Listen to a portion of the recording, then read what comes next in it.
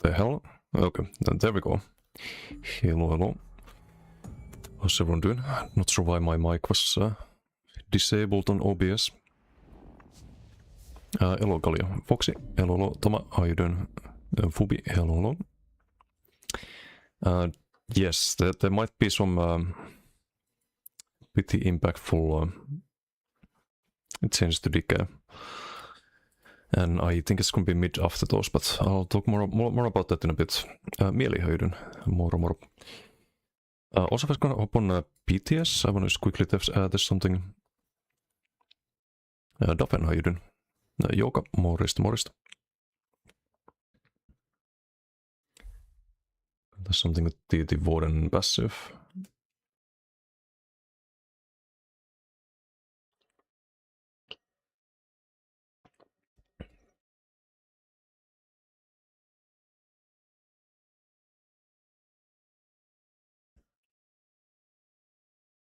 So I was thinking of maybe trying a Stamden at some point. Surprised it has to do this many changes after week 1.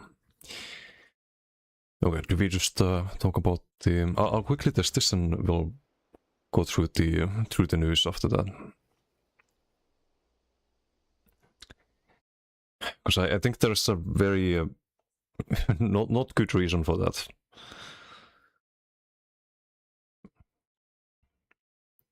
But yeah, I'll be yapping about that quite a bit in a moment, so let's save it for like 5 minutes later. I want to quickly test the I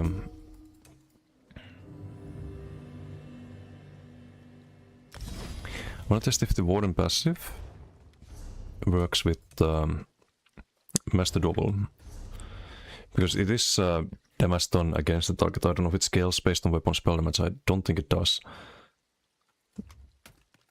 Because I've seen Master Double do pretty well on a lot of the builds after the Glass Masteries, because you can have a way more weapon spell damage than before.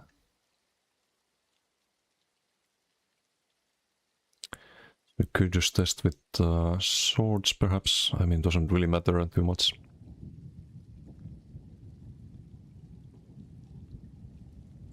It's too precise, I guess.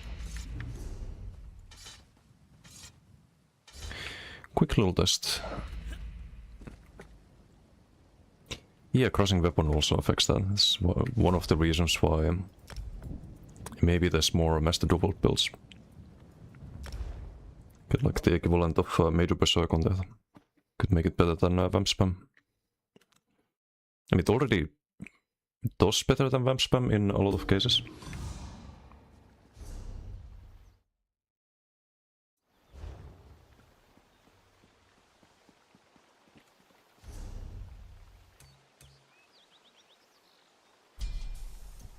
Okay, let's try without that first.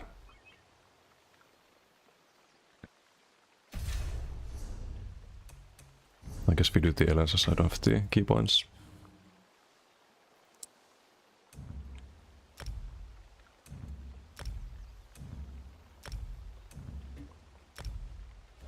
Hey Satai, how you doing? Hello. Am I? Not bad, a little bit tired. Spent all day yesterday working on the Arcanist build, which is now on YouTube. Didn't sleep too much. Woke up a couple of times as well.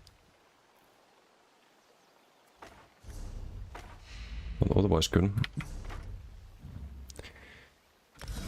Some Discord drama I had to deal with earlier. Okay, so 1900.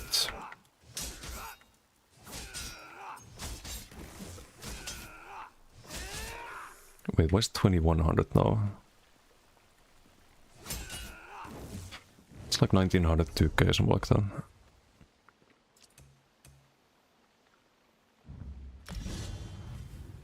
If we get the Glass Master, it should be a lot higher. 2400, so it does work. Nice. So might want to consider a Might want to consider Stam then next patch too.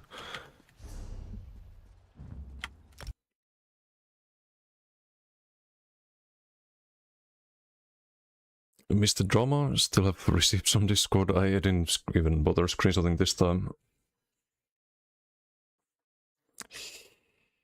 It's way too much maintenance.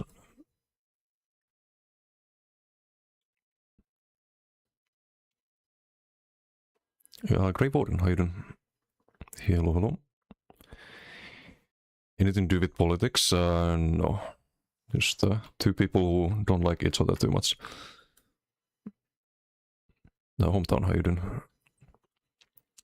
Yeah, DK, we're gonna talk about that next, before I hop on live server. Also, there's probably a like another post today later.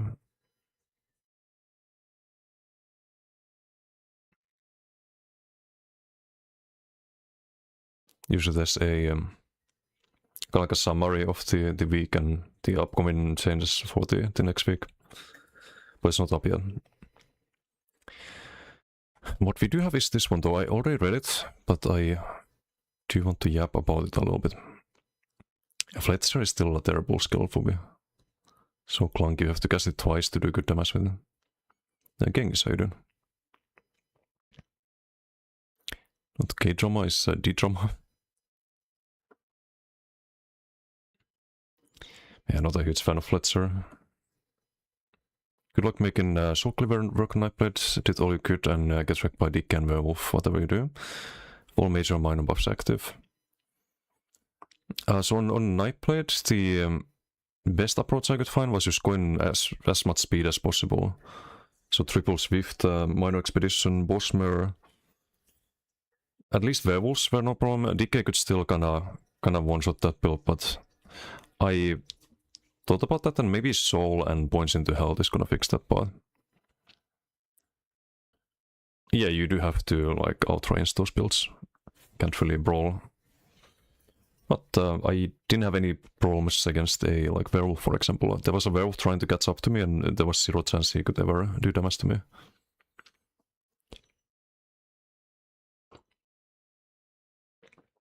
Isabin, how you doing? Oh, Kazaken, that's a name I haven't seen in a while. How you doing? Return game using your Sork build. Having a blast? Oh, nice. Glad it's working. Nice stream. Thank you. Thank you, will do. Maintain nerf DK. Here we are. And that is the problem. That is the exact problem. Okay, let's go through the post. I'll talk about my thoughts as we go on. Am I doing a little bit tired, but otherwise alright. Worked a lot on the Arcanist build the past few days, so kind of just speedrun that and kind of exhausted after that, but well, it's all done. We can move on to Warden next. Also didn't sleep too much. What's wrong about DK nerf? Actually needed nerf, and Werewolf needs a nerf. So what's wrong with nerfing things is that you kind of kill hype for the future patches. Nerfing things doesn't make people happy. Not really. Like it pisses off people. When you buff things to be on par with the strong things, you create hype and you get people excited. And you don't really piss people off. So it's a lot better approach to visually buff things. But I'll talk more about that in detail. If DK makes you happy, well, I knew you would say that. What's up, Jared? And Millennium, how you doing? Hear about DK and Werewolf nerfs? Yes, yesterday. I already read this, but I'm gonna go through it again. We would need to get more damage than it is mentioned by Sos. Okay, I'm just gonna read. I'll go over the whips stuff and other things. Hi all, below is a message from the combat team touching on some of the feedback we've seen over the last 2 weeks of PTS. Greetings, this week the combat team has an update relating some upcoming changes we'll be pushing onto PTS for update 51. Before we get into the juicy details, we'll quickly talk about general sentiments we've seen that have led us here, as these changes are in direct response to PTS feedback and were not originally planned. Okay, so this here is the problem. Ever since the layoffs, I've noticed a shift on how they do things. They are no longer sticking to their own plan. They had a vision, right? There was supposed to be a Warden rework in update 51. Like, we were supposed to be over DK at this point already. Like, there would be Giga Strong Warden on the BTS, and people would be upset not just about DK and Werewolf, but DK, Werewolf, and Warden, so there would be more variety. But since the layoffs happened and they had to delay everything, I think they're now just reacting to... Alexis, thank you for the raid. Thank you. Much appreciated. How was your stream? Welcome, everyone. I'm just going over the upcoming changes in next patch. Little Boisiki, how you doing? Luckless, hello. Hello, Alexis. How you all doing? And Dreamer, how you doing? Dodging nerfs by playing Mistfall instead. Big brain. Mistfall's a good game. It's fun. It's fun. Stalton, hello. Anything big happening? Kind of. DK is gonna be nerfed quite a bit in PvP. Doesn't really affect PvE at all, but it's actually buffed in PvE. There's some big PvP nerfs though. Yeah, they also nerf Werewolf. The sustain is a lot more difficult. It's still manageable, I think, if you change things a little bit. You do the like Shapeshift and Mythic, and use Triune Jewelry and Triglyphs, and a little bit less max health. It could still be sustainable.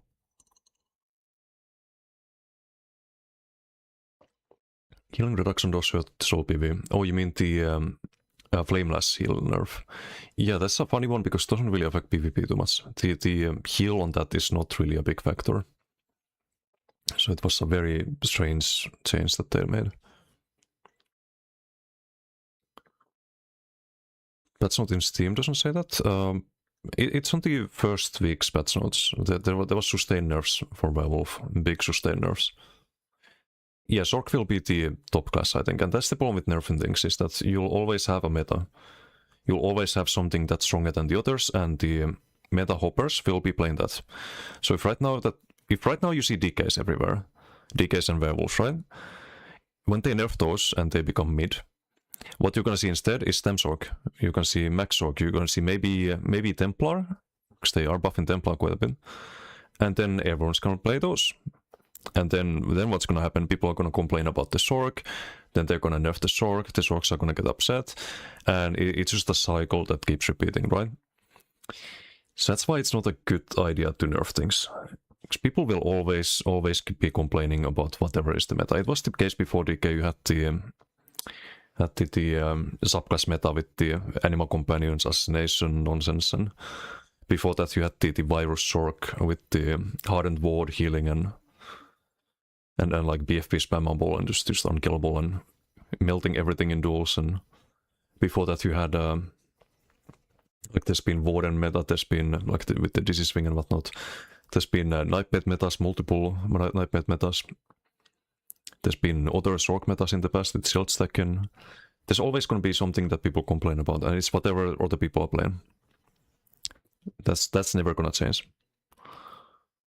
Good Zorks are already competitive with DK, so see more of them. Yeah, Zork is not that far behind DK at all. Spindit, how you doing? Maybe one day Necro can be top 1. Necro was top 1 at one point. There was the old Bash Goliath. When Necro was first released, Bash Goliath was absolutely broken. Like even more broken than... Like right now it's strong, especially in PvE, but it was way more broken back in the days.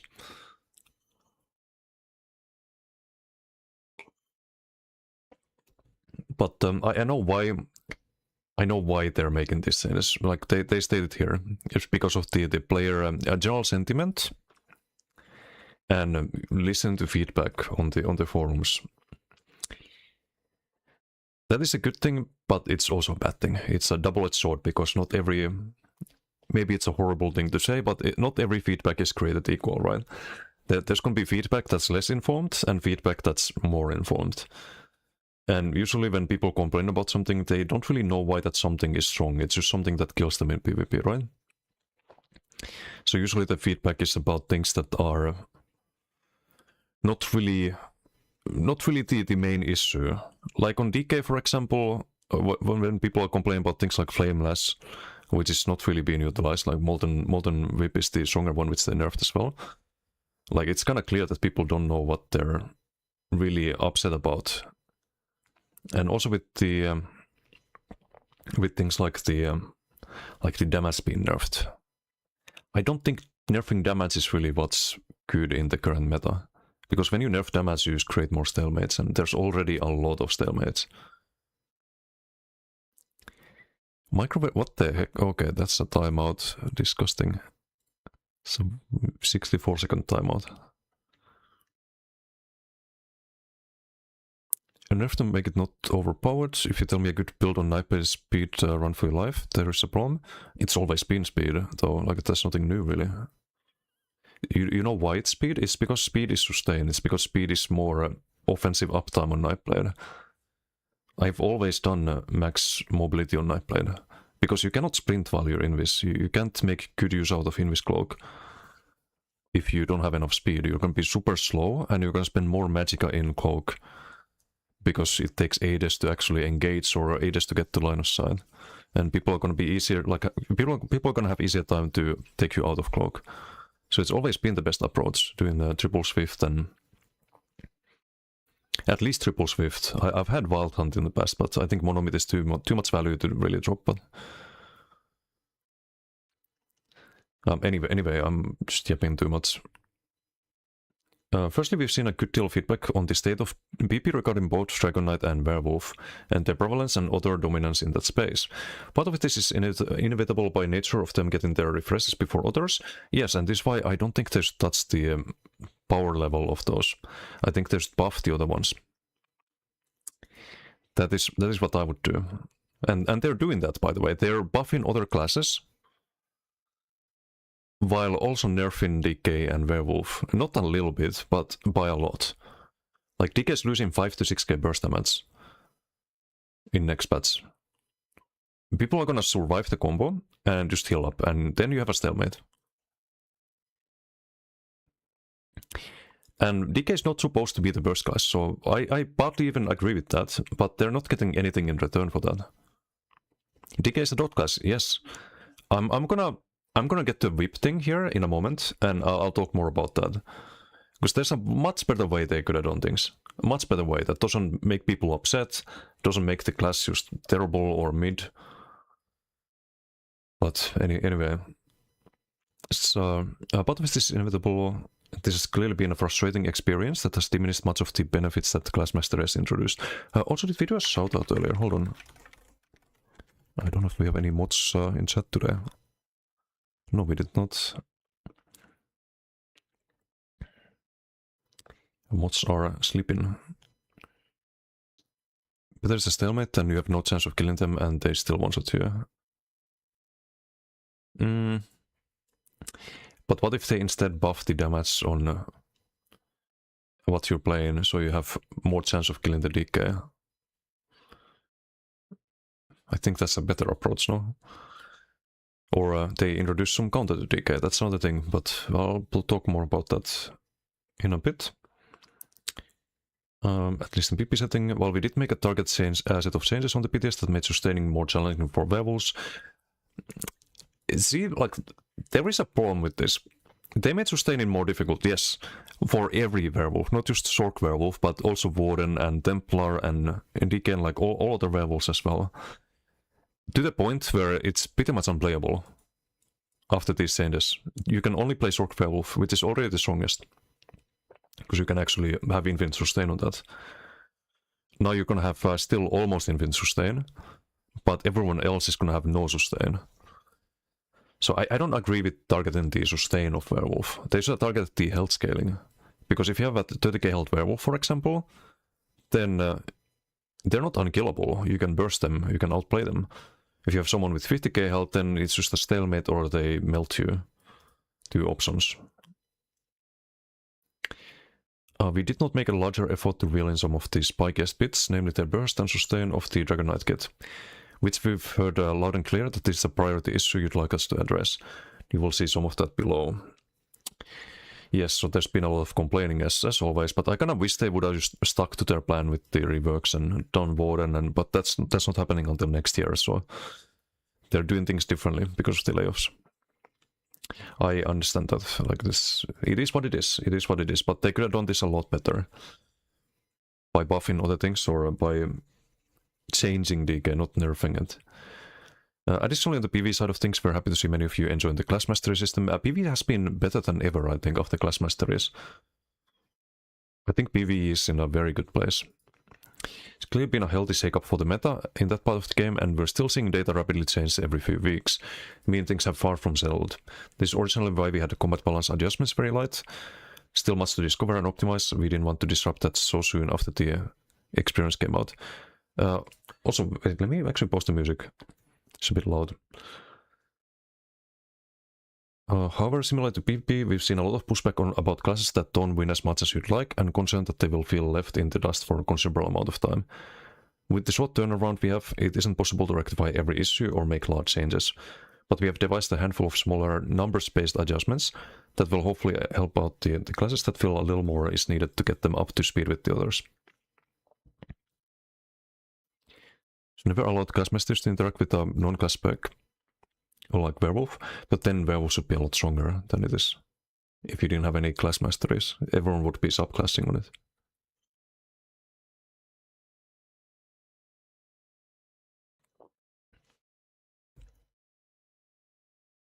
So Bleed is too high, damage is not too low. On Decay or everything? Because I think that's kinda everything at the moment. Like, I think Decay should be not health scaling.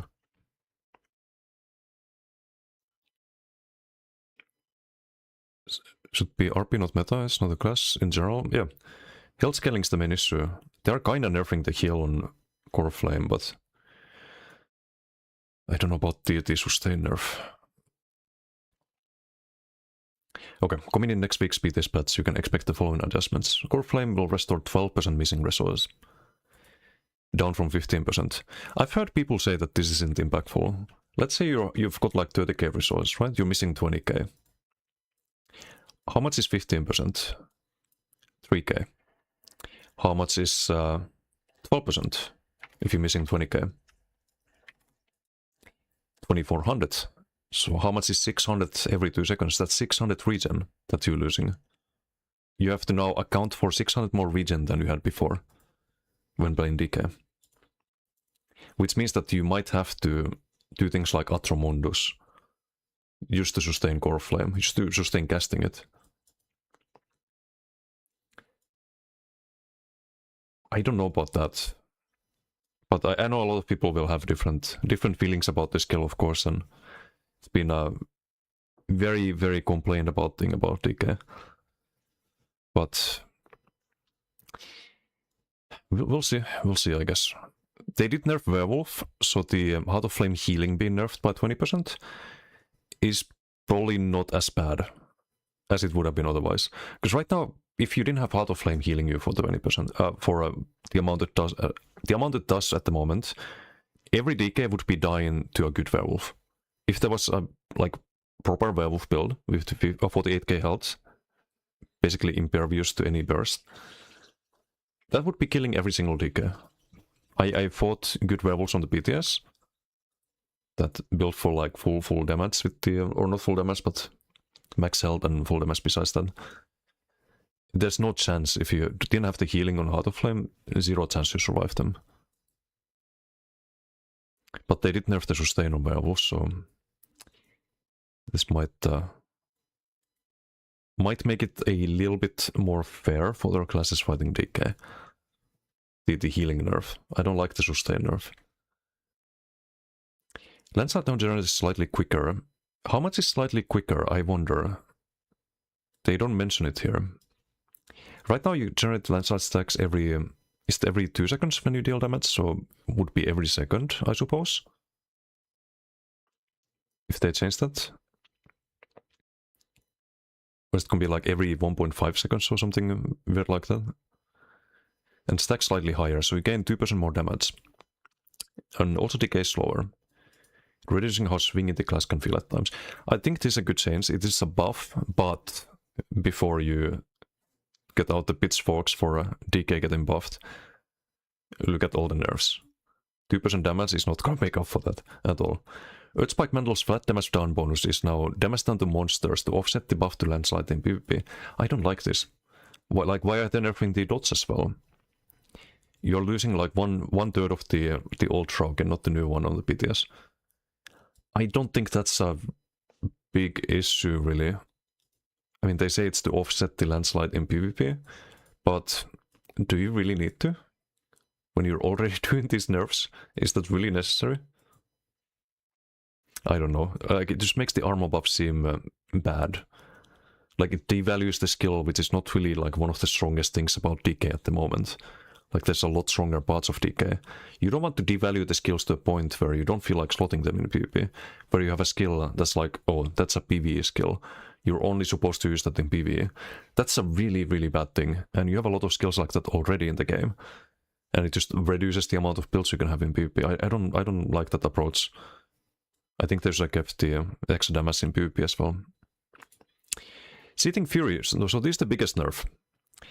Seething Fury Molten Whip's buff is now halved in PvP, reducing how deadly their burst combos can be. So right now you get plus 100% to your Molten Whip, right? It's gonna be plus 50%. If you were to do a 20k whip before, now it's gonna be 15k. You're gonna be losing 5k burst damage. Which means that you're not gonna insta-die to DKs, really. Not nearly as often. You have to be like low health before they whip. Only 15k? Yeah, that's like if you're building for the one-shot whips, right? If you're building for Firebrand and stuff like that, then you would do, let's say, like maybe 12k before. And it's gonna be 8k after that. I don't know about that. Like, I agree that DK shouldn't be a burst, guys. It's supposed to be a dot one, right? But there's a better way they could have done this.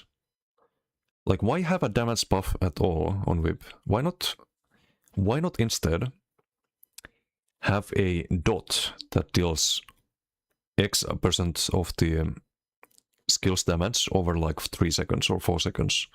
Something like that. Wouldn't that be much better and much more thematic for DK? You would think that when you hit someone with a burning whip, that there's gonna be burning afterwards, right? It would be much better if there was a dot. Would be much more thematic to DK. Would be even less burst than at the moment, but you would be playing a dot class by essence. No, it shouldn't increase dot damage. I don't think it should increase things. I think it should have a unique dot attached to it. Camera Beard, how you doing?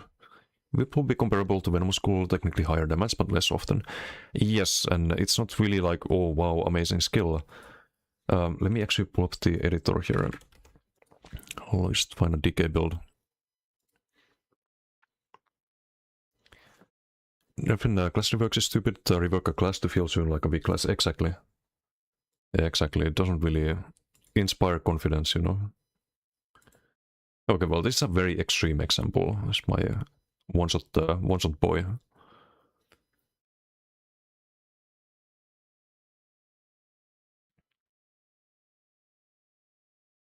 Would be cool if it applied a short dot and did the remaining damage upfront if whipped again, refreshing the dot. Yeah, something like that. Like there's a lot of ways they could have made it interesting, but now it's just a bad spammable in PvP. It does damage and it has the extra modifier if you stack up the buff, but most of the time you can do less damage than a blood for blood. Like right now, fully stacked. Wait, is this? It's not counting. Oops. Don't have the buffs either.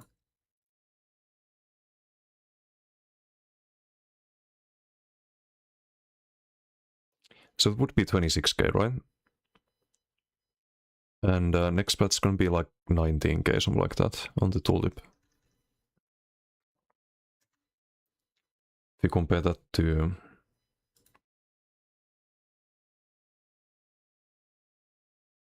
let's say like Bowproc.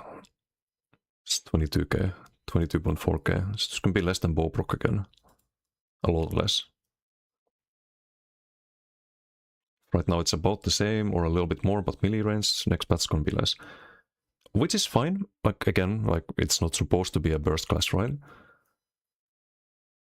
Like Nightblade is, Decay isn't, but there should be, like, it should be a dot instead, it shouldn't be direct damage at all. Like, would be a lot more interesting. Because there's gonna be a lot of cases where DKs just don't run whip anymore at all. You see this and you think, oh, that's a PvE skill. It has a thing that only works in PvE. Or is super reduced in PvP. Like, why would you run that? Why not just run like Blood for Blood as spammable like almost everyone else, right? Like, a lot of time you're gonna do more damage with that. It's gonna be a lot more sustainable. You can put hemorrhaging on people, which you're missing. It's 75% modifier, and that's on whip you have 50%. Like, a lot of time you do more damage with Blood for Blood. Hey, Buffalo, Aiden. Brett got a buff, they want DK to use channeled fire, Brett feels like. Oh yeah, I want to talk about that. Because that might be the that might be the way to play DK next patch.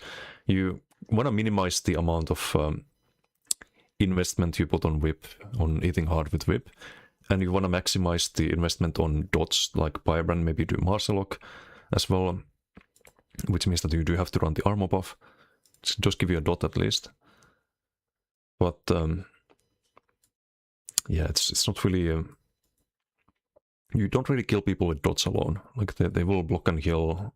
They will get their cleansing revival when you drop them low health. And it's gonna be a stalemate.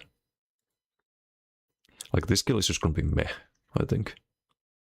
And I wonder what the Flameless is gonna look like. Because they also talk about nerfing the Powless here. Deals less outright damage, now offers a minor bonus to damage done to monsters. Why monsters? Why monsters? You know what they could have done with Powless? They could have made Powless hit harder each time you land it. So, Molten Whip, they could have made it to dot damage, and then if you land another stacked whip, it would like consume the dots or something. Or just make it do like a short duration dot on the target.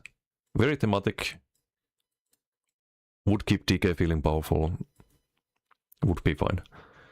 Powless, what they could do, they could make Powless hit harder. If you land the first one, it doesn't hit too hard. If you land the next one, it hits harder. You land the next one, it hits even harder. But you have to hit the same target. Or they need to have like a debuff from it. So that you can't like stack it and just one-shot someone who's like somewhere else, you know?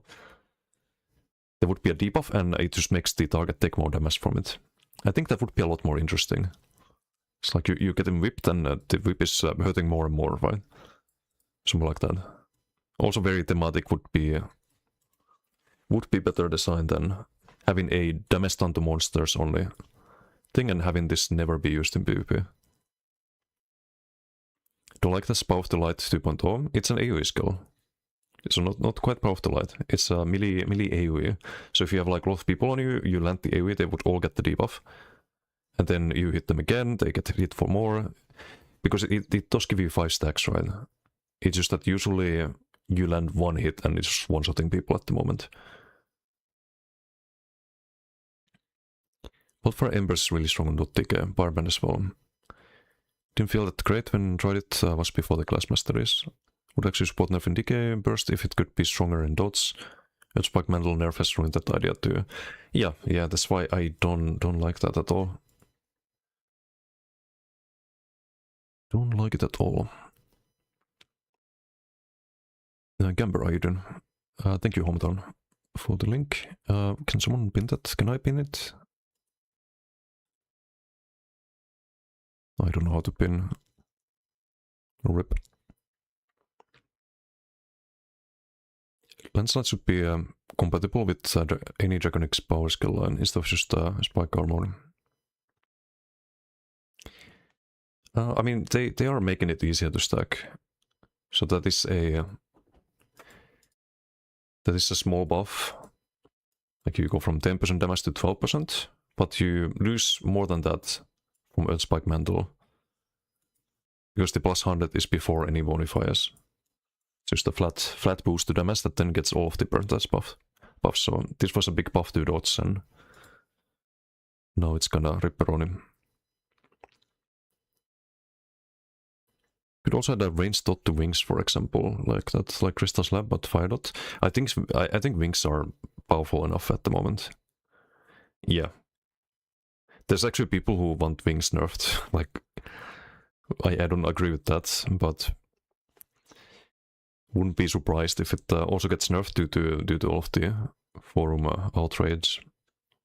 I think it's fine if a class that's entirely melee has something to help them survive when they can't be doing damage in melee.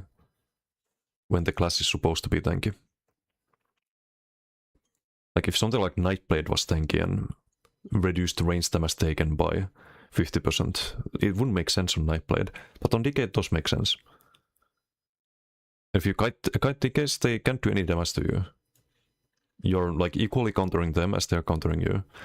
But in the end, like all of these changes that are like just flat out nerfs because people complain, there should be buffs to other classes. And further than that, there should be, the way things should be designed is that there should be a counter to DK. There should be a class that's really strong against DK. And there's similarly, like DK should be really strong against a certain class, and then like another class should be strong against whatever counters DK and so on.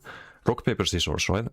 That is how you keep things balanced, because otherwise everyone's competing for the place of the top dog in the food chain, right? Everyone wants to be the strongest class, and if you're not playing the strongest class, then you go to forums and complain about it, and then your class is the strongest, and then other people complain about it, and they nerf your class, and blah blah blah. Like it's just always the same. As long as there's no rock, paper, scissors, that's what's gonna happen, because everyone's gonna be playing the strongest thing, or every tryhard is going to be playing the strongest thing. Everyone who doesn't want to try and make other things work or challenge themselves is going to be just on DK or on Sork after these nerfs. That's just always inevitable, as long as there's no rock, paper, scissors mechanic.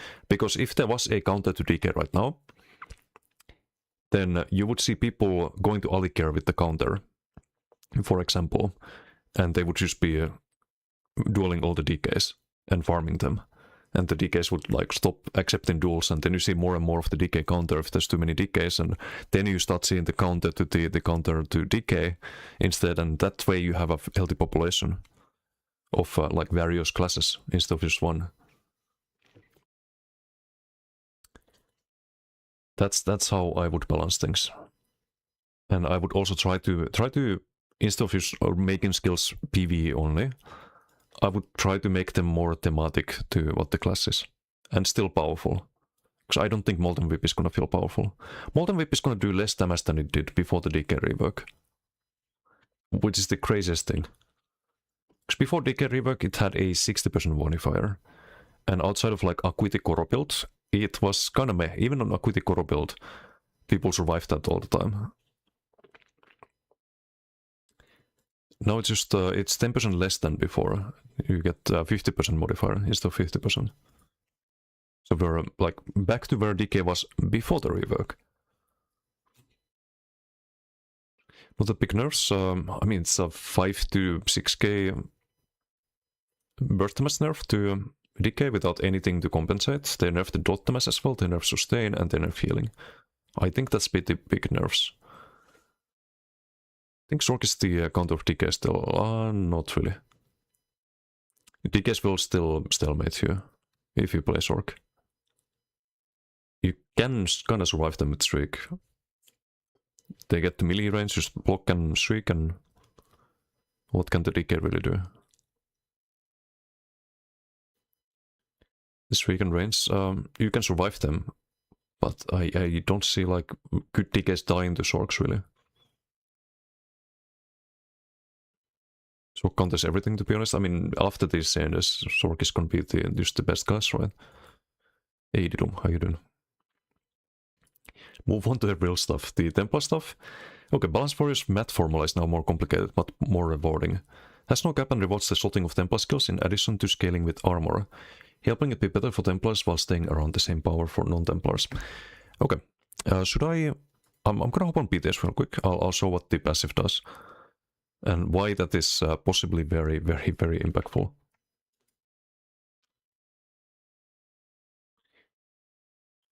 Good decay tie to nothing. Yeah, I think it's like a stalemate, just an infinite fight. It's the same with Werewolf too. You can only kill things or stalemate things.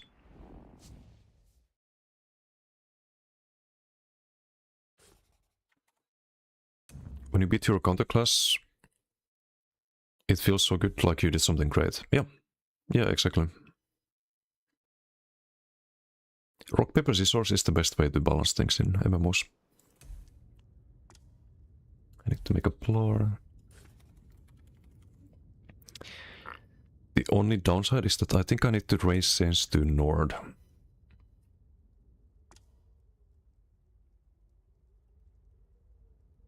On my Templars. Or on one of them at least.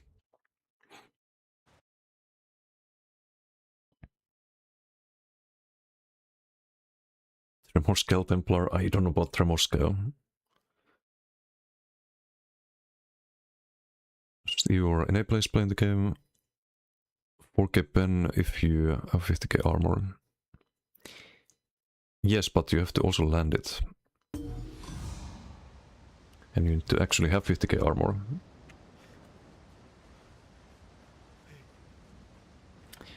So they changed the Balance Warrior. You get 6% armor, and then it increases your weapon spell damage by the amount of your armor you have. I have literally nothing and I get 344.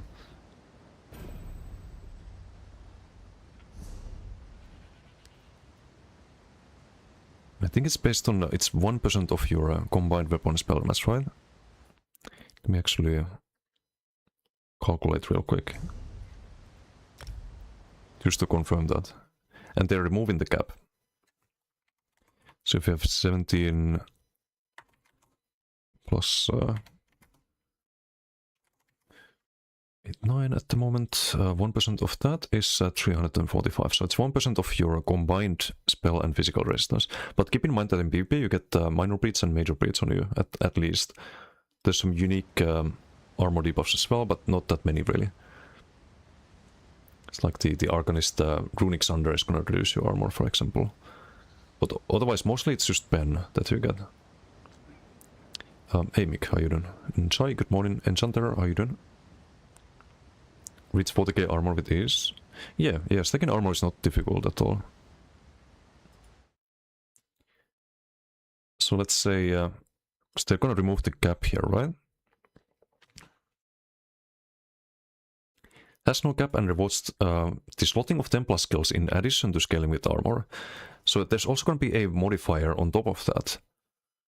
So you get 1% of your armor and some multiplier based on how many Templar skills you have. That's insane.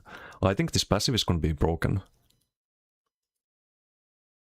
I got a feeling it's going to be giga broken. Because for example, if you build like, let's say you do 50k armor. It's like 42k of their major breeds and minor breeds, right? And there's no cap. 1% of that is 840 weapon spell damage. Before modifiers. Because this damage before modifiers. And that's very easy to reach. You do Nord and Bloodspawn. Protective Chivalry. Like a couple of heavy reinforced. Easy. Fucking easy. And you also get Giga Tanky doing that. No way they're scaling damage with resistance, they are. That's gonna be interesting, to say the least. That's gonna be interesting.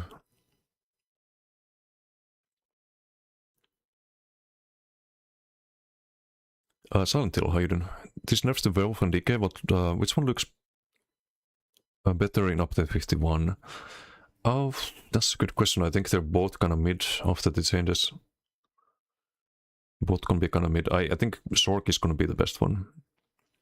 Either Max Sork or Stam Sork. Yeah, you can do Dovra sub-buttons, that's something I thought about as well. Could be funny, because you do some damage with that as well, and it buffs all of your other damage, lasts for 10 seconds after you stop. So those wondering what Dovra sub-buttons is. because no one uses that mythic nowadays. It gives you 660 armor up to 20 times, so 13k armor. That's both a weapon and spell resistance. So you would get 260 weapon spell damage from this basically, on top of the armor, and then it has a proc that scales based on how much armor you have, which can actually hit kind of hard, I think. You can get like, with 50k armor, you can get like 16k tooltip on that, something like that. That's also gonna stun people, right?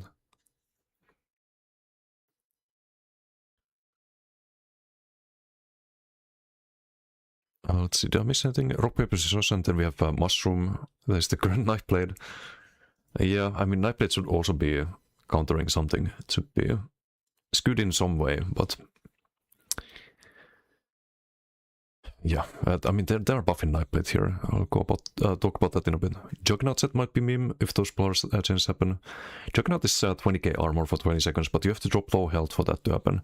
It's kind of like, damage-wise, it's gonna be kind of like Clever Alk, I think.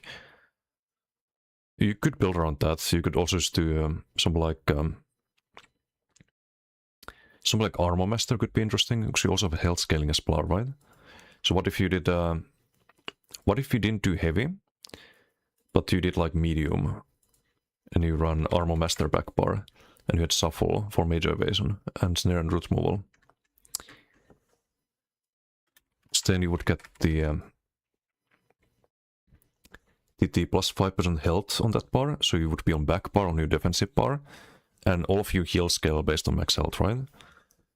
That's a lot of survivability. You get the armor at 3 and 4 piece, you get the 6k after casting Shuffle for 10 seconds, so that carries on the front bar as well. That could be interesting. One you can have multiple range stroke or wall jumps on, it's impossible. Oh, yeah, you can't tank too many people, like you still need line of sight on DK, like, I don't think it's, I think that's one of the reasons why I think Werewolf is way easier to 1vx with than DK at the moment. DK is really, really strong in 1v1s, but Werewolf is also strong in 1v1s, but way better in outnumbered, I think. In a different way, because on DK you can also just do a lot of AoE damage if you build around the powerless and whatnot at the moment, but Werewolf is a lot harder to kill than a DK, I think. At the moment, that's kind of nerfed next patch though. Ryan, how you doing? Sorry, I missed the message earlier. Pokemon, everything counters everything. That's how it should be. That's how it should be.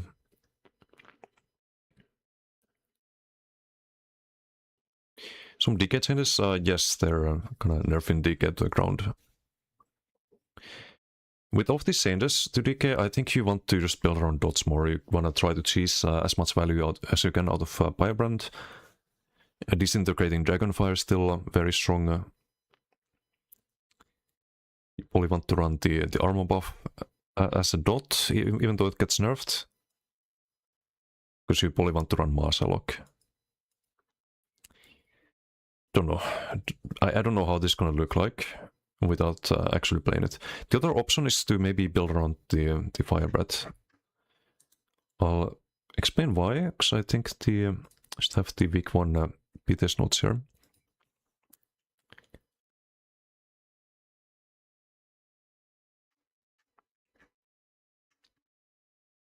Also have some coffee left.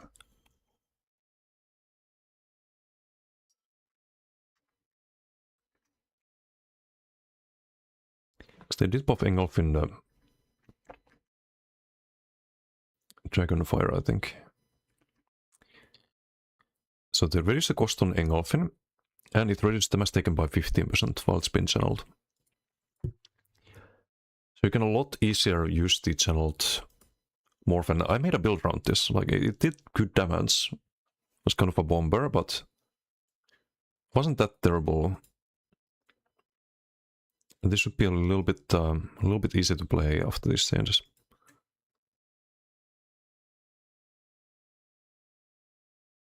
But we'll see. I didn't actually play it in update 50. I don't know if it could survive against the Sorks and whatnot at the moment. Armor Master new Plar meta. Yeah, because I'm thinking of some back bars that I think you want to run Bloodspawn on Plar, and then you can't do 5-piece body and a mythic with that, of course.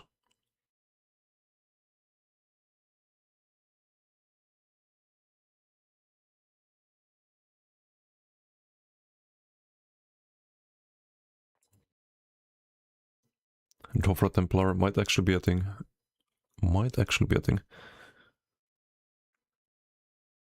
It's objectively stupid, the armor scaling on Plar. I think it gives it identity. Like, if you want to build differently on Templar, I don't have a problem with that. I'm a fan of this as long as it doesn't get too broken and lead into too many stalemates.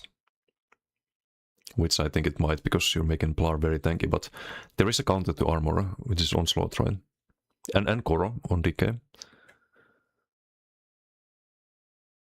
Templar can't really kite it that easily either. That's why I did max health on Plar.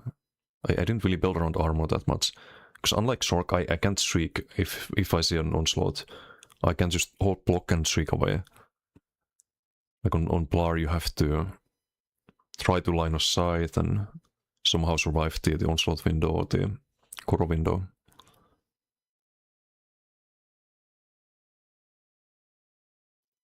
That was a little tough to keep up on Plar. Not sure. You can keep walking while jabbing, so it doesn't consume the stacks. You only proc it when you stop intentionally, or if you get CC'd. If you get CC'd and you're not in air, for example, then you kind of proc the set. And if you have full stacks, the set is kind of like Zol in that it stuns the targets around you. Stuns the targets, and I think it's is it 8 meters? I think it's 8 meters radius, right? Yeah, 8 meter shockwave. And you get a damage shell based on damage dealt. It's an interesting one. Might be worth considering. I'll probably try it at least.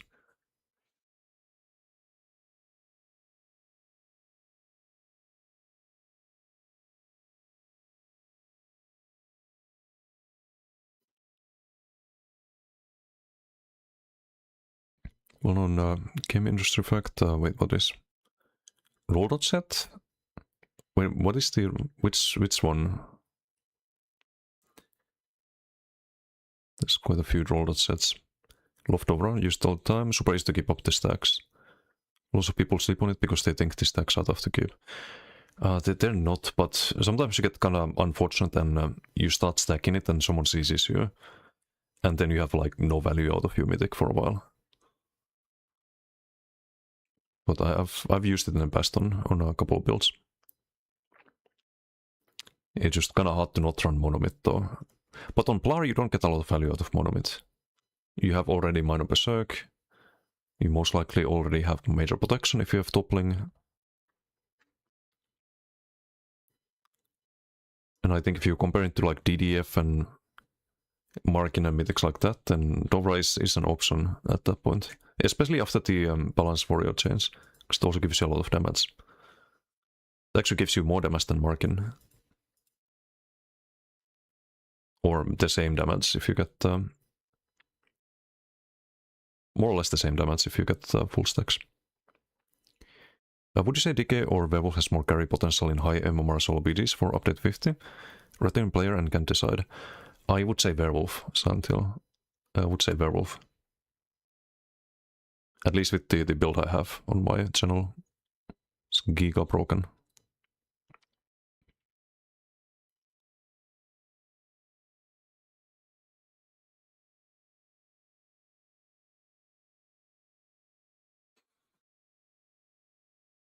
Nope, it counters itself with Piercing Mark. You counter yourself with Piercing Mark because you've slotted terrible skill over running a Wild Soul with stun and Major Breach, for example. Wild Soul is always better than Piercing Mark. Piercing Mark is just a bad skill. 1 bar is to keep up. 10-second duration though, you have to kinda all the time cast the shuffle. Never taken Onslaught off ever again. Onslaught is kinda OP on a lot of builds. Just the same, it only lasts 10 seconds for Armor Master. Yeah, the duration is a bit meh. Sorkrowd, how you doing? Foxos break this. Now we have shitty new skills mechanic with even better numbers, even worse numbers in tulips. They could have done this a lot better. Like instead of removing the damage in PvP, just make it a dot instead. You could make it a dot in both PvP and PvE. You don't want to spam Molten Whip in PvE. Like you want to build the stacks, right? So there was a better way to do it. Delicate with Firebreath was typing that. Maybe. Deadly could be an option. It's getting angry now, to be honest. Templar damage scaling with resistance pisses you off so much. Incredibly negative precedence, you said. But it's alright that you want to build differently on each class. Because I think one of the worst things about ESO is that very often you have different classes, but you always want to build similarly. So you have like Rallying Cry and Monomyth and blah blah blah. Instead of having stats that scale better on your class. I think Nightblade is like one of the few exceptions to that. Because you do want to build mobility. Mobility gets more value because you can sprint with Shadowy Disguise. And the other one is like maybe Sork has that to some degree. You want to build crit sense for the crit surge or some kind of dot to proc it, but very often you just min-max the highest stats you can get. And it's always the same route that you take, which is a bit boring. But of course, like, you can't make changes that make everything be a stalemate because everyone's got 50k armor, right? I'm a little worried about that. Half Zero is Sork and they get no nerfs. Yeah, Sork is gonna be the next thing that people complain about on the forums. Zero, how you doing? The max scaling with defensive stat is bad design. Yeah, you could say that with the max health and all of the max health scaling in the game already and whatnot, but there are counters to armor at least. There's no counters to max health really. Not any good ones at least.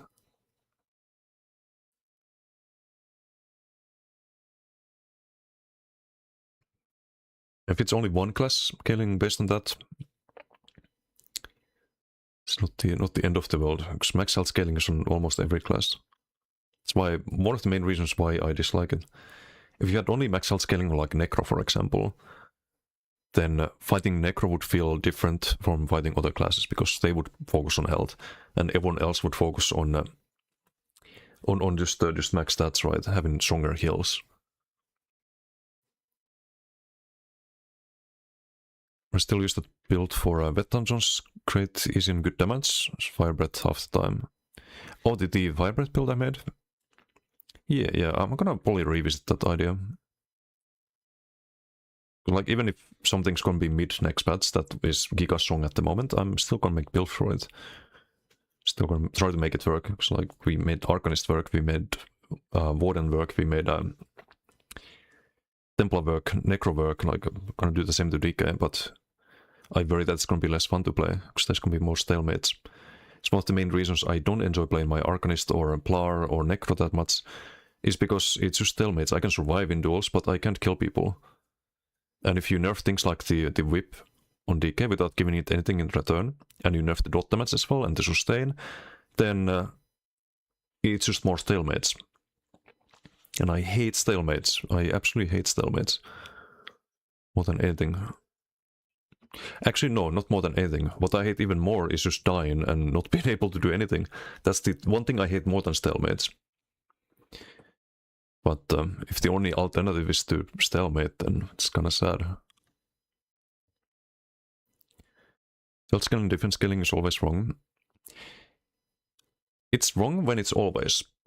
And at the moment it's always Werewolf health scaling, Templar health scaling, Necro health scaling, DK health scaling, Sork health scaling, everything health scaling. Like, it's not how you want the game to be. Because everyone just builds the same way. It's fucking boring. Winbo, how you doing? Dovra McWarden was discussing the OP for a bit, especially in small groups, walking Healbot that could put out some nasty damage on unexpected folks. Dovra Macden, oh, interesting. Don't think I've seen that on EU. How does the scaling work for Sorting Temple ability? It's very vague. No idea. Gonna see on PTS next Monday. So this passive could be even stronger. Right now, like I showed earlier, if you had let's say 42k armor left, 50k armor base, then 1% of that is, oops, so 84 minus 1%, 840, right? If you have a modifier on this as well, you're gonna get 1k plus easily. And then you run something like Lancer, because they're also buffing that, but I'll get that in a moment. Whip will do 25% less damage, current 10k plus 200% as of current. 200%? I don't think that's how it works. I think it's just a flat reduction.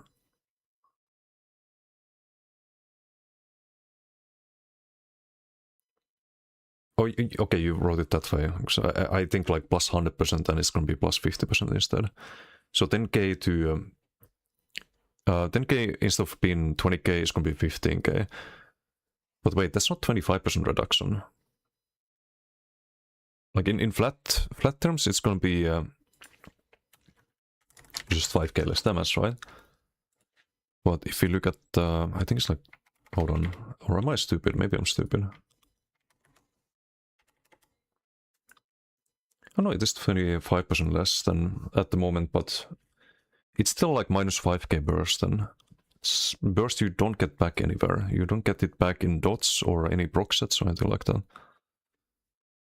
If I think of the DKs I fight at the moment, which I can always stalemate on pretty much every build I make, if they do 5k less damage than at the moment, where it's already a stalemate, it's gonna be giga stalemate next patch. I can probably tank 2 DKs or 3 DKs next patch on like full dueling builds. And that's not right. I don't think that's good for the game.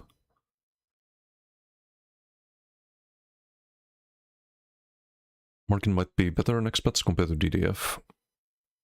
On Plar, you do get armor from Markin as well, yeah. And the armor turns into damage, so it's worth considering as well. Love Dovra on a lot, also to get away with a lot of light and medium, for example, if you want to run 2 light sets. Yeah, it's underrated, I think. A lot of things in the game are.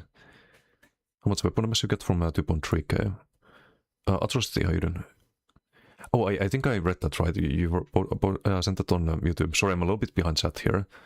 But I would say werewolf at the moment.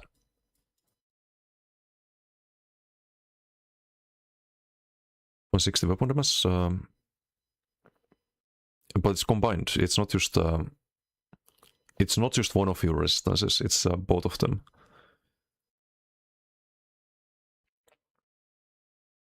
So 46k is not 46k, it's 92k. So it would get 920 from that.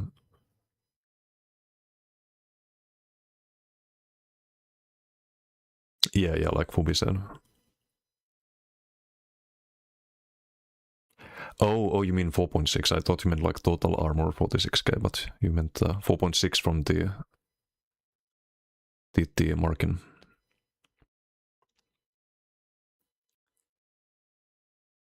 Okay, let me scroll down a bit. Time for Plar to shine. Plar might be very, very strong, depending on how much they buff this passive. Tempest will stack max health and max rest, and still for some idiotic reason will have damage. I mean, you kind of want to do that at the moment. It's just that you can't kill anything because you don't have damage. But for example, the Plar build I have, it's 40k health because you have health scaling. You already have that.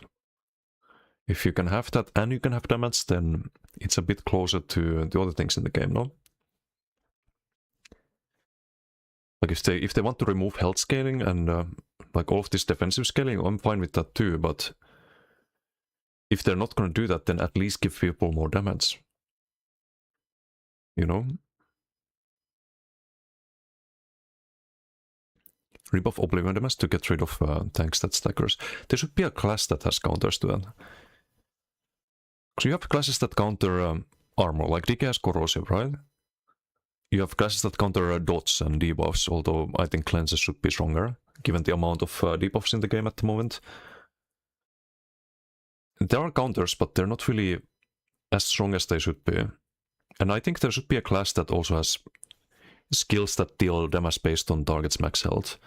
So if there is a meta where everyone's going max health, then you just play that one class that completely demolishes that, you know? I think that would be a good approach.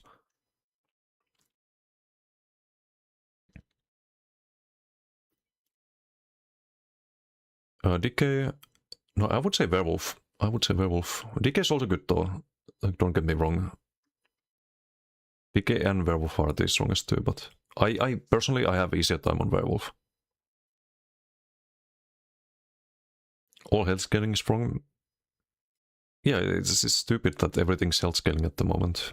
You could have one thing in the game, like one class in the game could be health scaling, but when all of them are health scaling, I don't know.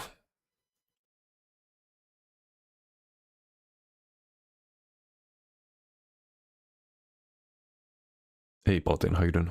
We're looking at the upcoming changes. They're just kind of nuking DK. Some giga nerfs. Giga buffs for Templar. Judgment Brand, also they increased that from 1400 to 1600. Is more of a PvE thing. You don't run this in PvP, you don't have enough skills that you can slot for getting good value out of it. And it's halved in PvP. I don't know why it's halved in PvP, it shouldn't be, but it is. And Lancer, they're gonna make Lancer proc on top of you, which I think is an interesting change. I'm gonna have to test it. Because at the moment you sometimes get the Lancer proc in front of you, and then you just sprint to it and proc it. Or it procs like next of you, and you can kind of choose when to proc it. So this is not entirely a buff, but I think in lots of cases, maybe even most cases, it's gonna be a buff. It's gonna like proc on top of you and just insta proc when you jab in, for example. No, you can test it, but it's not live yet, Fubi. Because in duels, I mean, you do proc it less in open world because people are running away from you, right? I don't know. Gonna have to test it. I think the set is good already, though. Lancer gets a lot of hate, but once you have trackers for it and you kind of get used to it, it's a pretty damn good set. And now it's gonna deal a lot more damage, right? With this passive. I would still run Lancer on Plar. And use the other set for armor, for example. Maybe instead of DDF, run the Dovra Sabatons or something. And because that armor is going to turn into damage and the Lancer is going to hit a lot harder. Saying when you get used to it, then it's good. I think there's also a misconception that people have when they see like Lancer, oh, it did 5% damage, it should be 10%, right? Lancer bad. But they forget that Lancer always gives you the weapon spell damage. It might not show good uptime on the CMX, like only 40% or something like that. But that 40% is when you're actually doing damage to someone. It's not when you're running around doing nothing. Like in between fights, for example. Like, sure, you don't have it up there, but you don't need to have it up there. Like during offensive windows, you're gonna have it active. So you not only get like 5% plus damage from it, but you also get the weapon and spell damage and the Sundead proc as well. So it's actually like 300 weapon spell damage is like 5% damage. So you get 10% plus from Lancer in terms of value. And the damage part is in a burst format, which is more valuable. It's not like some dot damage that just tickles the target when it doesn't matter.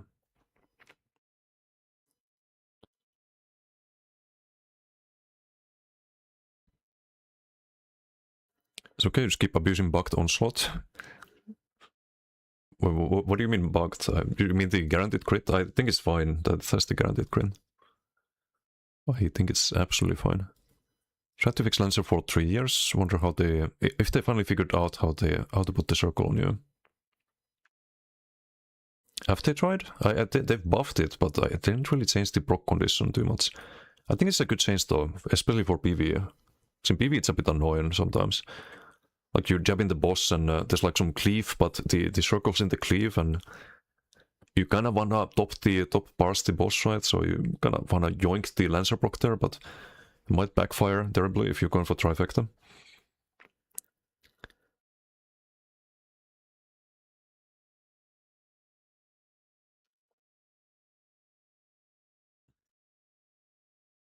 So it's a bit awkward. Hopefully this fixes it.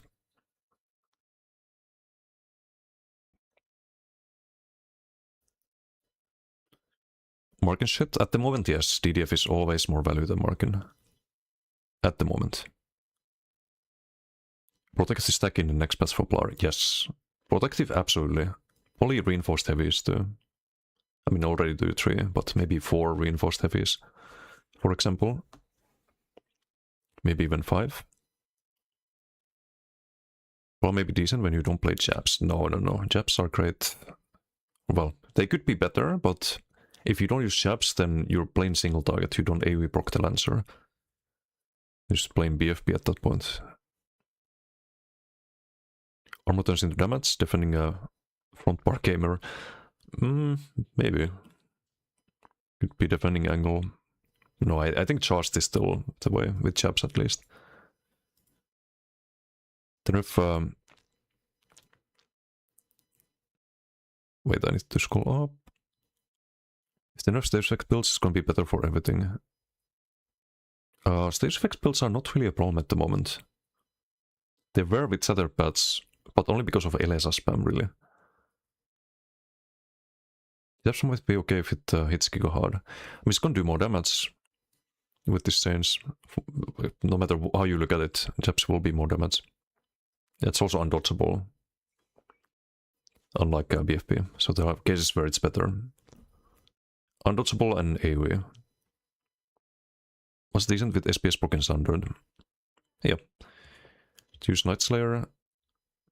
Nah, Night Slayer is not good. If you need to land heavies, any set that requires you to land heavies and it's not a gank build, is just bad. Landing heavies is like the most inconsistent, unreliable thing in the game.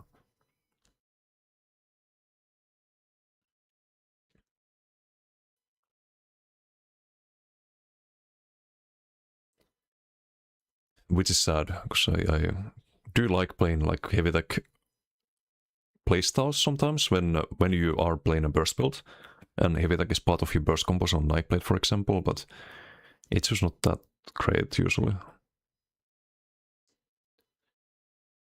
This Lancer on BTS already landed in duels a lot. Yeah, but in BTS too, I think. Use Blood for Blood, are you truly using class? No. You're playing the generic build. When you get used to it, then it's good. So you land CMX, 5% damage and a good PG. Yeah, but also the weapon spell damage. And Sunder procs. Best bumble in game. If you wanna min-max damage, then you play it. Everything else is copium. I mean, for duels, yeah, but for BTs, I don't know. I think jabs are fine. The amount of times like I've AoE proc the Lancer and everyone drops low health. Next patch they're just gonna die because you get more damage. Unless they're also 10 plus with 50k armor, but still. You don't get that with BFB. And you also take longer to proc a Lancer with BFB. I don't think you necessarily play a Lancer on BFB build.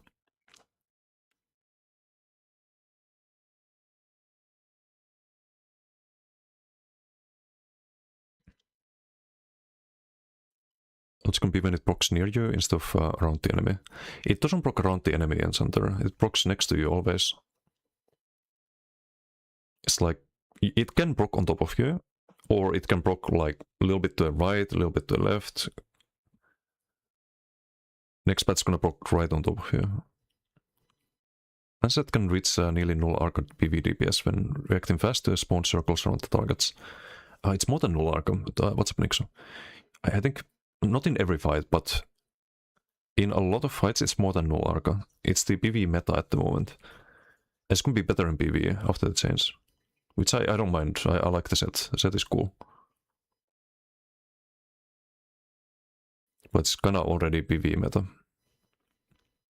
Just a bit annoying if you're doing like DSR, for example, and it spawns underneath stall area, and you have to like step in the bathwater to to proc your Lancer. It's a little bit scuffed, but after they change, that shouldn't happen anymore.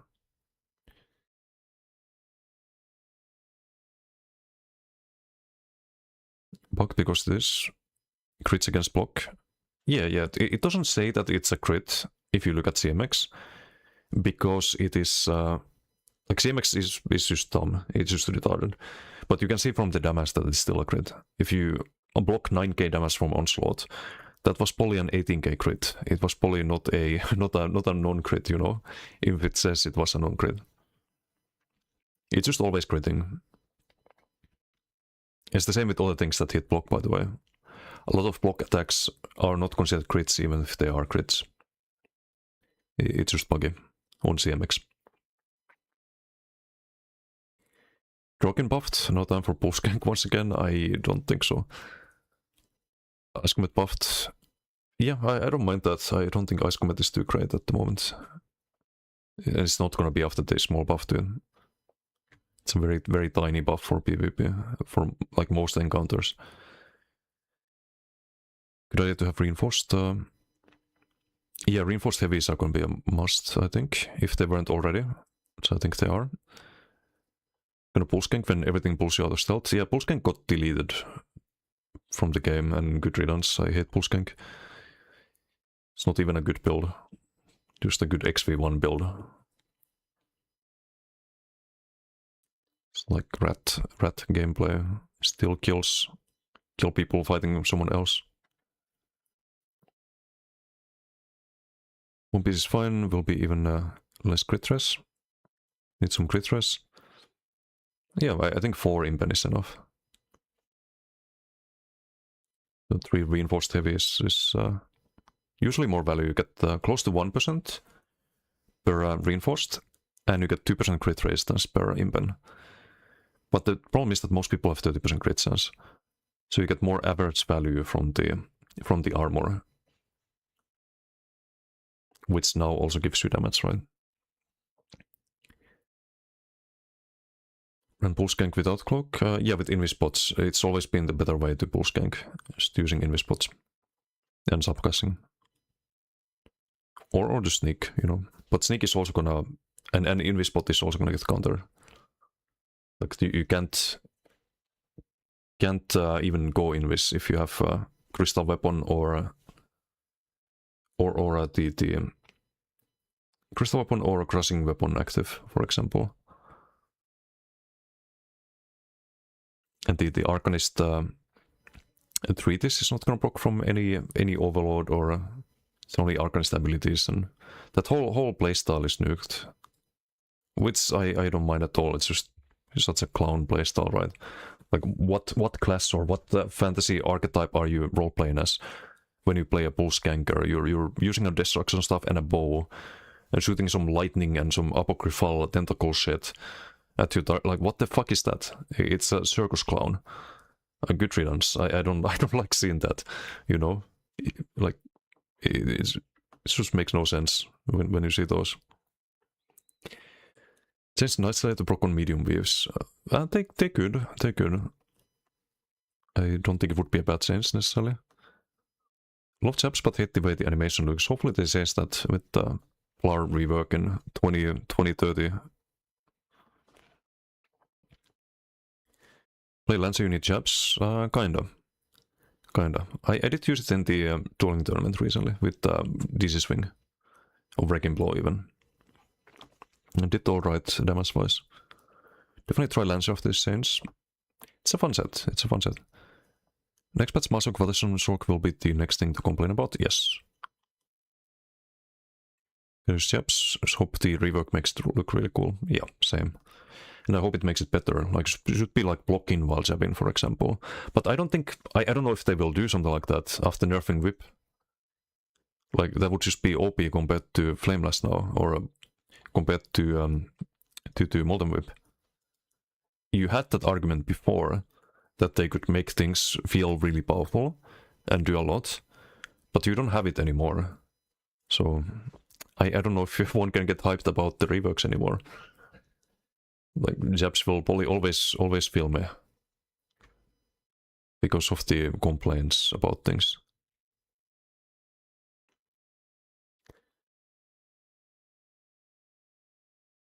Want to main a Sork again? You can probably play Blar as well. I think Blar's gonna be actually pretty good against Sork with the toppling, right? As long as you can do enough damage.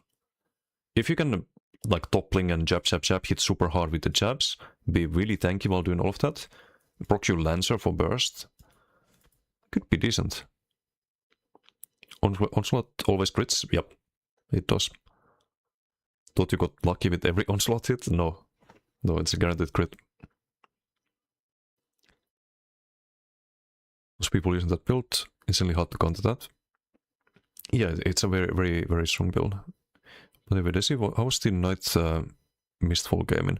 Oh, I only logged in for the login reward last night. I worked on the build video all day, so I didn't play anything really.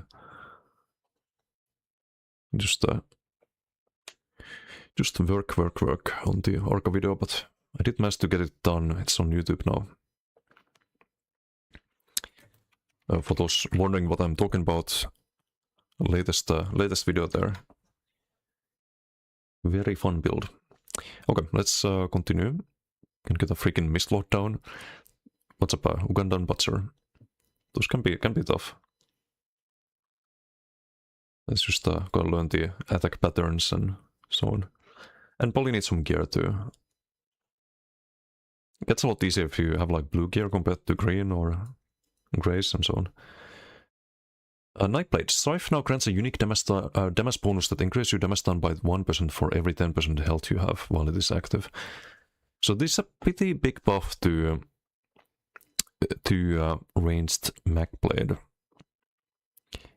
which I think is good. Definitely needed a buff. The bow procs I was getting with Soul Cleaver and Twice Fanged, I was doing 13k bows at most. 13k is fucking nothing. Like, that's not gonna kill anything. Now it's gonna be 15k. 14 to 15k. Still not gonna kill anything, but a little bit closer to doing something, I guess. And also by buffing the damage done, you're also buffing the healing you get, because you do more damage with the Swallow Soul. So you get a little bit more heal out of that. Also in pushback on the cost increase, which we are still evaluating further adjustments to, very cautious to reintroduce the skill to the same degree of power it was in Somerset era. It wasn't broken during Somerset era. What was broken in Somerset era was the Werewolf, ironically, because Werewolf after that was kinda shit, right? For a long time. But you had Werewolves with the bleed, Axe Bleed, like proccing from Werewolf Light Axe, and you would proc the enchants with Axe Bleed. Or something like that. That was giga broken, I remember that. I don't think ranged Magblade was ever that broken with like Strife. So I don't know what they're talking about here. So I played a lot during that time. I remember one-shotting every ranged snipe blade with just Asylum snipe combo. Don't remember them being a big problem really back then. Did solo with teammates? Only killed Mistlords with teammates so far. I haven't played too much. Necromancer. Nothing wasted, now decays less aggressively. Oh, by the way, about Nightblade, they should have buffed Concealed and Surprise Tech. Instead of pushing the Soul Cleaver and Swallow Soul Spam. It's not the only thing that's struggling with Nightblade. Like, the melee playstyles are also not super amazing. I would say melee playstyles are even worse. Like, the only reason you run Concealed is the Minor Expedition, so you can run away from werewolves and DKs. And so that you can heavy attack combo with bow, for example. So you can do heavy attack into Concealed from Cloak, and the Concealed lands first, procs the off balance, and the heavy lands after, stuns and does extra damage. But the skill itself is not that amazing. Same with Surprise Tech. So those could be better. So you see less Nightblades running Blood for Blood, for example. Then this 10% damage into extra tankiness? No. You're already doing everything you can for tankiness on Blade. Because if you're not, you're dead. So you already should be at like 3 reinforced heavies and like all the possible heal over times and so on. And it's still shit. Showability wise, but also damage wise. The only time ranged Magblade was broken was when Malefic Breath was still a thing. Oh, that was the stun on Agony, right? Oh, well, it was one of the modes of Agony, right? If I remember correctly. Trying to remember. But since I prefer this Volk Nightblade over Invis. Well, I still... Did I run Invis on the... I don't think I did. I dropped the Invis and... It just felt terrible. But it felt terrible with Invis as well. DKs won't kill anymore? No, but neither will you. Because the damage is still shit. 10% is not gonna make a huge difference.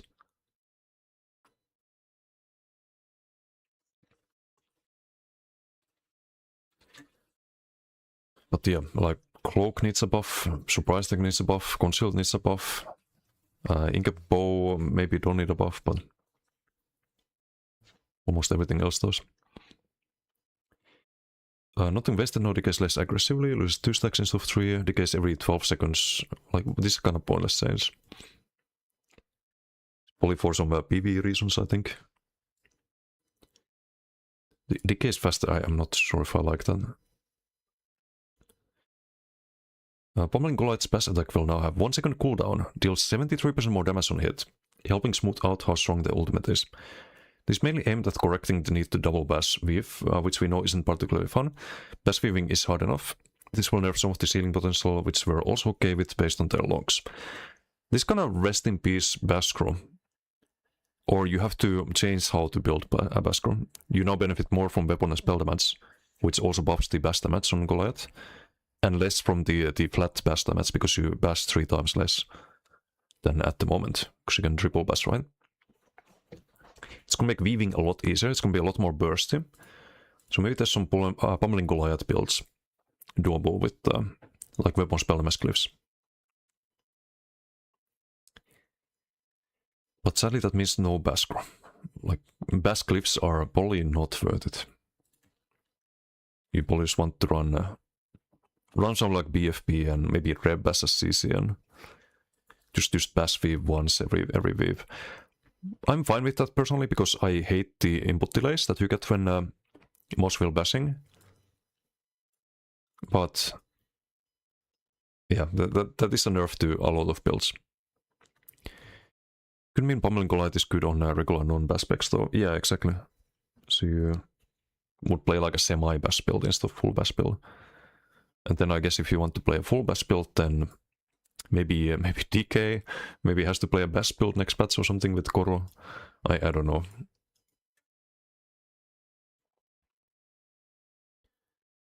Wait for Sork Flood next patch will be even worse. Yeah. Everyone who's playing DK now, because DK is the top dog and the strongest class, will be on Sork next patch. So instead of seeing 4 Sorks, half of them werewolves, and 4 DKs, you're gonna see 8 Sorks. And none of them werewolves, or maybe 1. Okay, with AoE is not pulling out of Cloak anymore to force using revealing skills as potions. I don't think AoE is revealing you is the problem. Like that's always that's always you getting outplayed if you get hit by AoE and uncloaks, right? I have a problem with your own skills pulling you out of Cloak, and things like Sprint pulling you out of Cloak. Like what they should be doing is, first of all, just remove the Mac regen penalty on Cloak, where you can't get Mac regen while Invis, unless you're standing still, which no one does in PvP. And allow using skills in Cloak. You should be able to cast Vigor, you should be able to cast Shadow Disguise, Shadow Image. While in Cloak, you should be able to cast burst heals on yourself, not allies, yourself. While Invis, so things like Healthy Offering and so on. And that would make Nightblade a lot more playable. A lot more fun, most importantly. Because a lot of time, like, we should focus less on what is balanced, what is OP. And I think what should be the focus is it fun? Because there can be like I can enjoy playing things even if they're not the strongest, as long as they're fun. But if something's not fun and it's just that just doesn't make you want to play it. It doesn't matter if it's strong. Like maybe some people will play things that are unfun just because they can kill other players finally with that. But the fun is the most important thing. Like I wouldn't want Nightblade to be the most broken thing in the game where you can like stealth around and you see someone and you click a button and one-shot them. Like that's just not fun. Like even if it's super powerful, that's not fun. That wouldn't make the game better. So I think when they read forum feedback and they're like hearing people complain about things and whatnot, like maybe they should look at things like, is this class going to be fun after this changes? And when buffing things, maybe they should be looking at, is this class going to be fun, rather than is this going to be balanced? And balance should be handled by rock, paper, scissors. You can make things absolutely broken as long as there's something to counter it. That's the way I see it. I think just nerfing things and putting things to a state where they are not fun to play is what kills the game a lot more than any balance issue ever will. That's how I see it. So that's why I'm not a huge fan of things just getting nerfed like this. But yeah, there was one more change, right? Or a couple more. Frozen Colossus will deal more damage, 12.5% more, and cost less 150 ulti for the update. How is this gonna impact? Because I do run Colo on the. I mean, I can just pull up the build here. Hey Lala, how you doing? DK deads? Yes, because they nerf your burst damage by 5k. Or something like that. They nerf you sustain by about 600 stem regen and mac regen. And they nerf you healing. And they buff everything else meanwhile. And Sork is not that far behind DK to begin with, so big nerfs. Not Nico, how you doing? Little Bussy, hello. Sork best class, next update? Yes, I think so. Either Sork or Templar. I think Templar is getting buffed the most in the next update.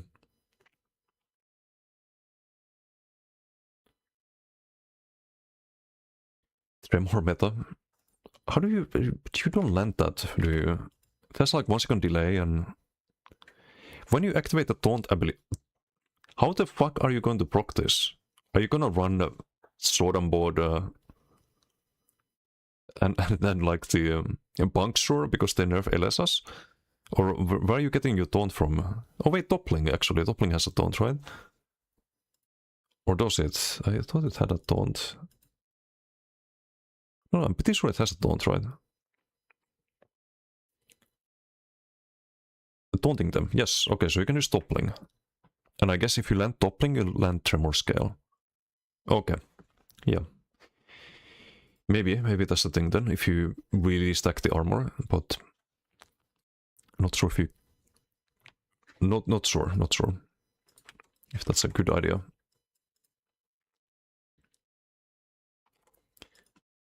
Fucking Tremor Scale. 10-second cooldown, ay. It's only single target, right? Yeah, I don't know if I'll use that. Maybe in duels. Explosive charge into Javelin to guarantee pull or CC.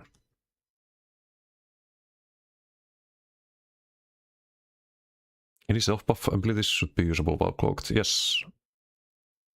Yes, including heals. Because you're already spending a lot of resources just to stay in this. Is every bot on BTS can get force and heroism. Yeah, I think that's the like DK bot next patch. For whoever's still left playing DK.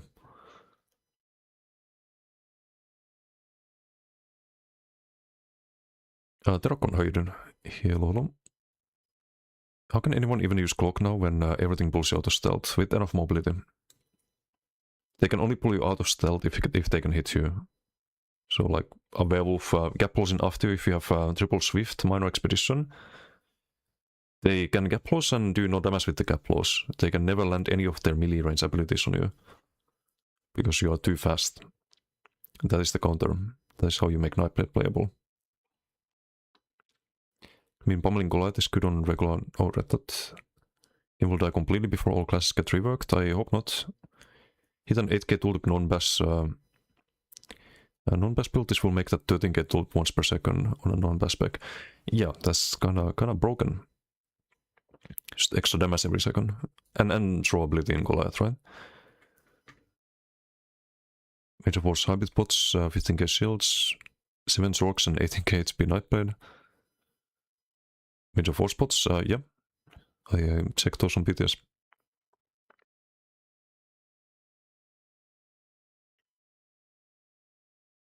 Should be rock, paper, scissors kind of thing. Yeah, it's the best way to balance MMOs.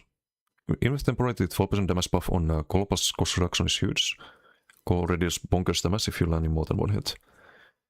Yeah, I think it's one of the... If not the hardest hitting ulti in the game, if you land it.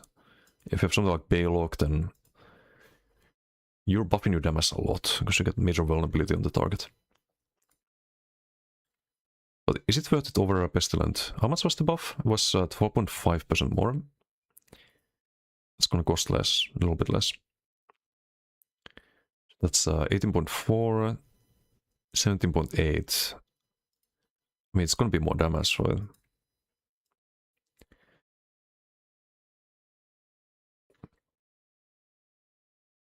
$17.8, 835 plus, what was it, 12.5? Okay, yeah, you're gonna do a lot more damage with that, even if you count the disease status. Get 2k more tooltip on Glacial. And you have a longer duration major vuln on that as well, unless they remove that.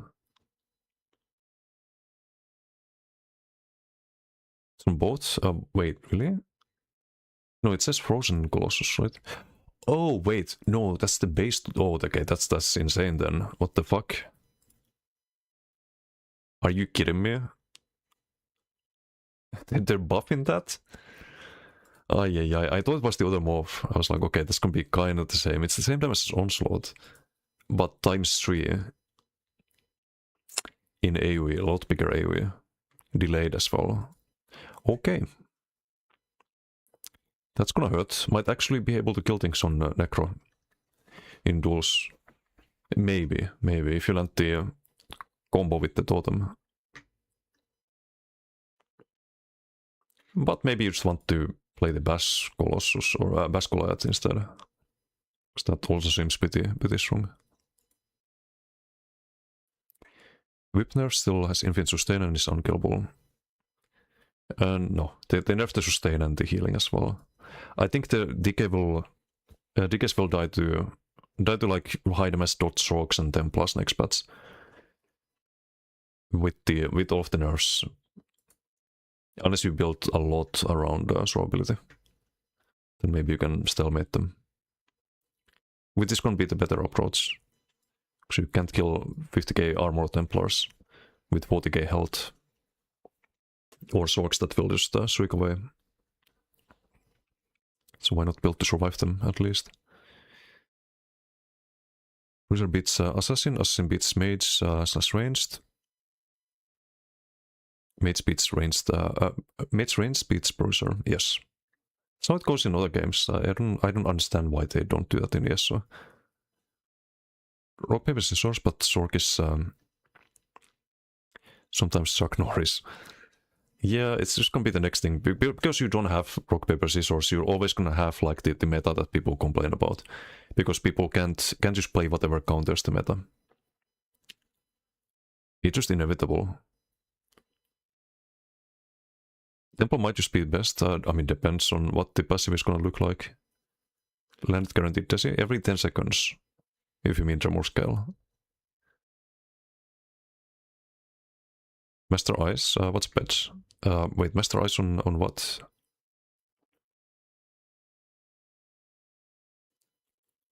Topping as taunt?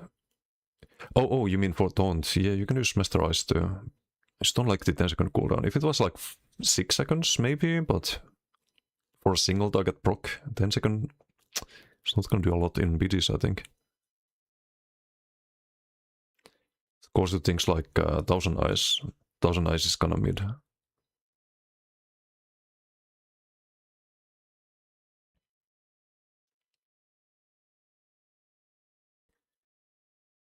Also, it can't crit. Then again, Thousand Eyes can't crit either.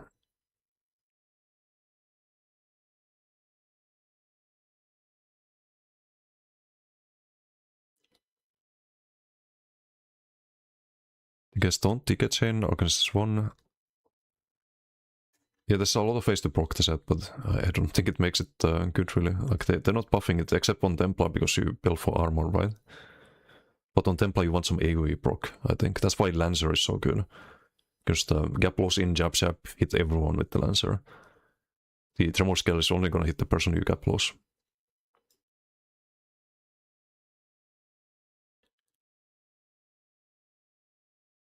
Can miss more than Lancer, realistically, it's funny. Oh, so it's a 4 fun set. Can be playing DK now. Yeah, I mean, why not? Why not? Have to play DK. Still gonna be playable. It's just gonna be mid Grave Warden. It's not gonna be the strongest thing anymore. It's just kind of probably on the same level as Necro and Arcanist. Probably still stronger than Nightblade.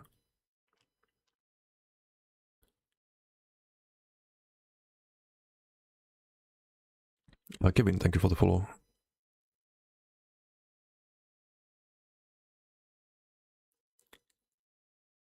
If it blocks, it hits. If people don't see immobile, it makes you want to play it. It getting nerfed.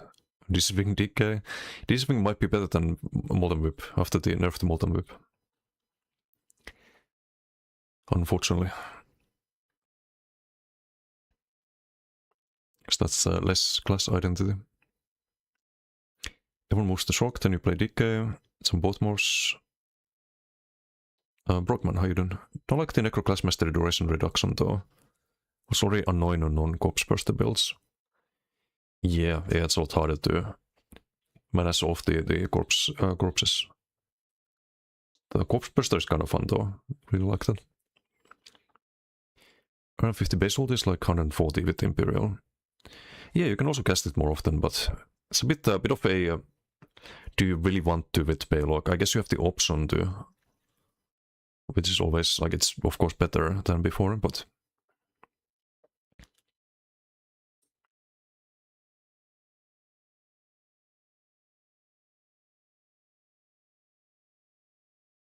will be a net neutral change since the case fewer stacks. So Sork was the class that had the most complaints in the whole life cycle of a game. I mean, maybe. But if you think about it this way, if Sork was bad, then... and it's been bad in many metas over the years. If Sork is bad, then people move on to complain about something else. It doesn't solve anything. Like, I don't want Sork to get nerfed either. They just need to really, like, buff things and change the approach they have to balance. To be more about counters rather than nerfs and forum politics and just outrage and being vocal to get things nerfed.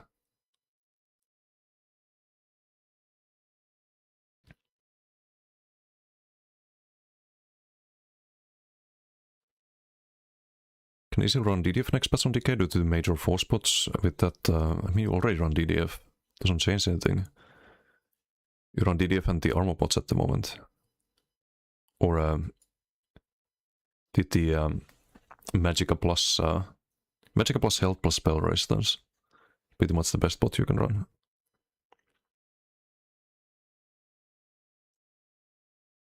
Throwing plus Triglyphs, you still have Invent Sustain? No.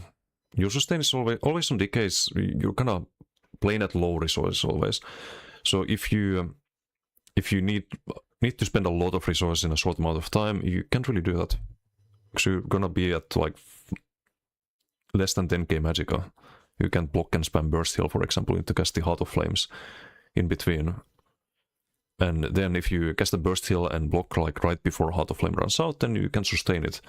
So there are situations where you can sustain if you're under heavy pressure. It's always easier in 1v1, but if you're outnumbered and you have to line of sight and If like lots of people, it's not that easy on DK, because you're always playing at low resources. Like Werewolf, for example, is way easier.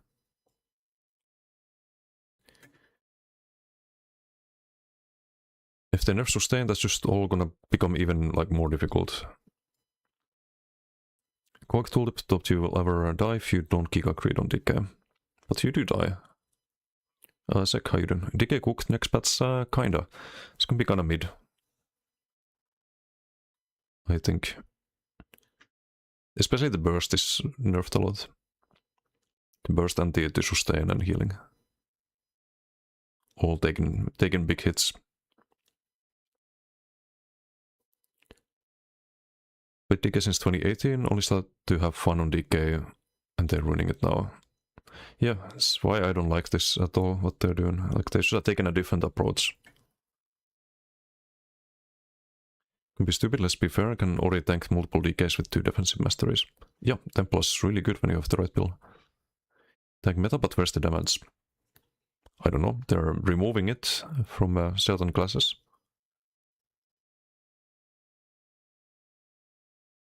Worded it weirdly though, they state every 12 seconds if you fail to generate a corpse, then rather than consume a corpse typo, or they're changing it.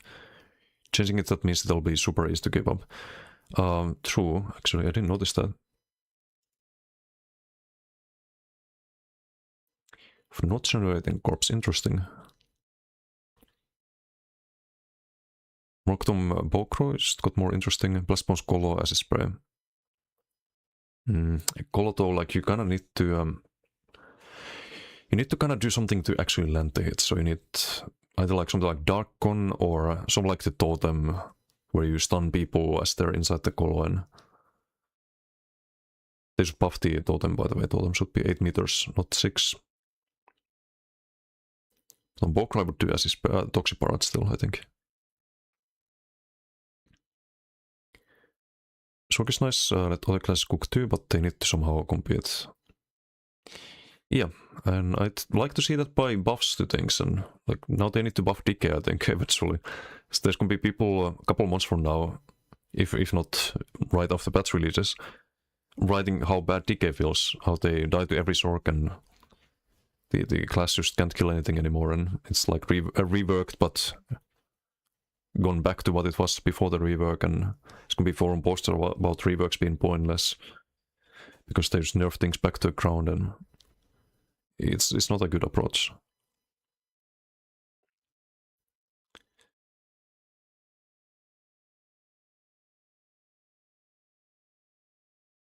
Dampain with anything gives you a ton of stacks. Yep, I like Dampain a lot. Gafgaf, how you doing? Remote Totem can work if it's a stacked group. I don't know, that thing is way clunkier than the BB AoE one. Anything that is a ranged ground AoE always has more of a delay than normal abilities. Upkulpahar, how you doing? Nappe suffers in pain and there's nothing in the notes to fix it.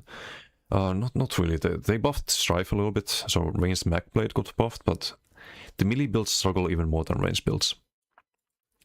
Like the classic 2H bow or dual 2H, that kind of playstyle is it's not in a good place because Invis is just not sustainable. Not sustainable, and you can't really survive because there's too many things countering that, and you don't have enough healing to out-heal dots while Invis. There's multiple problems with Nightblade that they're not really addressing at all. They did buff at least the range Magblade though, a little bit. Can see it already buffed DK, Zos, but we thought you all asked for nerfs, yeah. That's why I don't like them listening to the forum QQ all the time. So those people don't know what they're asking for. How likely is that the changes will make it exactly like that to live? What's the point of BTS then? Once they make changes on BTS, it's very unlikely that they revert them, unless it's like week 1 BTS changes. Then they might be reverting stuff still, but week 3, I doubt they're gonna walk those back at all. Maybe there's like a small chance that they adjust their changes, but they're not gonna walk them back, I think. It's unlikely to happen. So Microsoft should shut down ZOS and their game. Why? Then you don't have a game to play, and neither does anyone in here at the moment. So I don't see what that accomplishes really.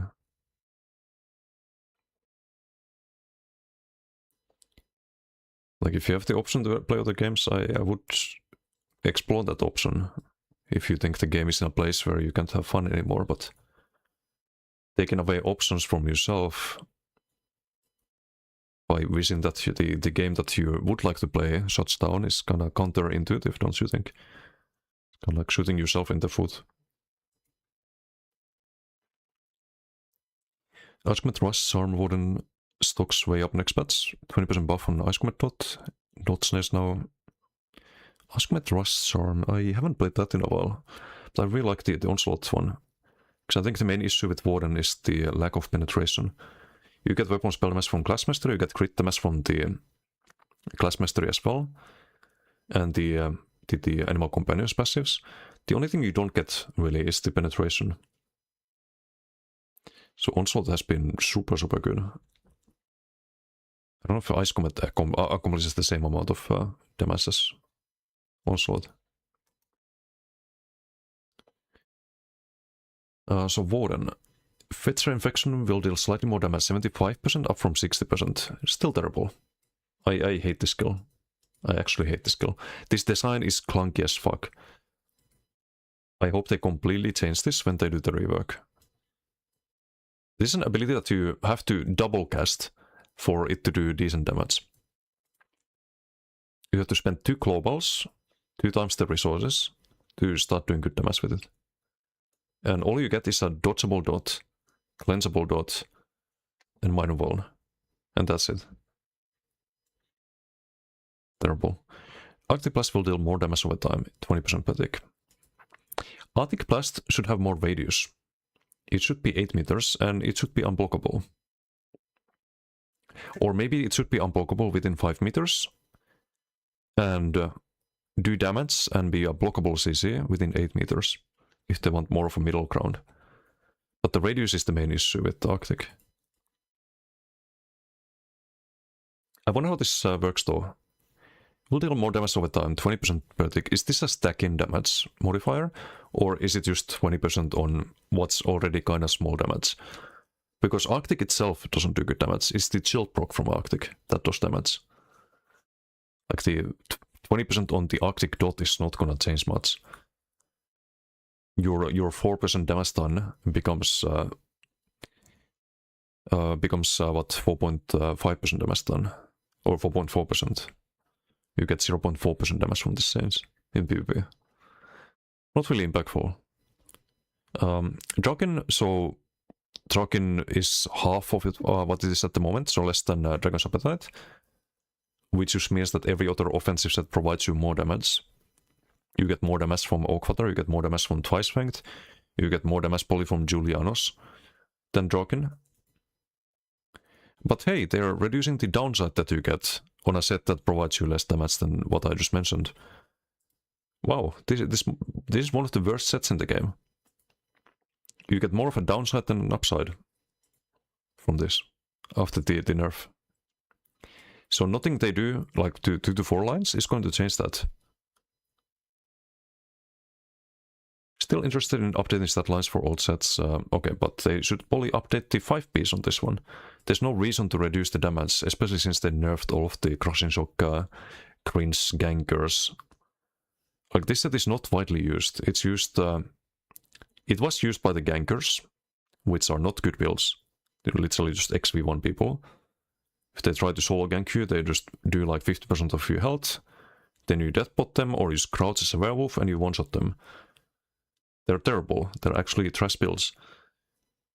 But people complain about the gankers, and there was some misconception about them being good when there was a lot better gank builds around, and still is.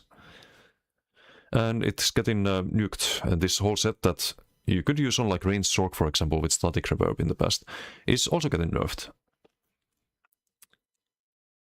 On top of the like nerfs to the gank build itself, this set that's almost no one uses is getting nuked.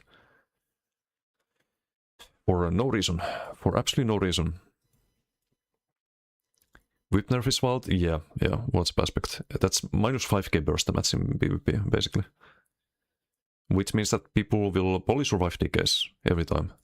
Wet noodle, yeah. Don't like it. I don't like these PV only skills. You probably want to run BFP over Whip now in PvP. Maybe build around the Engulfing Dragonfire or dots a lot more. Maybe just don't run a spammable at all and spam the disintegrating instead. There's some alternative approaches, but it just feels like running Whip is not worth it after the changes. Ice Comet does more damage over time, 21%, helping it climb up the mountain of distance between it and Shooting Star. I mean, this is a nice buff to the... like you get on one instant tick when you land it, so it also buffs the direct damage of the Ice Comet a little bit. And there's a snare on whenever it tilts them as the... so if people step in it, they get snared. But that's not necessarily a good thing, because if people get snared, they also become aware that they're in the Ice Comet AoE. A lot of time people who stand in it, they don't realize that they're taking damage that's equal to like Death Roll, which is crazy. Because if you see a Death Roll, you get out of it, right? But if people see Ice Comet AoE, for some reason they don't get out of it. It's crazy. 7.4k magic, frost damage every second. People who stand in it. It's a 5-meter radius AoE. People are chilling in that and dying. Happens so often. And that's getting buffed.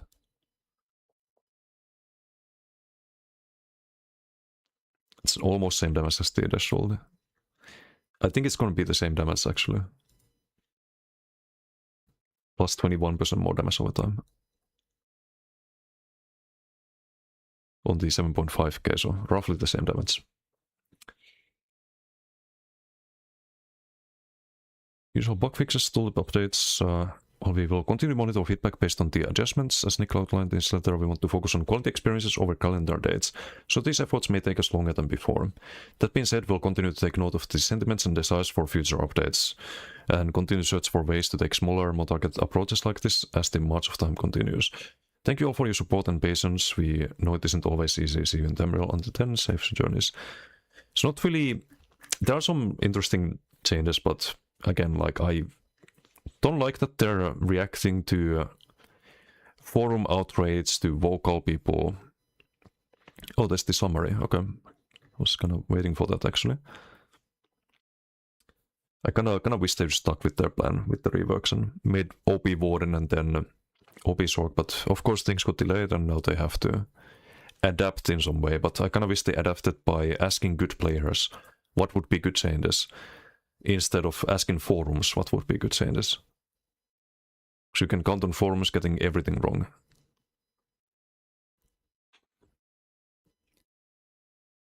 Game definitely needed some user sets. Yeah, not a huge fan of the Dragon change either.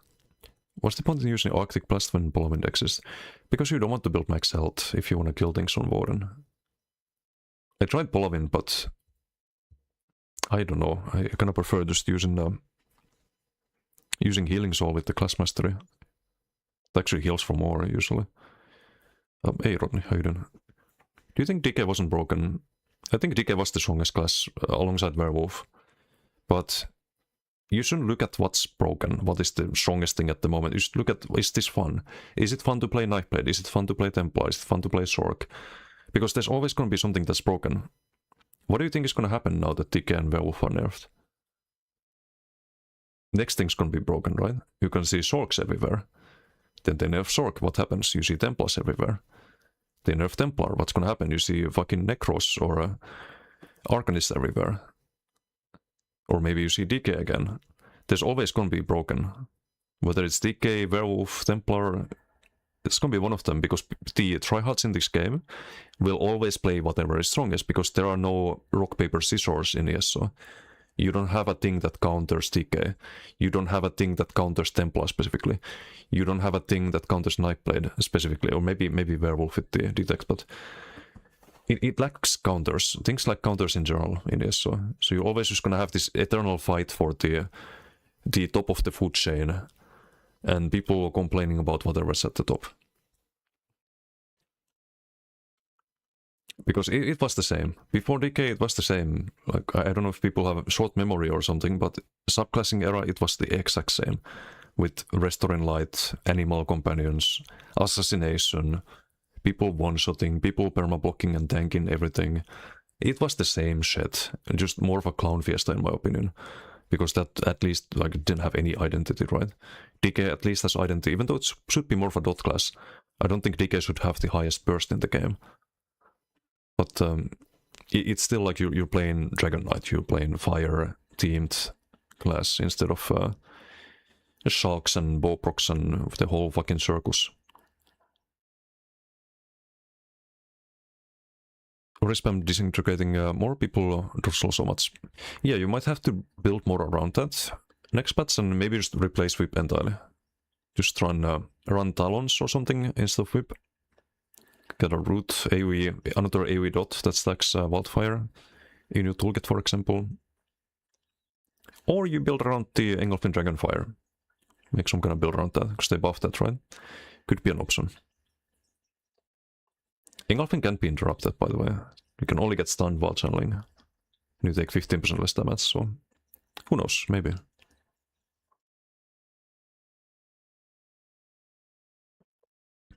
Subclassing will be back? Oh, I hope not. I hope not.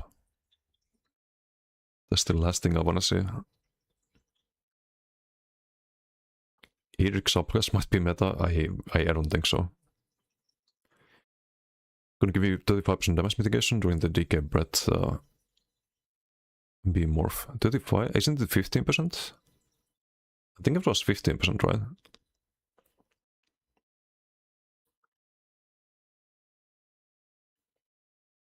Unless they buffed it. This is the week 1 note. But yeah, we have another summary here. Shock not getting nerfed? Nope. So it's just gonna be the next thing people complain about. Not by this margin. No, even bigger margins in the past. You had a Nightmare meta where Nightmare literally one-shot everything. With the old instant proc Viper, for example, and the Poison Serpent and whatnot. Like, when procs were instant, you would just heavy attack someone from stealth and they died. They had no time to counter. Even good players on good builds. There's been way more broken metas in the past. I think the Animal as Restoring Light shit was the same, if not worse than DK. You would just be parsing on someone standing in a rune who would just one-shot you out of nowhere at some point. With some clown combo.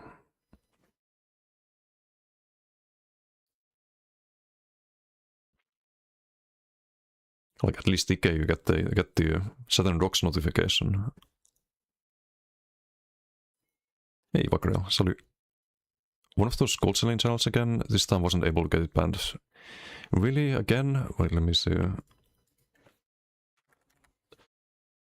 So annoying. Like, where do they keep coming from?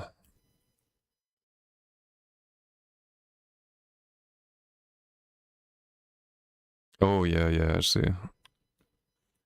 These fucking retards piss me off so much. There was one yesterday, reported, got it banned, but... Yeah, I would, I'm not gonna do it on stream right now, but I would just report this for a scam or whatever it was that worked yesterday. So bad for the category, for the game. Imagine like you're someone new to ESO. You think like, oh, I'm gonna watch some ESO streams on Twitch to learn the game a bit. You open the category and the first thing you see is some cringe fucking gold selling garbage. Scammy, like, scumbag website. It's like the biggest stream out there. Like, it's fucking disgusting. These kind of people should fight, like, they should have legal consequences. They should be fucking jailed, I think. There should be some fucking consequences for these people. Just fucking tired of seeing that. It's really bad for the category, really bad for every content creator, including myself, in the category. It's definitely against the TOS.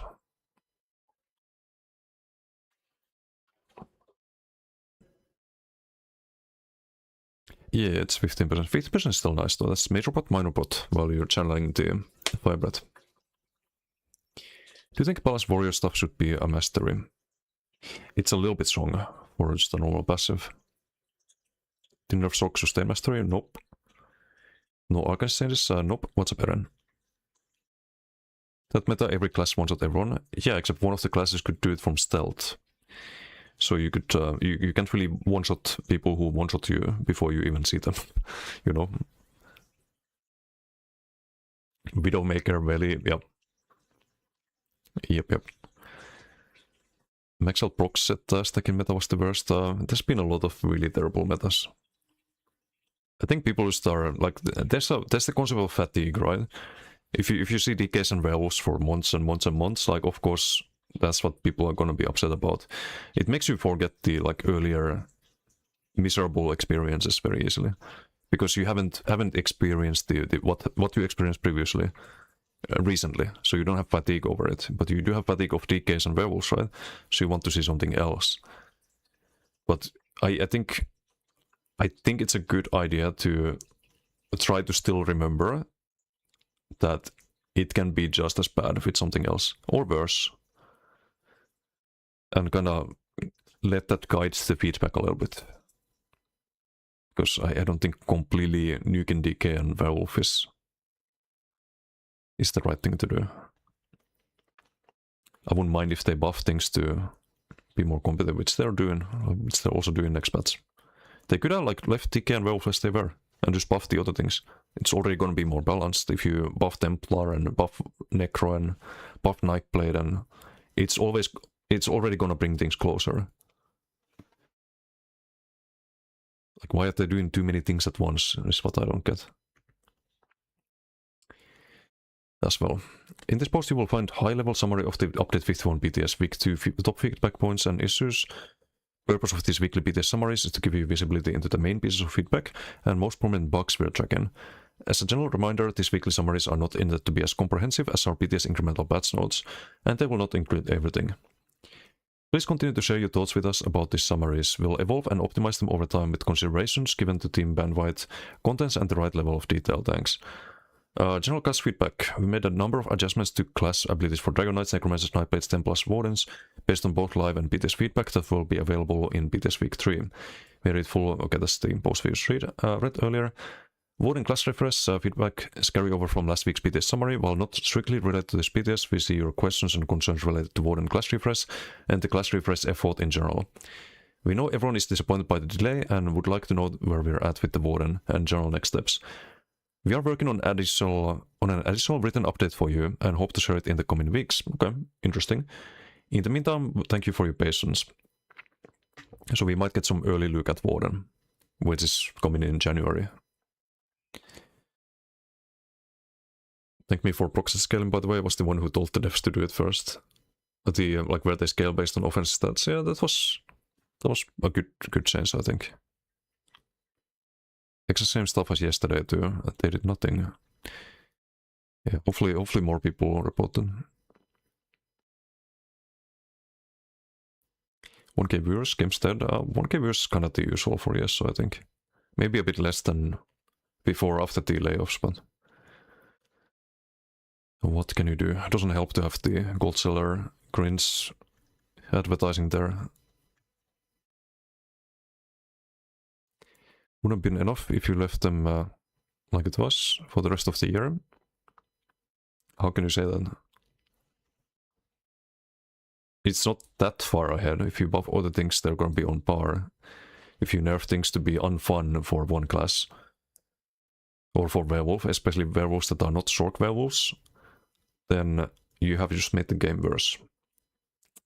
It's kind of what I'm getting at. The fun. Is it going to be fun? And I'm not sure if it's going to be. If you play DK or werewolf. We have identified an issue where this morph's initial hit was not benefiting from blood hunger. Okay. It's the PV morph. Novervolt, okay, whatever. Droken, in response to player feedback, we have made some adjustments to this item set. Droken's healing reduction now is halved in PP, so this is the same thing basically.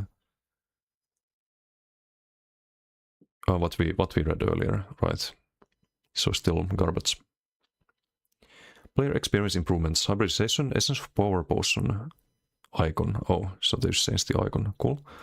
VFX intensity, Carrywar. I've seen your feedback regarding adding the option to reduce VFX to 0%, where the VFX intensity settings. We are currently exploring options. Please note that any solution will not be available during the update 51 BTS cycle. Okay.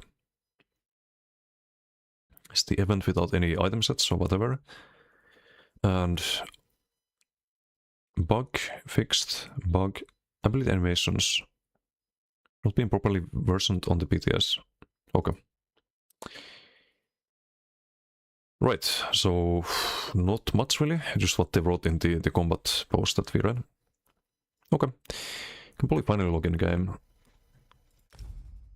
On live, I mean.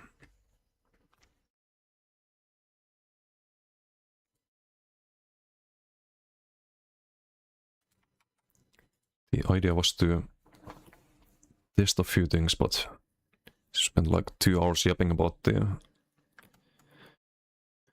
upcoming changes.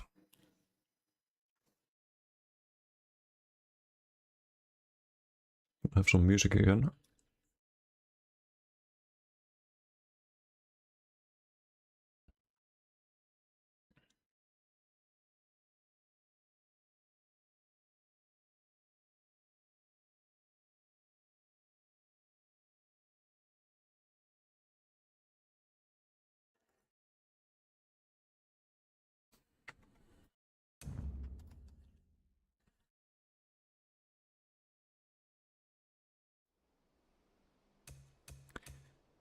So we could play the Warden or work on the Nightblade.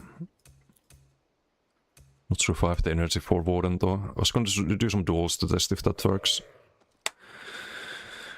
Works there as well, but I think we just chill on Nightblade as much as we can.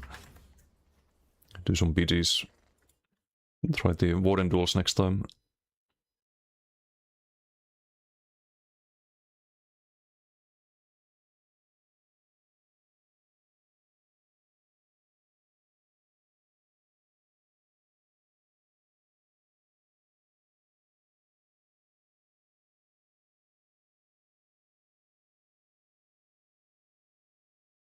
Oh boy, okay, so the Discord. Ai ai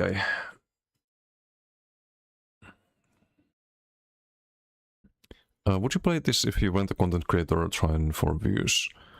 Would I play ESO? Otherwise, I mean, yeah, I think it has a great combat system. And lots of things to prog, even though I wish there was more, like things like ranked PvP and stuff like that.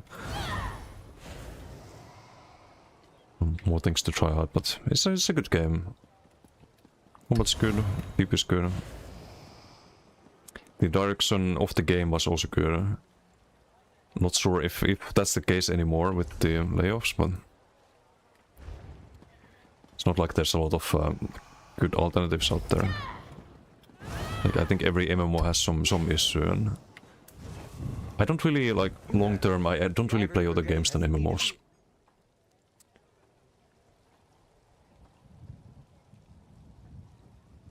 And I also like being good at what I do, so I can't hop onto games like WoW, or like older games that might have like competitive PvP and things that I look for in MMOs as well, which ESO doesn't have, because I just won't be competitive in those.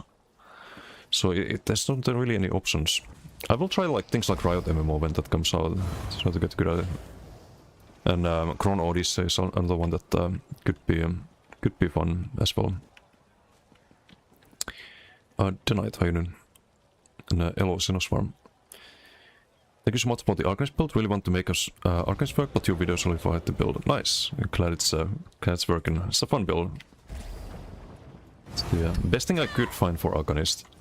There are things that work better in duels, like I do mention it in the video that in duels you mostly stalemate on that build. You will survive things like DKs if you play properly and werewolves and anything else, but killing those players can be difficult. So if you're interested in dueling, I would try some kind of blood for blood build with things like Marcelok and kind of like the generic build. Should maybe work for duels a little bit better, but not necessarily for open world. You have a lot less AoE damage on that. No good like burst combos either. Not being negative, no, some content creators play one thing for business and solely other games, other genres for personal. I do play some stuff off stream, and I would stream those if it wasn't for like if it wasn't bad for business. Yes, I would stream variety and do things other than ESO, but it's not that bad in YouTube. Like I did stream RuneScape, for example, OSRS, and it's not bad when it comes to YouTube streaming, but on Twitch it's really bad. And it's not just bad like for that particular stream, it's bad afterwards as well. So it's really bad for business, sadly. I would have to make a different variety channel to play those other games, I think, as a smaller streamer. If I was a bigger streamer, I wouldn't care, because I don't really care about getting rich or being a fucking millionaire or something like that. I don't care. If I make a minimum wage, I'm happy. Like, I don't need luxuries in my life. I just wanna play video games and have fun. It's the kind of the way I approach things. So maybe, hopefully one day we can stream variety as well.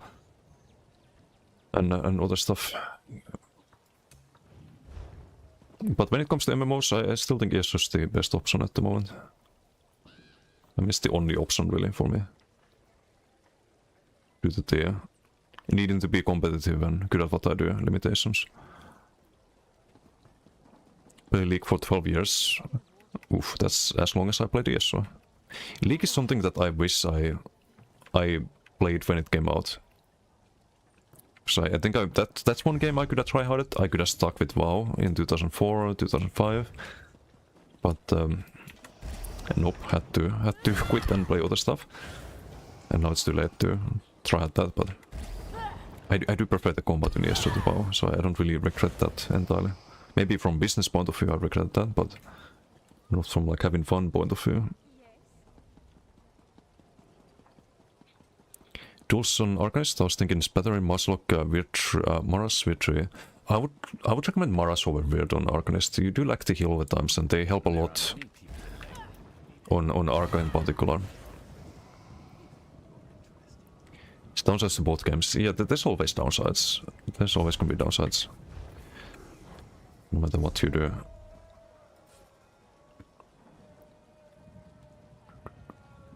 I'm sorry to hear. League is a game I enjoy watching. I like watching the YouTube videos about it. And so I know a little bit about League, but I never played it.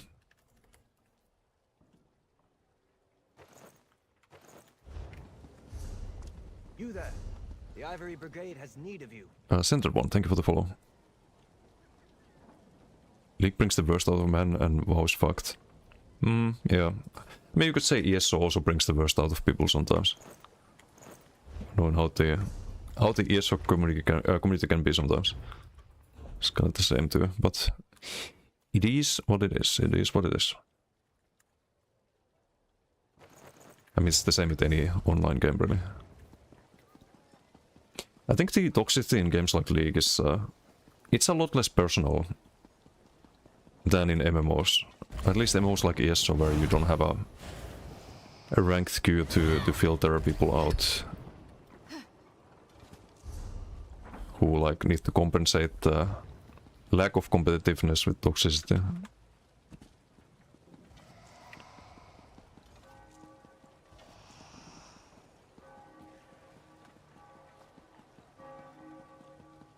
Garbage the Rocket League, but not watching it. Yeah, there's a lot of games like that. For me as well, where I'm just not very good at them, but I do enjoy watching them. Mistfall is one of those. I do play Mistfall off stream, but I'm terrible at it. I'm Garbo. I like what's in... I haven't watched, like, the game's kinda new, but I do like watching people like Artus, for example, who just delete people in it.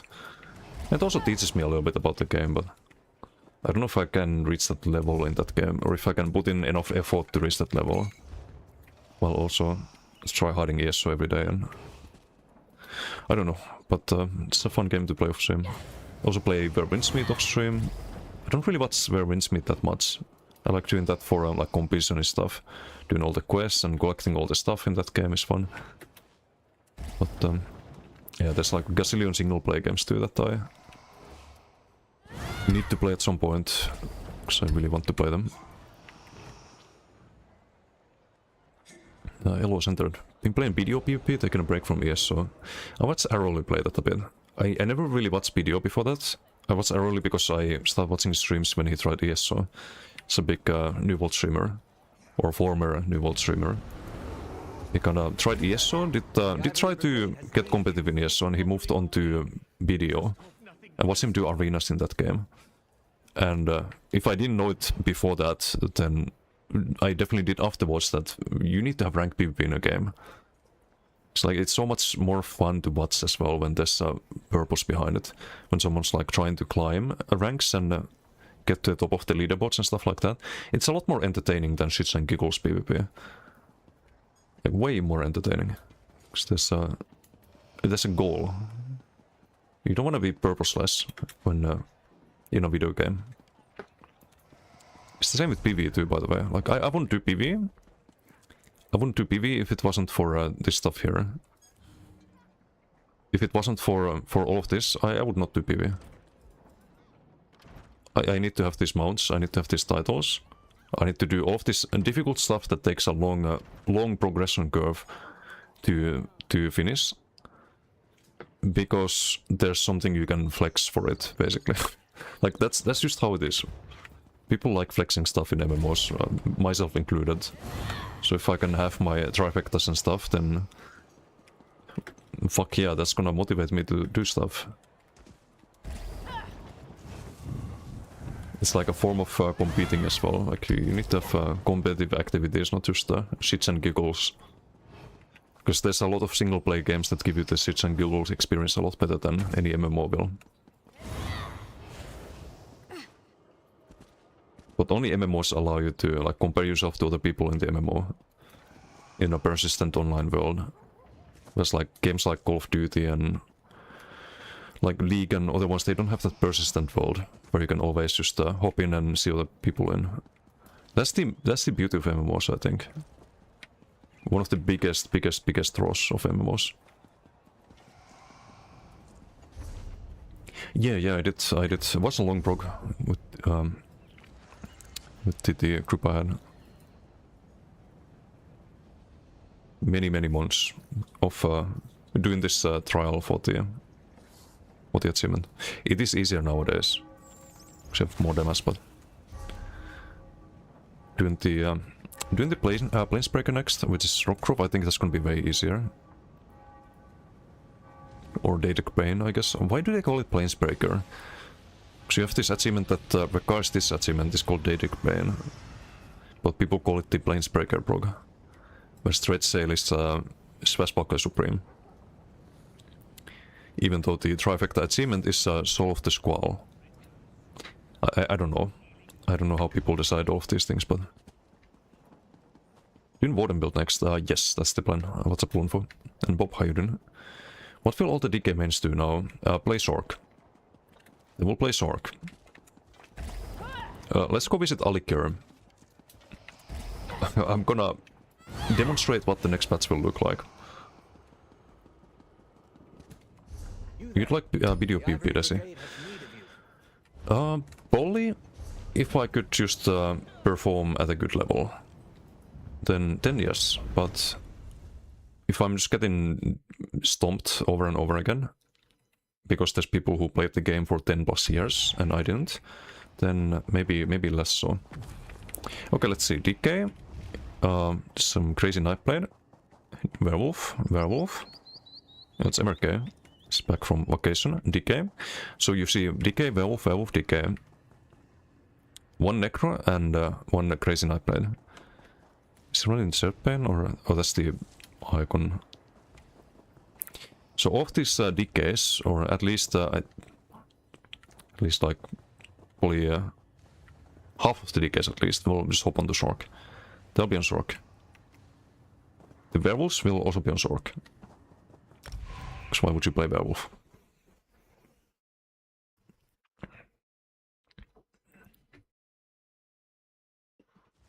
So I'm just gonna move on to the next broken thing.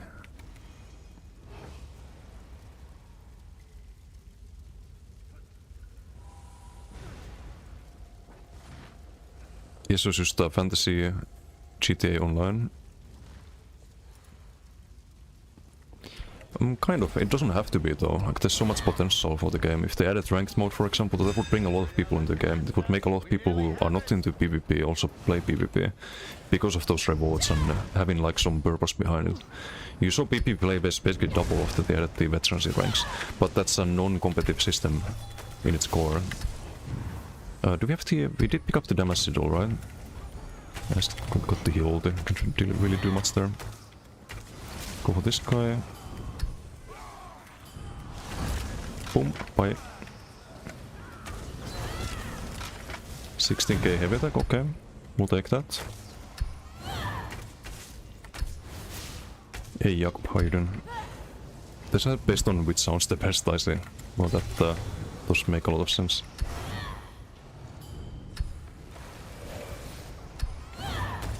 I'm always gonna use the title, that's the hardest to get though. Also, when it comes to all of these PV titles and stuff, what they should add is a badge, kind of like in Werewindsmith. What Werewindsmith does is there's a... basically, if you no-hit bosses, you not only get a like marker next to the boss that you no-hit, but there's a badge that has a number, and the number goes up for each boss that you killed no-hit. ESO should have a badge like that for trifectas, where like the more trifectas you do, including for like 4-man dungeons and stuff, the bigger the number gets. Because you can only showcase one trifecta, right? Without an add-on at a time. And there's a lot of good ones. Like, I'd like to showcase all of them. But you can also just have the system where you have a number and you can show the number. And that would give people a reason to try and get all of the trifectas so the number gets bigger. I really like the thing where Rinsmith, that concept, for the no-hits and whatnot. They have healers and stuff. Couldn't cast the Legion Strikes there. DK and Werewolf nerfs that bad? Yes, they are. DK is losing 5k burst damage in PvP. It's a pretty massive nerf to killing power on a lot of DK builds. You probably have to build a lot more around the dots, but Whip is probably not even slotted anymore. After the changes. At least on a lot of builds. And I don't like that. I kinda like having like class spammables worth running instead of not worth running, because that's also gonna mean that when they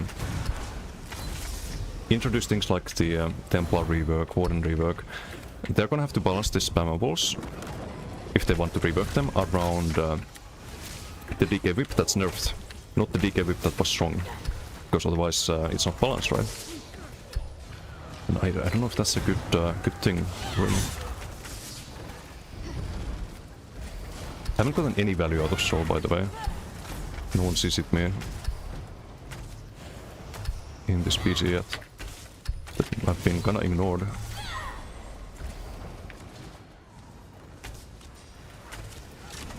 Yoink. Bow heavy into Bowproc. Bowproc is gonna be the hardest healing ability in the game again, next patch. So looked at Riposte CP. I think there should be more CPs like Riposte, but different functionalities. I think Riposte is one of the better CPs in the game, because it changes the way you play and does something unique. It's not just, oh, here you go, have some stats for X type of damage, and then you have a very clear path of how to build and which CPs to run. Not sure if that's a good thing. Also, I don't like the knife bed sustain. You see how many times I need to cast siphoning just to get my magicka back from cloaking a few seconds.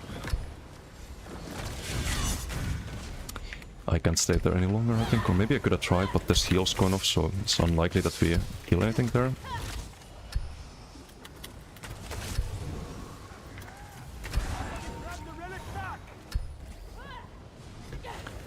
Oh, hold on. Can I intercept this? Probably not. Too late. Hit the wrong target with the consulter.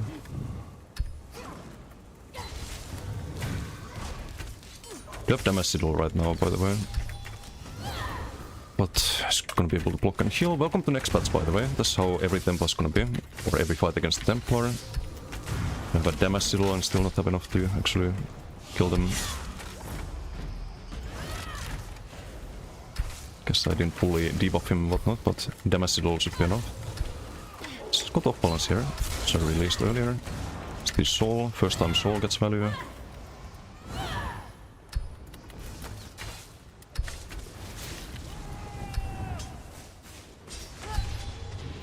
Okay, no, I have to block and heal there. Then that after the Dodge Soul. Sally can stay there.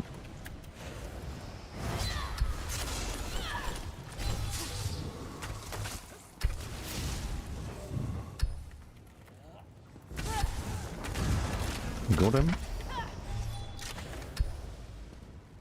Wait, 16k health? Oh. So just as his brain.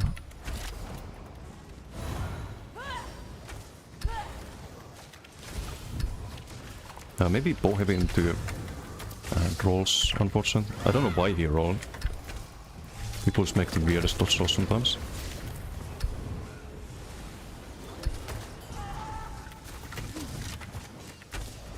Use the Sinner there.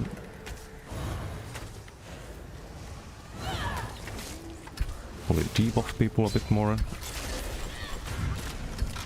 Get the Soul Stun into Bowbrock there. The Soul is really fucking underrated. I don't know why people don't run it that much. Dude, die. Okay, there we go.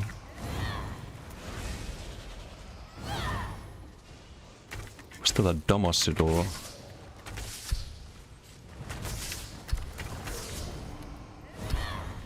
Okay, how are we doing damage wise? Is it good? Is it bad? It's alright. Acid spray?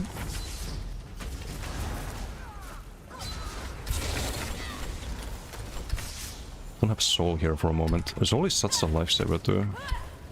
Maybe not that noticeable in this PG, but when I played the melee Nightblade in previous patches, that was very noticeable. I should have Stasis spread there. Only going this way? Nope. Scared of the Soul. This is a fun set. When you have a lot of mobility especially, it gives you time to get out of melee range of people. Help us. The relic is theirs. Rolls the boat there sadly. It's an acid spray angle. Don't wanna run out of stand there. There's a Koro. Maybe cap here? No, waste an Ingot. Sure. Oh, they're capping.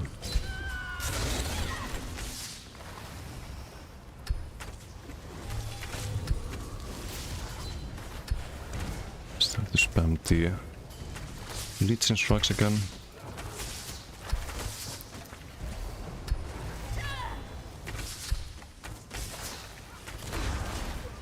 Maybe Incap into the ball, wrong target. Steal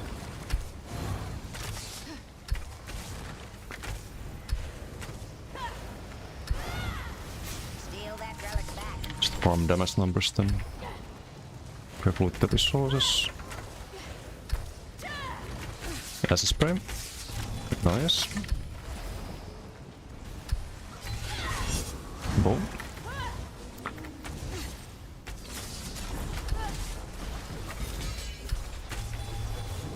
Can focus the one with the relic. Incap in the ball.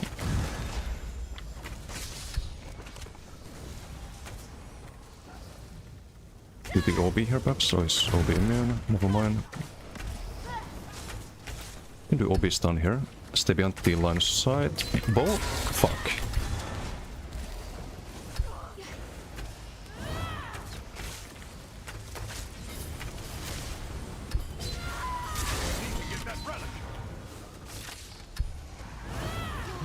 Soul is also one of the few ways to get an unblockable CC as a Night Bane.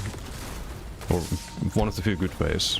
You don't like lose bar space and Capture the relic. for a CC that does no damage. You don't even lose a global really.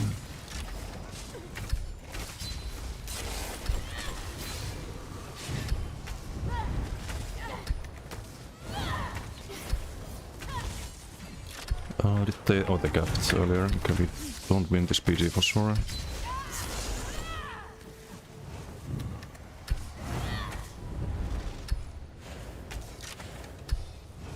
Any squishies we could nuke? Maybe this guy? So he'll take one off though.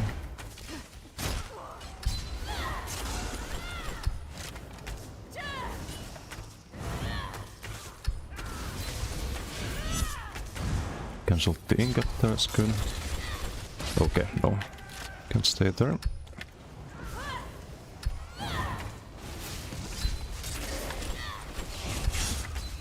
Ooh, it stays too long, lost time. Unlucky. So what's the difference? Is that noticeable if you get tryharded? It 100% is. I saw it because I think it's particularly good against the decays. It's kind of the biggest issue right now, of course. Not because of the damage, but because of the lack of ways to really counter the combo. You could just avoid it every time, it would be fine, but you can't really outrange Leap, and then if you get Silent Rocked after Leap, you're kinda dead. So usually you don't have stamina to spam roll, really. But if you can just CC break and get a stun, you can outrange and you're fine. Because if you go for a roll also, and if you low health after the Leap for example, then you will die to disintegrating. There's nothing you can do about it. That's Night Bane, because you lack healing and tankiness. It's really gangle. It's too heavy into Incap this time. Ball. The Synergy there, should have probably buffed up or debuffed him first. Oh, he rolls that. Gonna get the damage to do.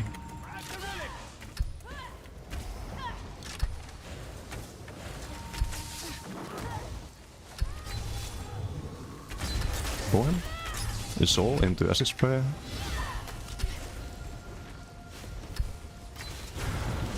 No one shot.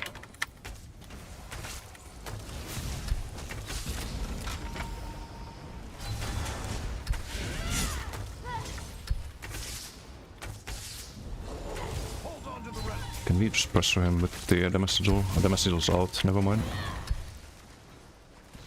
Was also thinking Gauti for this, but not sure. I think you lose a lot if you do that. A lot of damage on everything else, I mean. Okay, there you go, have a ball.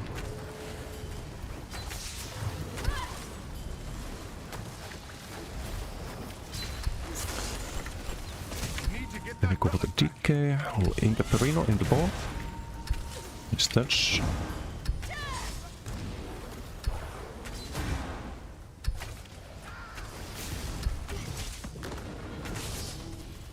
It's gonna be able to get right.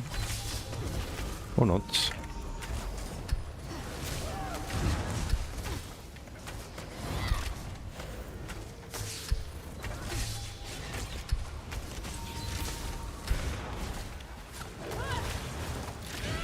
Okay, I could have cancelled that, but I thought maybe it lands off the roll there. Also, you can see the... we were talking about the stat allocation on Nightblade earlier. You can see quality value of the speed, right? Like how much you actually benefit from off the mobility. Not just when it comes to surviving, but also when it comes to doing damage. You can actually catch up to people. And engage kind of whenever you want to. Yu-Gi-Oh! Are Pokemon popular for you growing up in Finland? Yes, I had like all of the Pokemon cards. I was like 8 years old or something.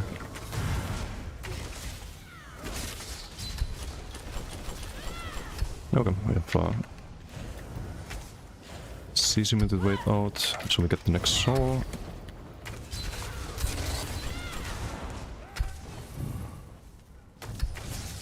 Like they can just never catch up, even with get closers.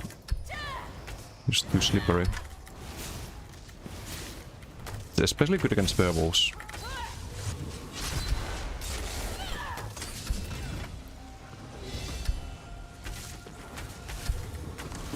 Because their gap closer is even slower.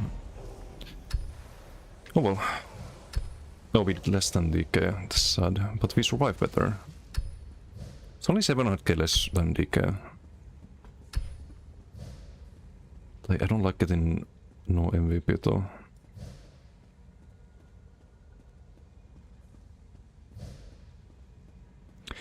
But I don't know if that's just a sniper limitation.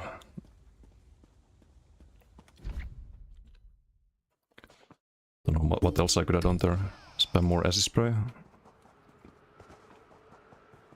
It's not like I can change anything and do more damage in that P2.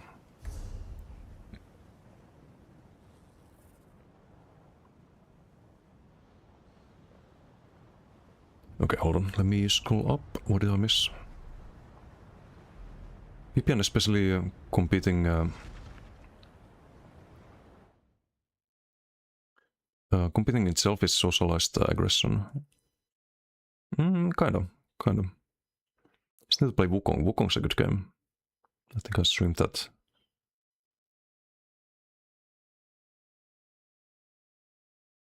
Also, what's Simpo?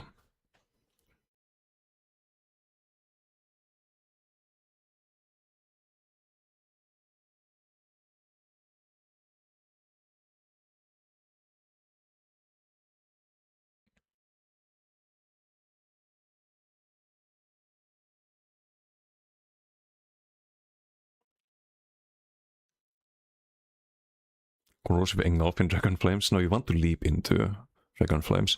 Because when you leap, you get the full stack instantly. So a special interaction.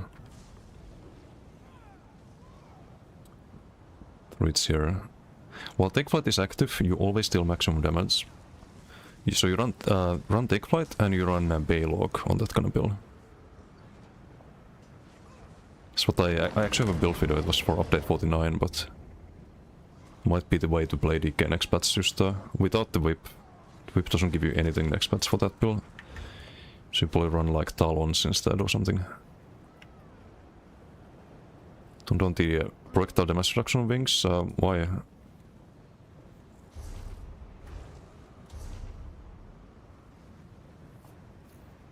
And they're scared of the soul.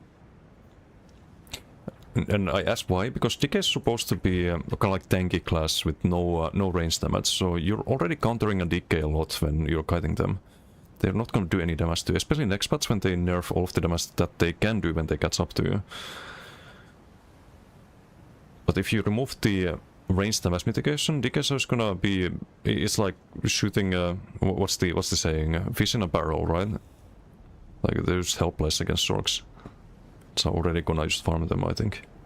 Because I think on Zork, if you build around dot damage, if you do like disdain and whatnot, you kill a lot of DKs. Because it doesn't reduce the dot damage taken. It always takes a global to cast the wings, right? GG done it soon. And hello. Also, did we do a shoutout for Jakob?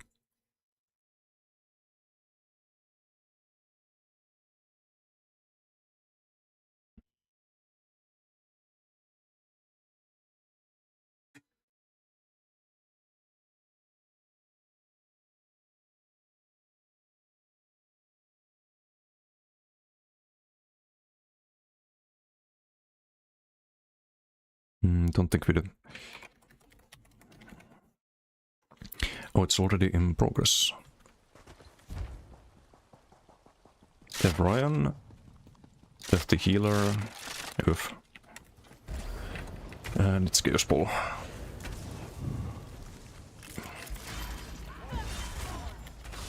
I didn't do my plots there.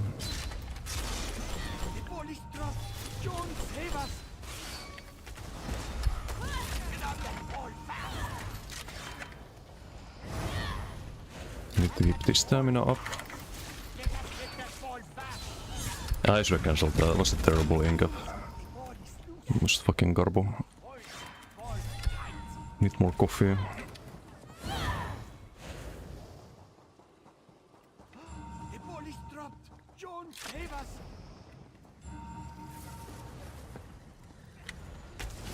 Kinda trying to read this out because I'm a little bit behind, so maybe not fully focused on the PG here. Bobok that. After roll, we can bow by.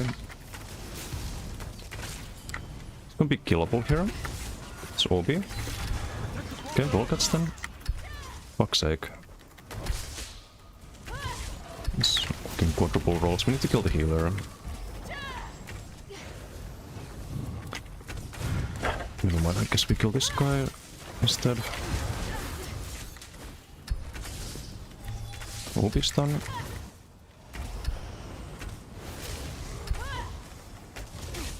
It's OB, are you gonna dodge somebody? No. It's just dodge. I got stunned right before that. It's a bit unlucky, unbully dodge, yep. Yep. I can pull from a mile away. That to vicious death. Great. Mechanical dependent on it too. 33% is that too much. It's only a one hit. And that one hit that you can buff to ridiculous numbers is gonna trash next bats.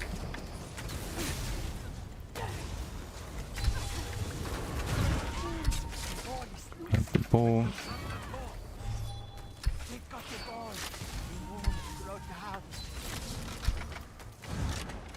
Squishies today in BGs, clearly.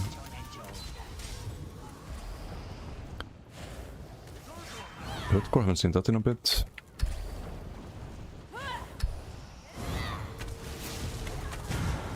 And the bow.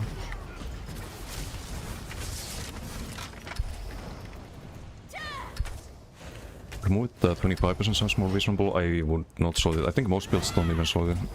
There's some dueling builds that try to one-shot with the... Let's get some payback here on Ryan. Motherfucker! Cloak actually works there. You can evade any single target with the cloak. Just as it's spread there.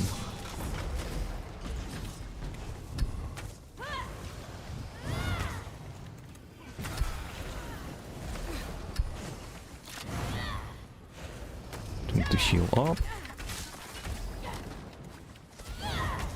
We are gonna get the soul when we get CC'd, but...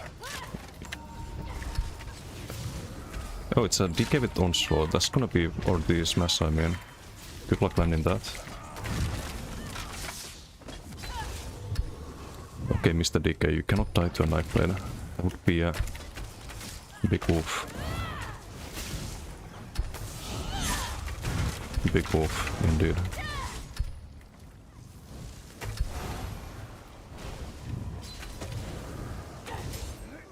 Wait for the roll. Rolls again. With bow you can't really roll cuts that well. You can with dual wield. It's very easy. They're not CCing me, which is actually a problem, because I don't CC them with the soul. Due to that, I kinda need to line of sight here, actually. Maybe just kill him with the bow. And that was not worth it whatsoever, so just reset. Should I just reset fucking bear ulti, really? From there even. I'm like a mile away.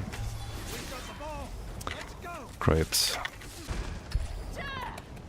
Oh, you're talking about the wings with 25%. No, I think 50% is fine.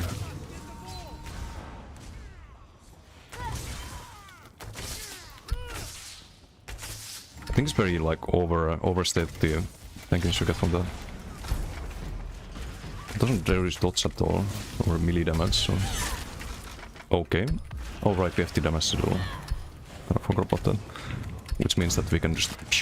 Oh, it ran out. Only 11k, so it's... Ran out right before Unlock. No magical. Earlier, by the way, if sustain was fine on Knife Blade, we'd be fine there. But instead you have to always just reset and go spam siphoning. In like perfect safety. Dude. Really? You run that skill?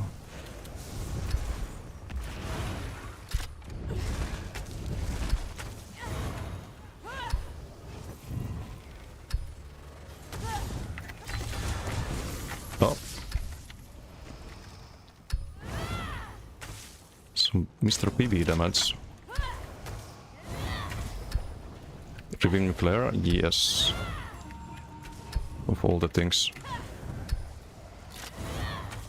I wonder if he had it initially, or if he switched to it.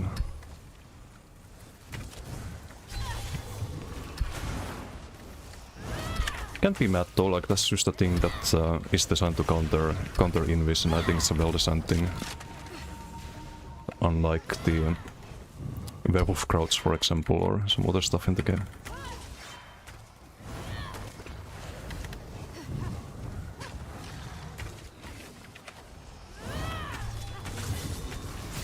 Onslaught. What you gonna do when I just go zoom and you can never catch up to me?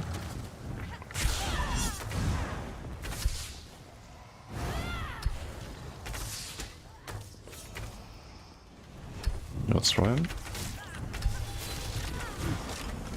Bye.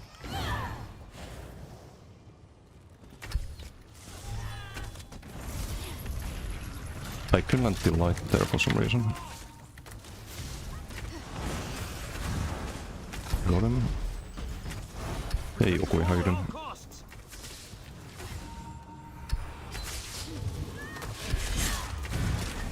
Oops.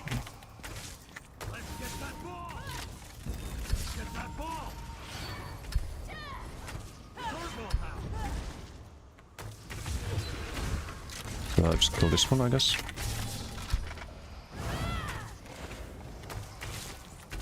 It's the heal bot.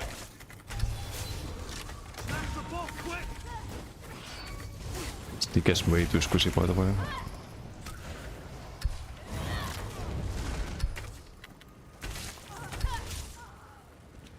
Bow heavy into ballpark, right? Oh, I didn't get the heavy there. Don't know what happened. Robot.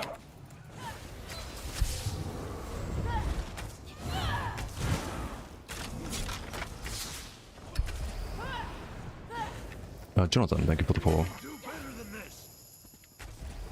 Recreate the unbreakable CCs, now they're looking into fixing it.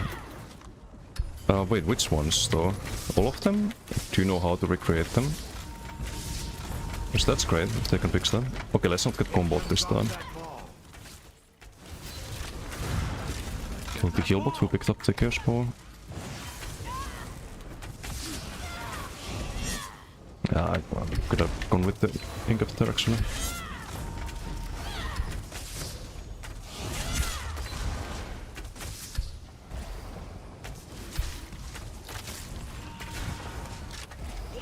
I need to fucking spam siphoning again. That's so annoying. Damage? Is that morphed by barrel, the Ingap dodged because of perfect frame cloak, now revealing flared? Yes. It's the average Knife Blade experience. Luckily we have Lobby with 20k health, so we can actually kill something, but... Okay, fine. Fine. Have a bow proc. Figured out how, sent them like 3 to 4 different CCs that were unbreakable. Nice! That's one of the like longest standing issues, I think. The unbreakables. If they can really fix those, that's just giga.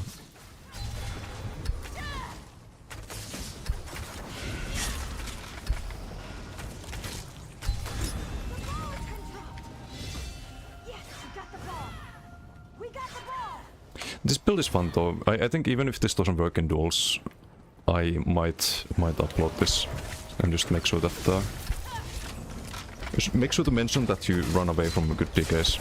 Oops, Soul to the rescue.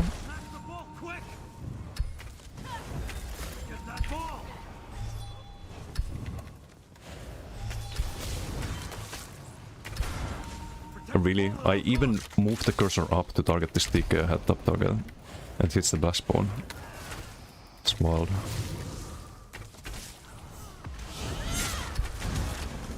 Ouch.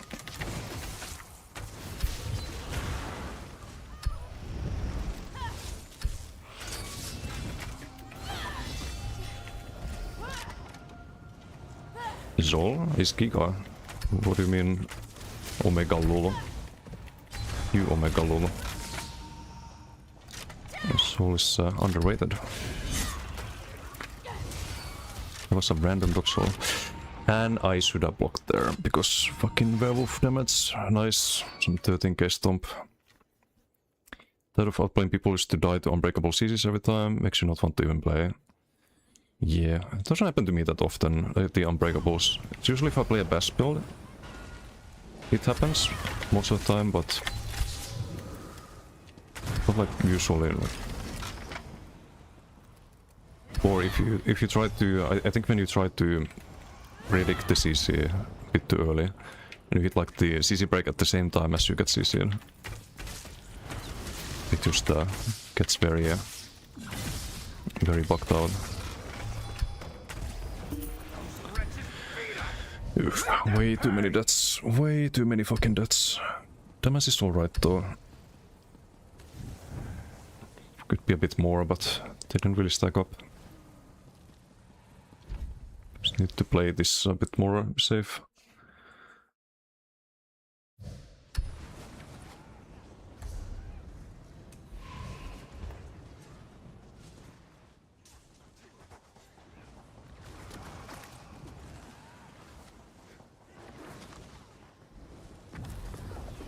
Should we try dual MRK werewolf?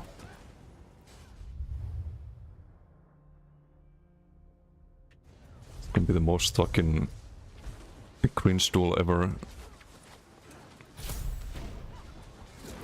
Interesting BG, yeah.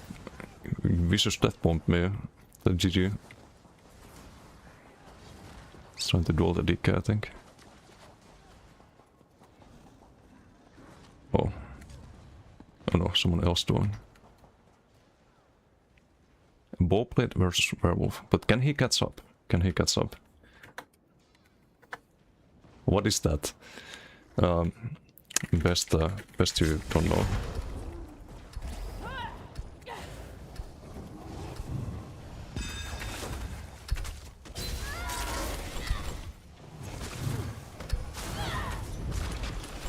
Okay, no. That's not playable. Rip.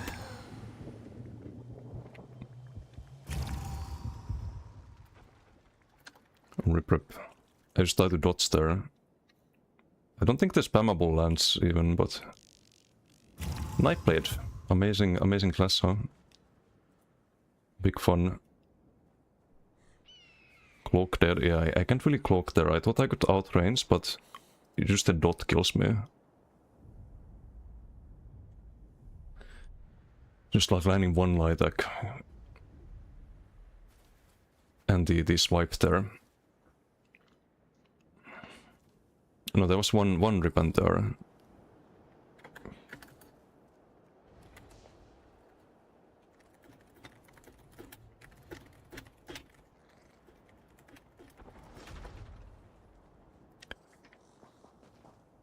And that is why I would actually not make a build video for this. Because imagine you have a werewolf like that in a BG, who hits you with one spammable and you just die. So, as fun as like you can have sometimes in a few BGs, I don't think this build is ever gonna work, if that's the case. If you have like unsurvivable situations like that. Like, what does it matter? I can try without cloak, but I don't know. Let's try with Shadow Image, I guess.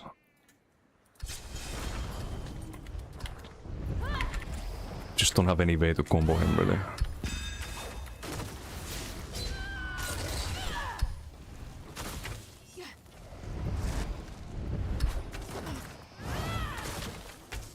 I'm dead. Can bot there. Also I can never damage him, I think. And also I can't keep running because dual range. Rip.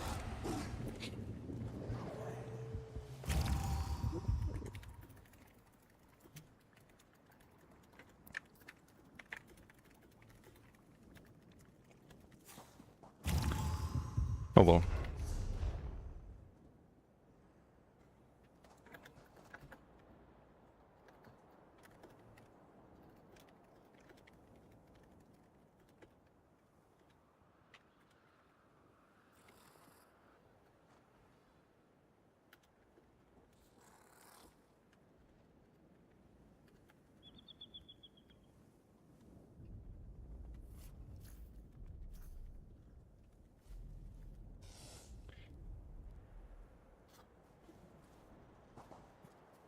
Okay, try to...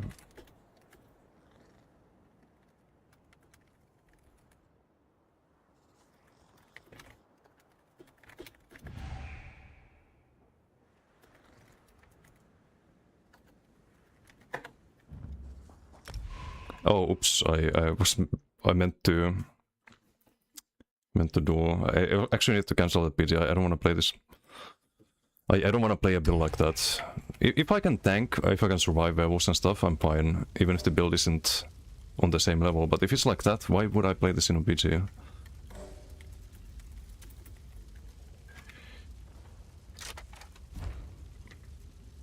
Okay, I don't know. That just killed all enthusiasm I had for playing this.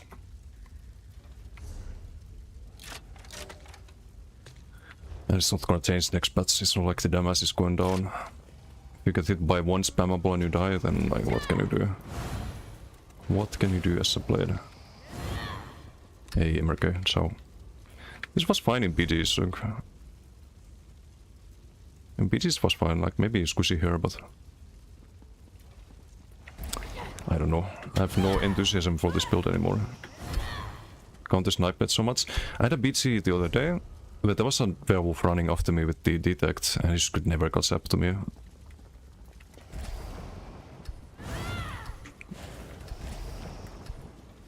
Yeah, I did sort of like soul and stuff even to be better able to kite, but... I don't know.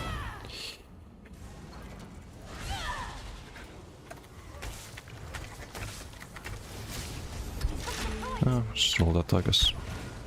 Do we do heavy into ingot here? Bullet DK? Yeah, okay. So I can do, I guess.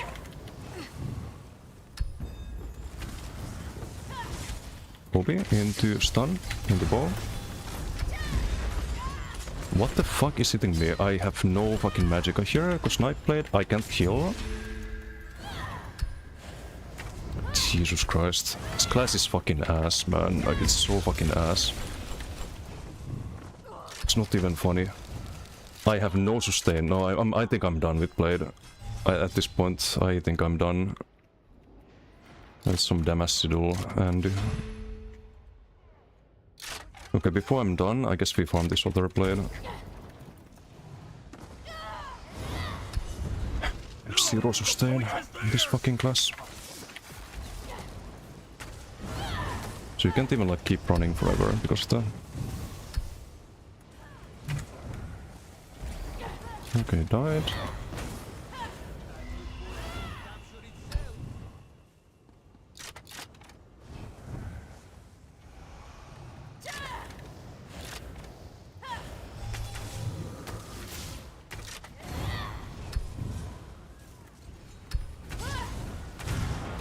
Bye.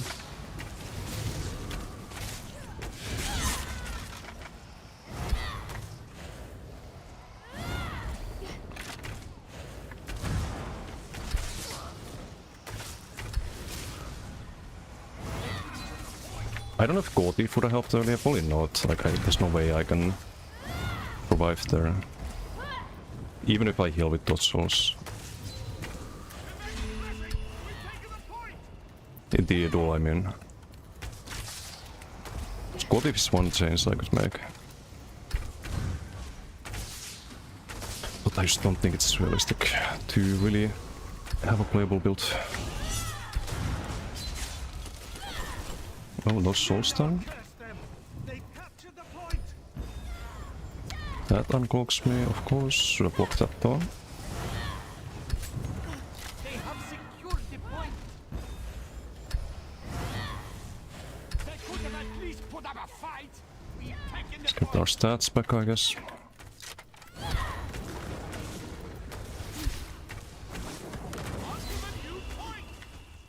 Acid spray doesn't land there, second one does.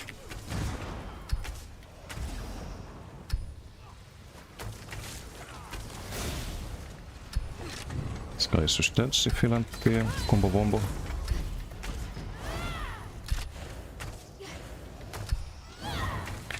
Like, if this was sustainable, if you had more healing, it would be fine. Like, it's such a fun playstyle. Potentially.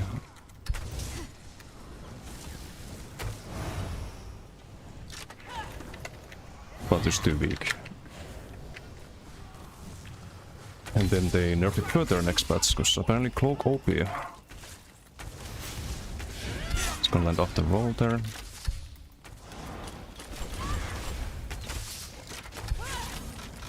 Poke his ingot, counter burst.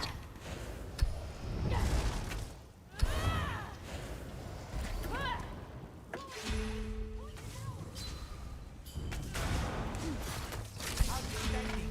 We have secured the point. Zold to the rescue.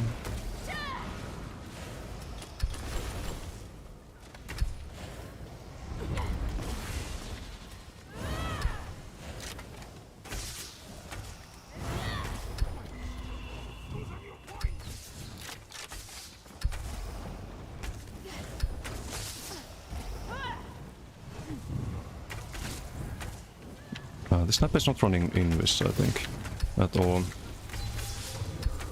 So I can't really blame him for, but it doesn't change anything. If you drop invis for a TT like Shadow Match, for example, still the same story in the end. There's sort of less things you can do without invis. Don't get good openers anymore, so you can jump down. Ball. Quickly now. The capture point has moved. Took the point! The Eight have abandoned us! The point is lost!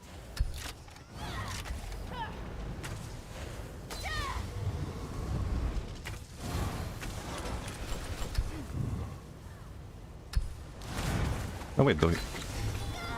No, that's the DK. I thought it was the Knight Blade. Does he have invis? Let's see. That was Cloak or Shadow Match.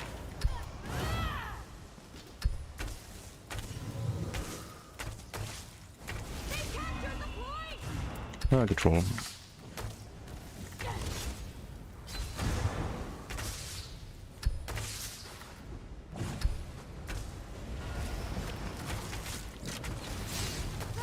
A momentary setback! They've taken the point!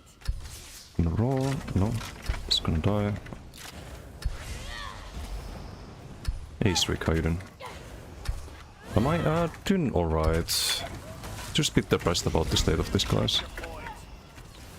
It's like I have fun playing this in BGs like this to some degree, and then you go to a duel and you realize that you're only having fun because you're fighting the right opponents, and that if there was someone on a good build who knows what they're doing, you would just die without anything you can do about it. That's kind of the big depressing factor about playing this at the moment. Otherwise I wouldn't mind this. So I think if I position right and so on, like here we survive most of this encounters, right? Until I make a mistake. But then if you fight a werewolf, for example, you don't even need to make a mistake, you just die. Resolve the rescue. Cloak. I can actually ult upstairs, heal teammates as well, if there's anyone in radius. How much pen you have on that build? I can show after this.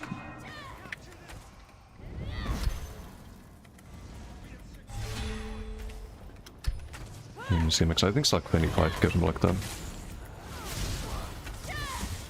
Do I need the... no, I don't. Just OB stun. Maybe it's the ingot. Ouch. I need to actually shield her. Private radio hiding. Hello.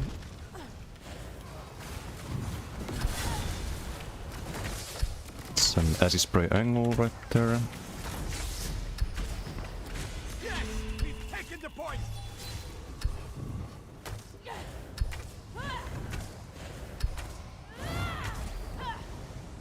We seized the point.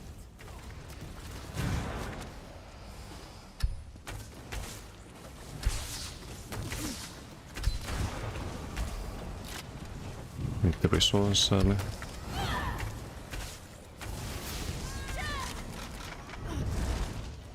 We save him, we can... never mind. Definitely cannot. Just do the classical ingot bow. It's avoidable, by the way. Dodge one. Okay, cool. Nice bomb.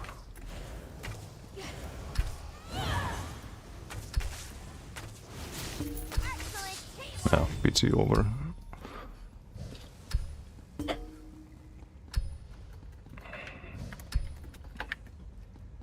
If I could play this and survive the werewolf, if I could play this and survive like a DK, we maybe can survive a DK. Maybe, I'm not sure if in duel you can, because you don't have space to really keep kiting, right? Like eventually you have to run through them, and then you just take a CC into whip, you lose all your health, and then you can't recover. Because you have limited sustain and healing. Like it's missing that little bit to be fun, consistently fun. And I don't know how to fix that. I don't know if it is fixable.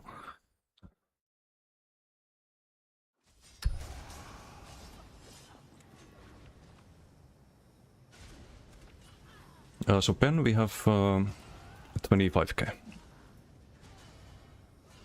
2% crit sense, 124 crit damage.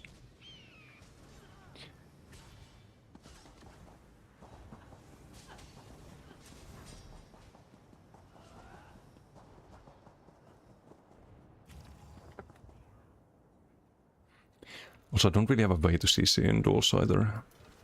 So you need the Sari Disguise into heavy into conceal. There's so many free AoEs people can spam to reveal you.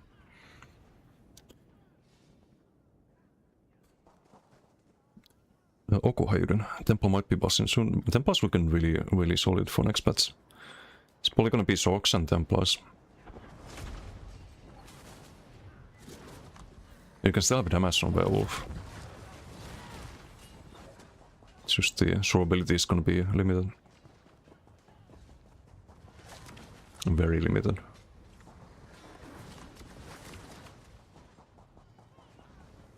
And I guess the offensive window is a lot smaller on Werewolf too. Before you need to worry about sustain and so on.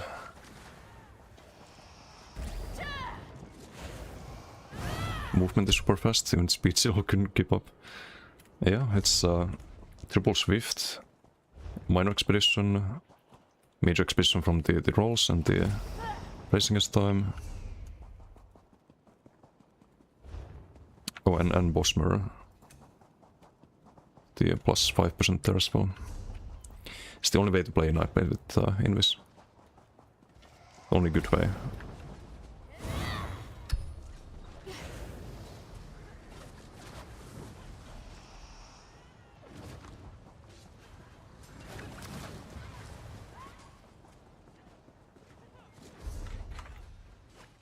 Also a video shoutout? No, I think.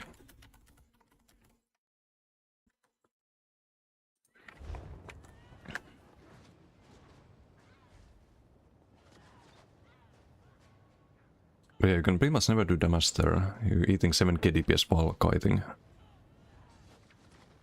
Just from the dots.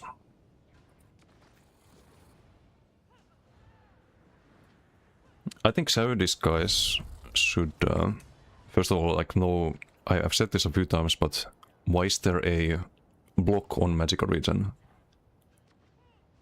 This should heal you every second you're in this. It should heal you, and it should cleanse one negative effect.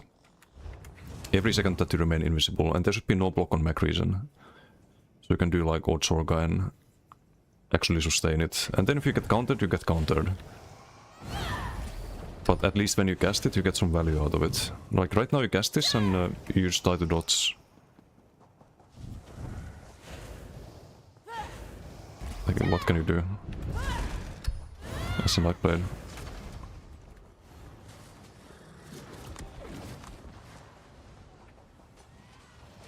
Do you cleanse on Sork? You don't. Or you run Cleansing Revival or Maras. They have more healing on Sork though. So you don't have to worry about it as much as on Blade. On Blade you get 1.8k healing. Oh wait, that's a BG. To deal with 7k DPS from Werewolf you have... wait, let me find it. You have 2.5k HPS, wow. Oh, 3.8k here. In 20 seconds. While you're taking double that in DPS. The reason you can tank werewolves on things like the Templar or Necro or other classes is because you match their DPS with your HPS, but you can never match that as a Nightblade. Like it's just not doable. Also has to use XP, right? I still get the... no, I did get the box at some point. Really hope they fix Nightblade. It's your favorite class. Find yourself barely playing it anymore. Can only do well on a bomber. Yeah, and like it kind of requires the right opponents, right? Because if you... I tried Nightblade Bomber, but it had the same issue. If you had the wrong opponents, if you had like healer in opponent team and some DKs and some like Sorks and werewolves and stuff, then you try to bomb, you maybe get one kill if you're lucky. And then, like, if there's a healer, for example, and then they kill you, because there's no way you can survive.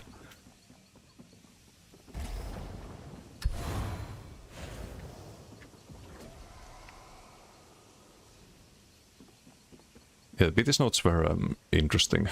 I don't think they really make the game better, like a lot of them. They should focus on nerfing things that are actually able to get kills in the game. They should probably focus on buffing the other ones, which they're also doing, but nerfing things and buffing other things at the same time is a recipe for disaster. Don't think I'll even run with next patch after the nerf. Okay, let's see what kind of BG we get this time.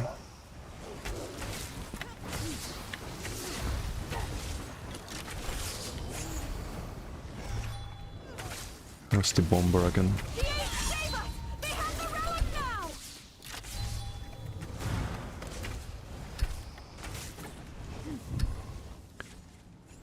Nothing I can do because I need to sustain. I'm broken now. We must yield no more. They've taken the relic. DK.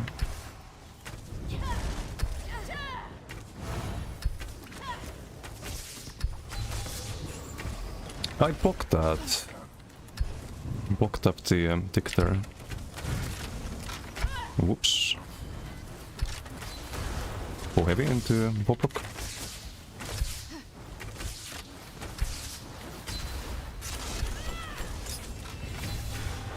But even on Macblade, is there any way to have enough healing? If you do like Swallow Soul and whatnot. Don't think so, right? Like you can never have the healing that Templar or Necro has, for example.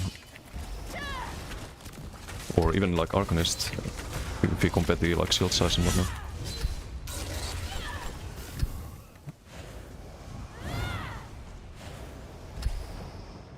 This match, this was in my team. We can try to. They're kind of winning at the moment though.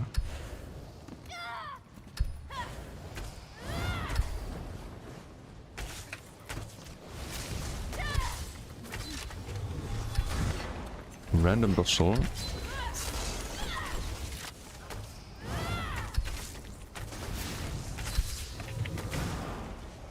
Need to use the pot there.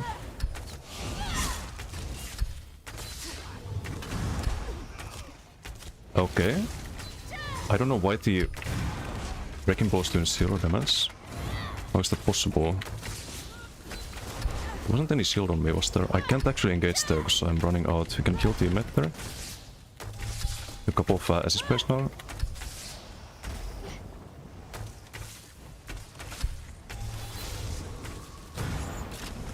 Bob him. Zol to the rescue again. Did get hit by Dawnbreaker there. Steal that relic back!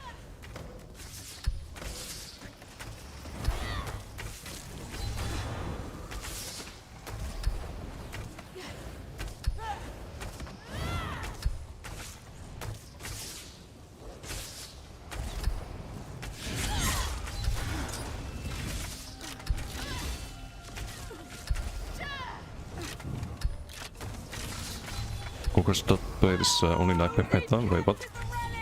I think everything's sniper meta until you fight a good DK or werewolf. Like every build can feel fine until then.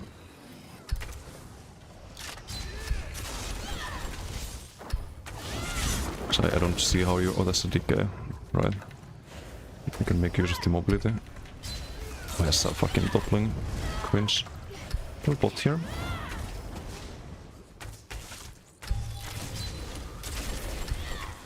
Gonna outrange the soldier. Doesn't matter though. Left after all.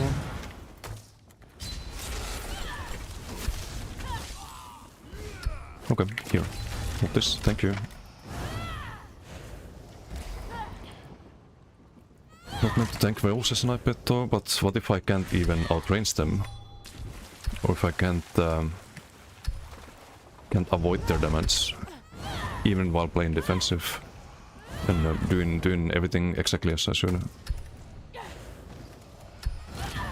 Okay, I don't think you should be trying to tank, but if you can avoid damage by outranging and... But it's not enough, like you get hit by one dot and you die. That's what I don't like. Just don't have enough healing. And there's no way to get enough healing, because you don't have Giga class masteries. Or anything like that. You can't have sustain because you're using cloak. So many like bad things.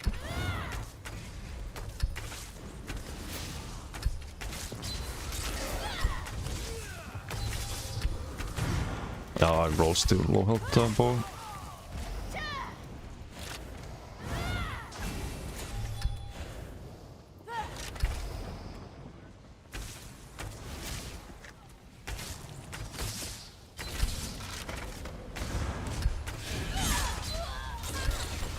They picked up the relic!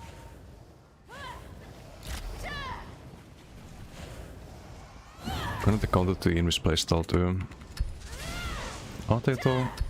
They're only melee damage. And what isn't the counter to Invis if you use a depot?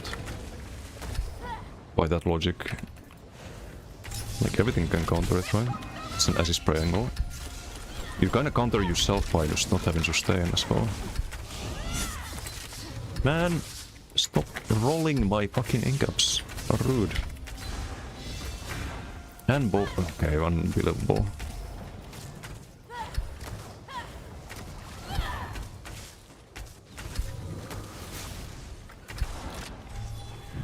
And also, what do you counter as a knife blade then? Others counter you, then what do you counter? Squishies that are like not building properly? Is that a good build? If you're countering people, you counter anyway. On any class. I don't know about that.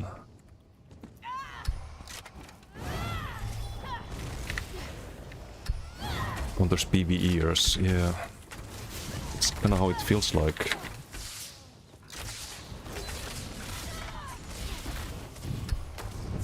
If there was a dead bot there, I'd be dead. Possibly. I'm still dead because I have no sustain.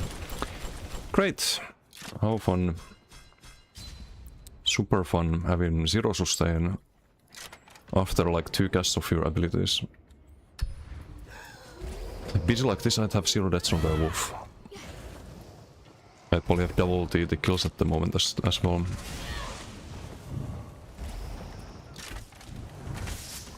We have damage to do, so I can just use the bot here and acid spray, I guess.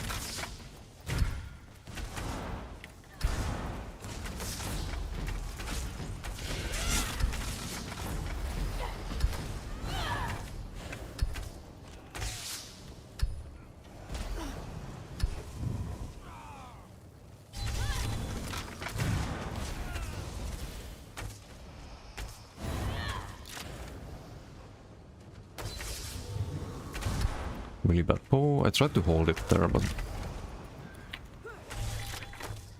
should have held it longer, I guess.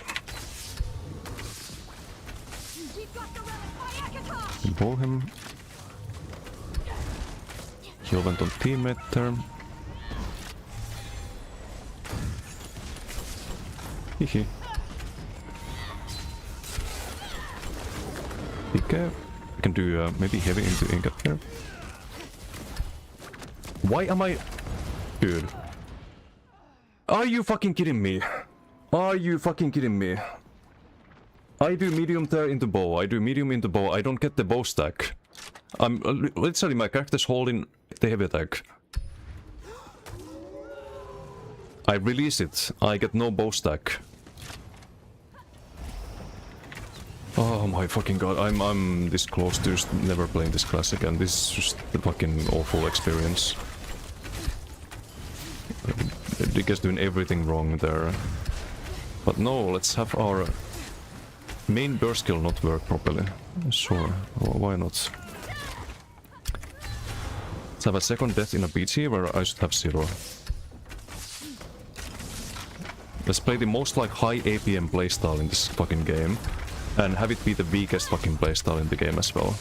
Why not? Why not? Again, like I'm trying to medium weave there and it's just... You see, I have 3 stacks still. What is this shit? Literally doing this and nothing happens. What the fuck?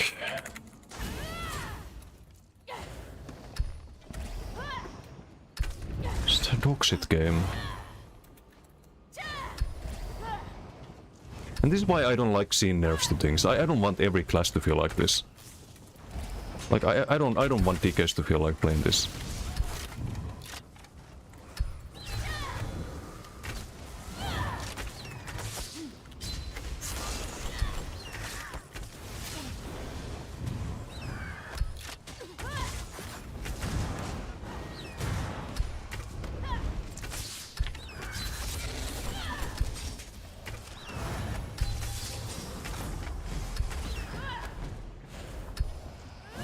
Or werewolf for that matter. Like.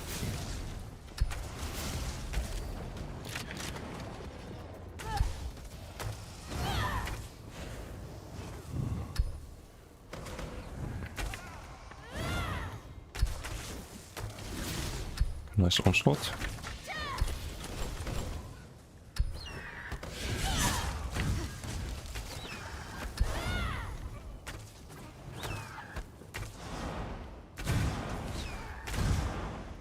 He rolled too much there, kind of no stam, but...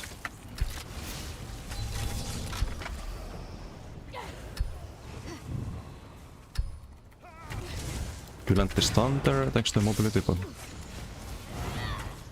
That's all we can do there.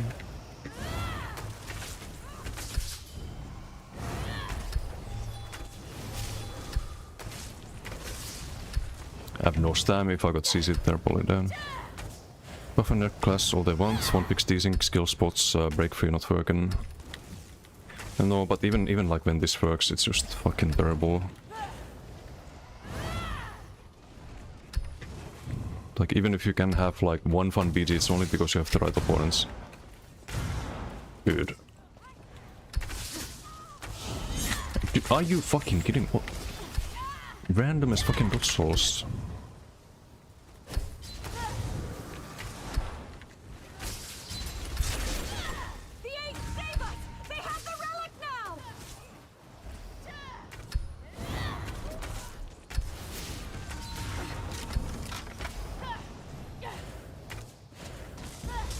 Just like you put in so much fucking effort into something compared to other classes and you just get fucking no reward for that.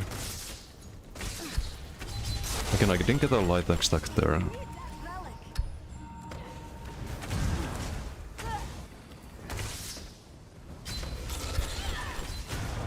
We can get that. Use the pot there.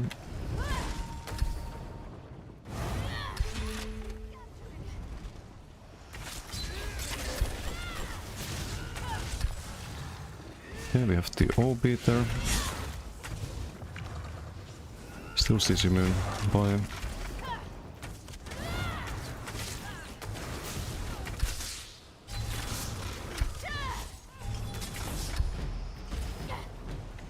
Break off the meteors, throw you out. Understandable. It's understandable. Guy really likes to roll dice to dots.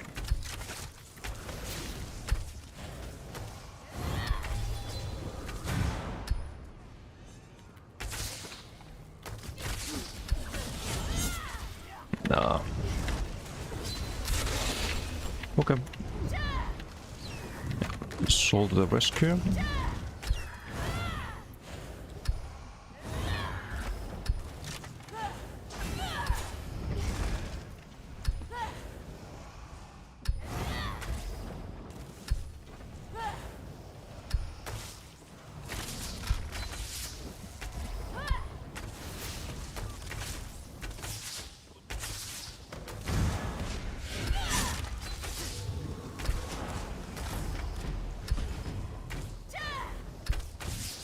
Acid spray angle. What? Ball.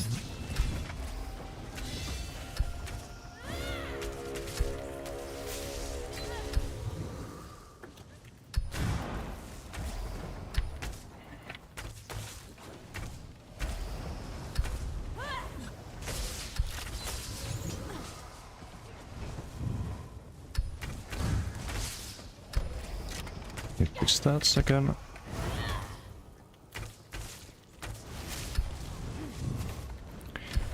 It's just needlessly annoying. There's just things that make this needlessly weak.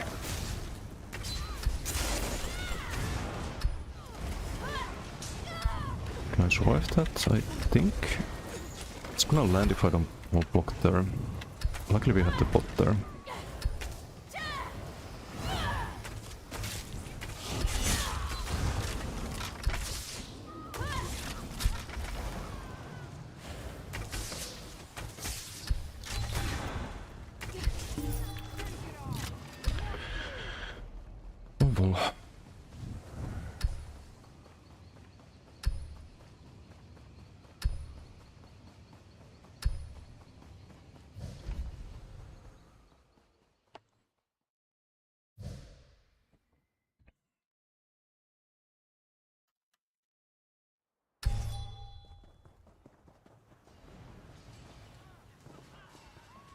Should we fight some decage to see if it's only werewolf that counters this? I think it's a lot more than just werewolf.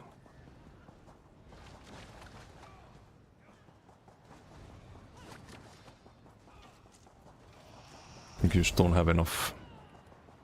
Don't have enough from the class. There's no heals, nothing to really help with the survivability. Outkiller with Sork. I have this is my main class. I have on this one I have half of my playtime on Nightblade, which is the saddest thing. It's still like worse than the other classes for me in its current state.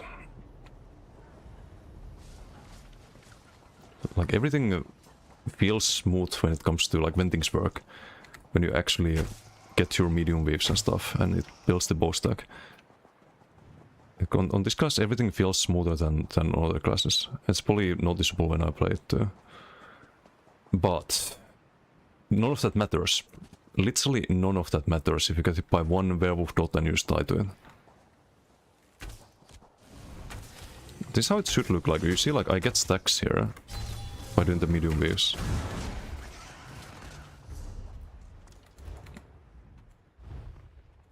I just didn't earlier in the B2. Takes 15 less damage from your whole kit. No, it's not really DK problem. Yeah, I think. Like, DKs are the least of my worries. If you can have a werewolf after you and just one dot and you're dead, then I worry about that a lot more than DKs. Because against DKs I do have this soul at least, so if I get leaped or stuff, then I do have time to make great distance and walk, and there's no crouch stealth reveal. But I don't know if I can ever kill a DK on this. And I think eventually you get caught and you die, right? We could try fight Val here. It's a good DK. Let's see if we can survive. I don't expect to kill him.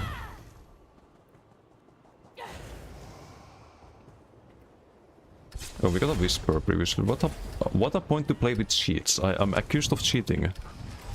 Should I hop on the werewolf for this guy?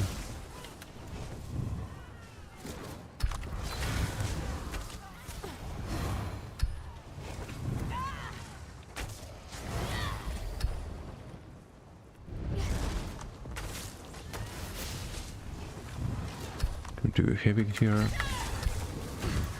Ooh, that's a bit too risky. Okay, it's easier to kite the DK at least. I should have dodged that, I think. But now I don't have sustain.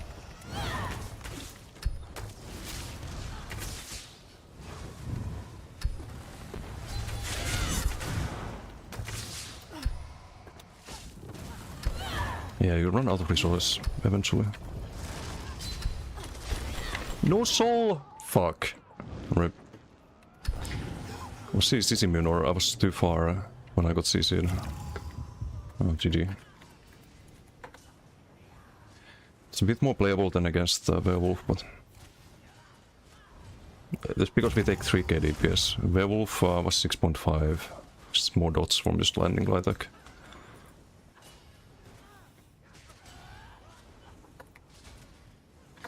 Not bad life. It says Tom and Jerry, but yeah, it is what it is. It is what it is. Like they land about the same light attack, so they're staying melee the same time, but the same amount of time, but there's way more dots automatically from Werewolf. It's like all of this is from dots. It's like to the 40% of the damage. On DK it's a lot more survivable, but still you don't have sustain. This is why I always say that the Nightblade issue is the sustain. Like one of the biggest issues. Like imagine if you didn't have the magical block here, would that duel be a lot more fun for me, for any Nightblade trying to duel a DK or anyone? Yeah, it would be, right? If this healed when you can actually use it, when you don't get countered, if this gave you some kind of reward, where you heal and cleanse stuff every second you're invisible, on top of being sustainable, would the duels be more fair as a Nightblade? Yeah, they would be, right? So this is kind of what I would like SOS to focus on. Is this fun? Is this class fun to play? Not is this balanced? Does this do more damage than this other class? Does this hit harder with the burst than the other? No, fuck all of that. What they should focus on is fun. And Nightblade right now is not fun. Like, it is just not fun due to the sustain and due to the lack of healing. If you could have more of both, by just making some simple change to Shadow Disguise, for example, it would be in a lot better place, right? Kill entire server with it? No, I have 0% win rate in duels with this against good players. I don't kill the entire server. Let's see. This is the werewolf. This is the bowblade I'm on. Wait. Where is it? Why can't I see? Oh, there. We have 0% win rate, and every duel is like less than a minute. You can't even survive 1 minute on a Nightblade. Against a Sork or a werewolf or a DK, A Necro can kill you, Blast Bombs will just hit you when you cloak every time, will run you out of resources, will debuff your weak healing, already weak healing. It's just dog shit. It's just absolute fucking dog shit. For that reason, like, I cannot make a build video for Nightblade. I don't want to make a build that's like, oh, this can farm PV years. What a great build. There's a lot of people who make builds like that, and those builds are all dog shit. I don't want to be one of those people. If I make a build, I want it to at least stand its ground against a good player. I don't want it to be this kind of fucking dog shit where you put in like fucking 2000 APM into something and you die within 1 minute.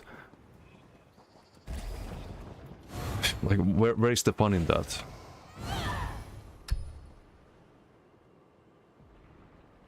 Why need left hand? No, you will run out of stam.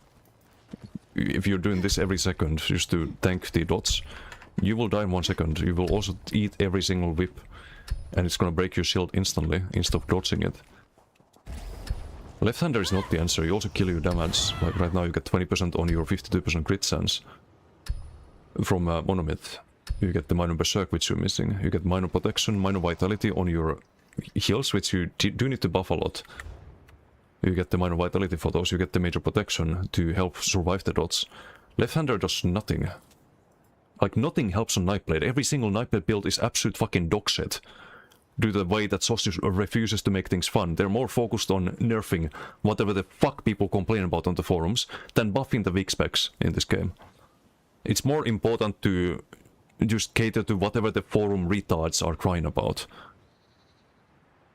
But hey, here, let's have Nightblade be in this kind of state, where you have 2.6k HPS and you just can't duel anything. You can never have fun, you can never sustain, you can never duel anyone. You can only farm PvEers in BGs. Great. Great experience, super fun. Just another build to throw to the fucking trash bin.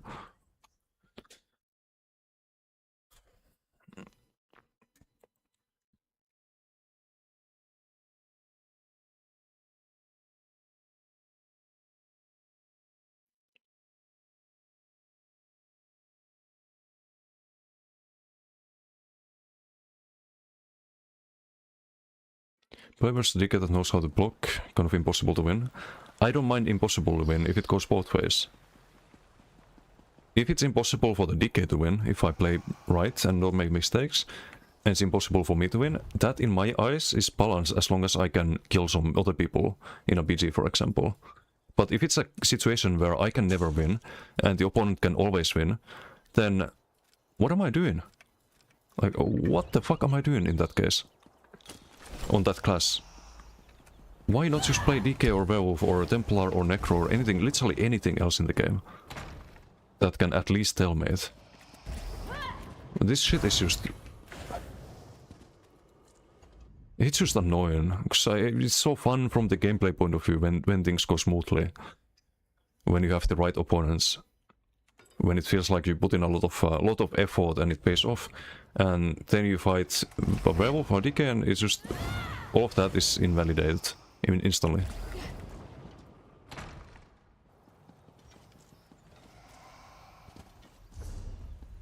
And I don't know what to do to fix it. I have Soul already. I already established that I can't tank things, so I went well fitted. I have 1 impen, but still. But you still can't sustain, you still run out of stam, you still run out of magicka. Still run out of literally everything. You can change the sets, they're all best in slot. You can change nothing.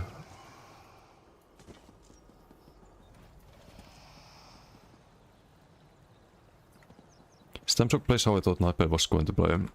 Stamshock is like gazillion times better than Nightblade. In every way. In every department. Damage, survivability, sustain, all of it. Stamshock does 10 times better than Nightblade. And I don't know if there's a single thing on Nightblade where you can justify playing it. As long as you cannot even stalemate. Like, no matter what you try. Fucking waste of time.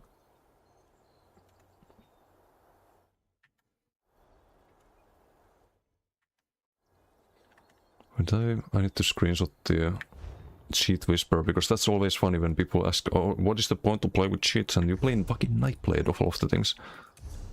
And people still whisper you that. Fucking crazy.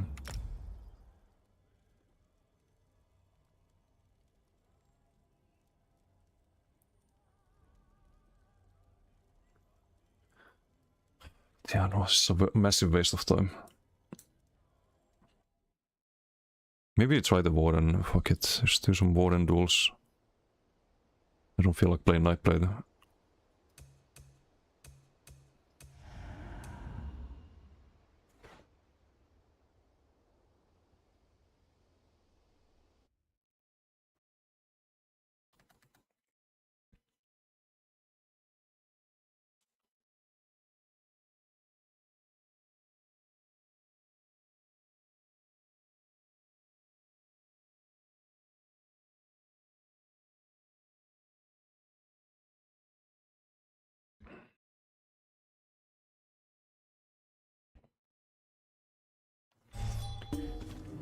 Hey, Gold Brigade, how you doing?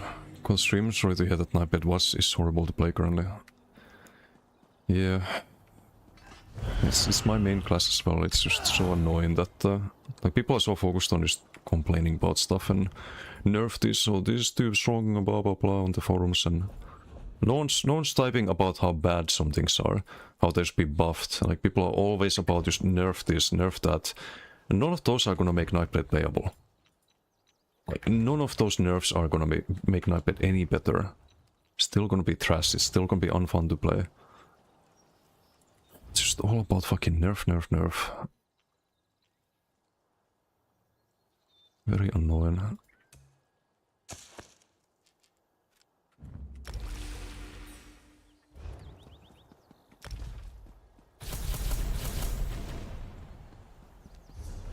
Oh, I could open some crates.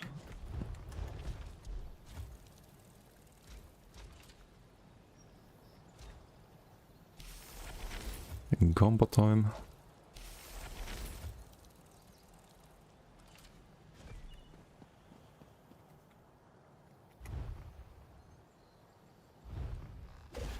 This one welcomes you back. Oh, never mind. Not on this character. Combo a bit later, I guess.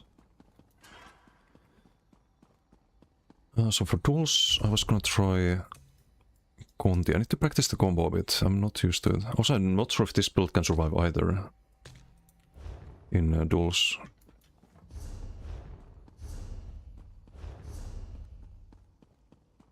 It should, in theory.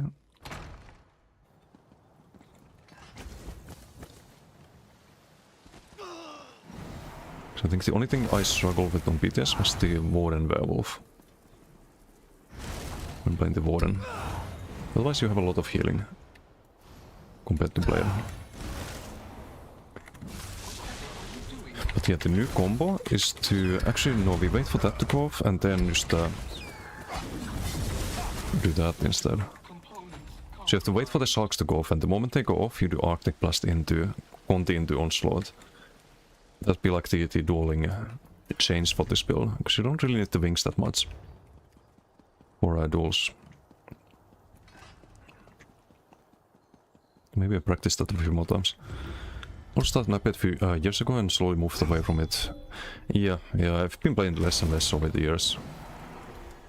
It just never gotten the love that it needs to be fun again. You can always pre-buff with that, and I already fucked it up. You need to wait for the sharks, and now you send this combo. And you buff the sharks as well with the Onslaught. That's the difference. Seems good. I can try to duel some people, I guess.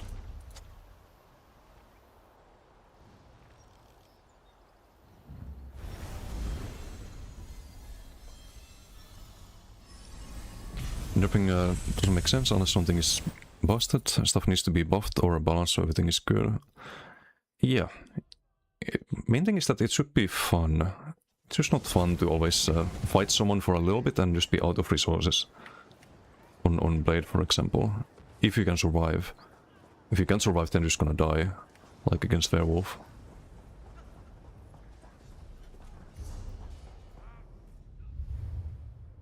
Do I have the right CPs? I think so. Let's try fight the wall here again.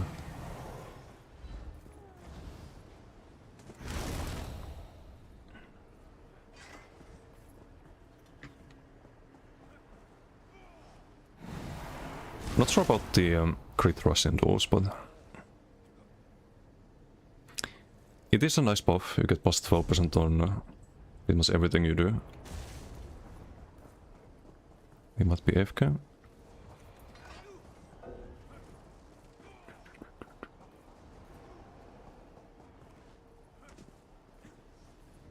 William, thank you for the follow. Thank you, thank you. Rest in peace, TK. They are kinda nuking it to the ground. You lose half of the whip damage modifier. They nerf Heart of Flame sustain by like almost 1/3. They nerf the healing on Heart of Flame. There was some other stuff too.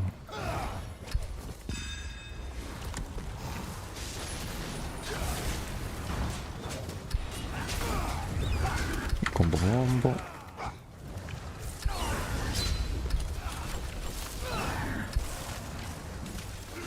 Okay, gonna try the special rotation this time.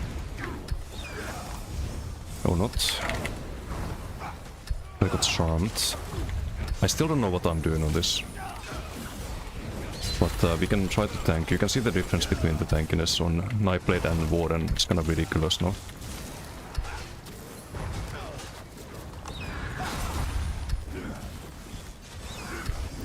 But I'm not lining up the combos properly here. CC, so I can fully unbreakable, I think.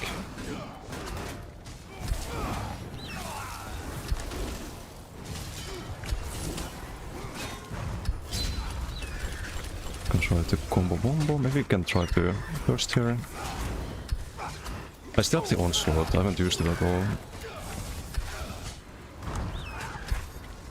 Okay, try the combo here. No, he went for the combo there. Rip. I shouldn't have gone for it there. Could have played it a bit more safe. But I still have no idea what I'm doing on this. Babel here, how you doing? GG's.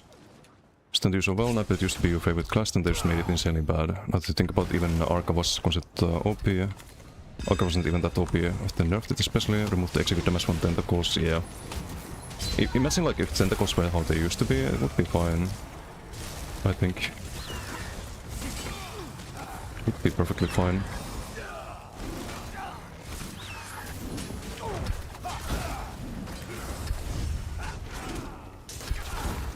Okay, this charm is a bit annoying because I'm trying to also line up the Arctic Stun. And I don't know how to use the charm yet with the combo. I need to practice that a lot more.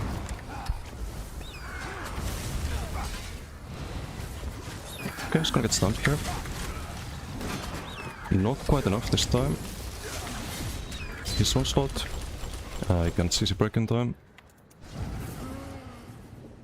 Rip.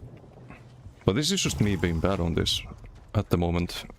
Like, I think I can fight a lot better against DKs on this. Link the Superstar. It's the build. Just gonna try to time the Conti with the Sharks going off there.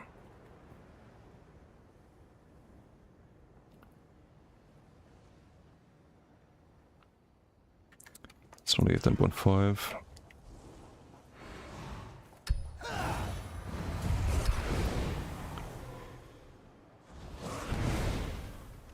Just keeps getting nerfed and never buffed, that's the bomb. Like, they nerf DK and it's gonna stay like that forever.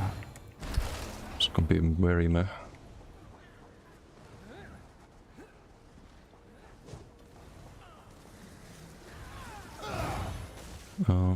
DK left. The poster changes. There's a forum post. Oh, there's not the Superstar. Still the builder. Some kind of new build.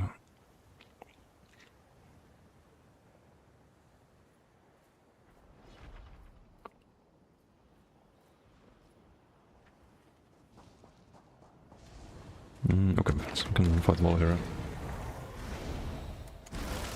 Let's try to get used to the combo. Need to also make use of the disarm if I can.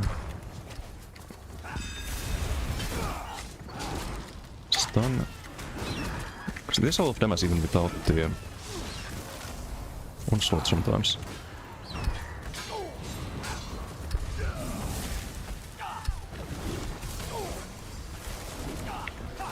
Ouch.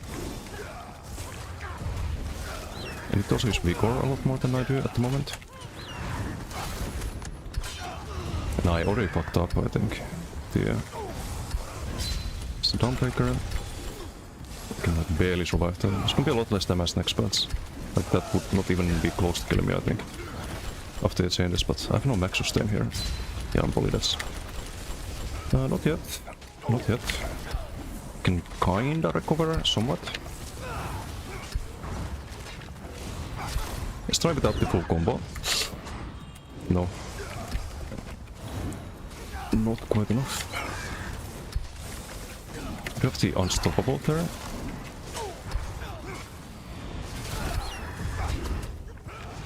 Almost. Almost. Get stats back with the charm there. I just need to learn how to play this, basically. I think we can have like duels included for this build in the build video. That was a bad dodge roll. I should have just eaten the Shannon Rocks there. It's more likely to survive. Axis is fairly quick. I know how to, like, I need to wait for the Sharks to go off and then do Arctic into Conti. And then do the onslaught and it all lines up. Or you can do Sharks into Arctic into Crit Rush into onslaught, but you get more damage with the second hit with Conti. But you also need to keep up the Maelstrom buff. It's a bit awkward. A little bit awkward with this.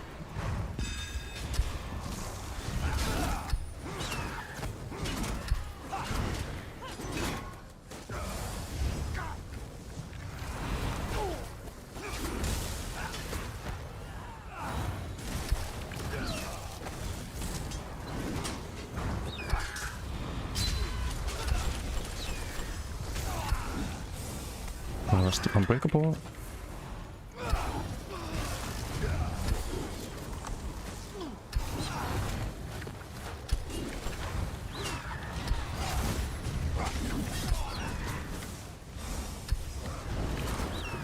That's gonna block that. So I tried to land it with the gap loss combo there, but that's always less damage. I can't survive that. I should have healed up before. Been faster with the CC break.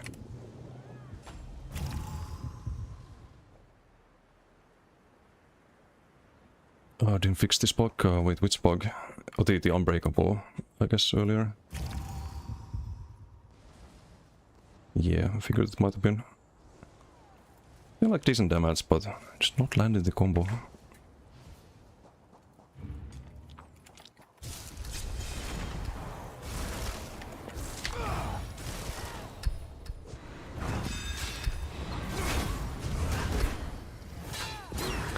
Again, I fucked up. I just need to do the Arctic again there.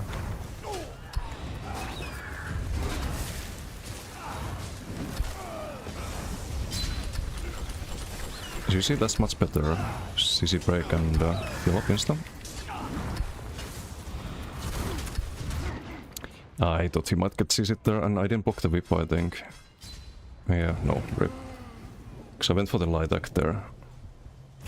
To get a little bit extra damage, but it's not really worth there, I think. Should just hold block.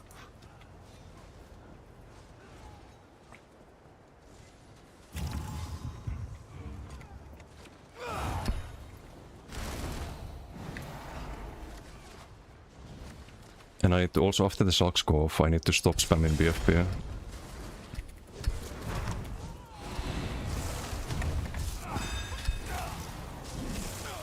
I can send the combo here for the first time.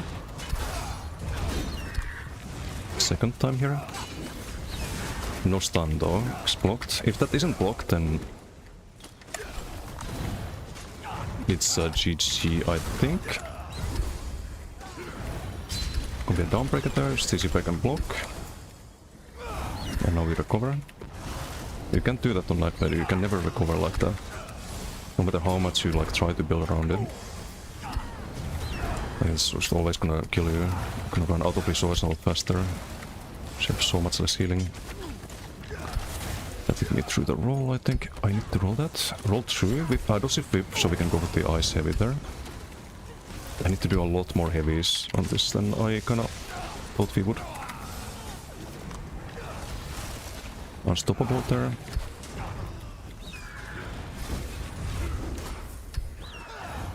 It's not easy to land the combo though. It's all blockable.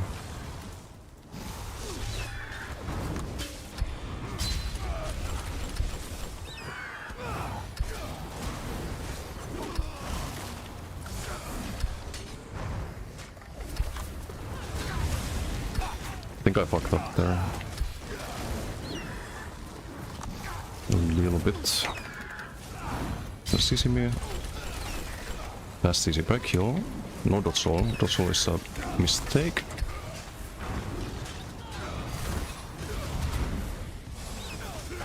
It's fast easy back heal. Hit the Ice of Shield there. I just don't really have an offensive window properly here.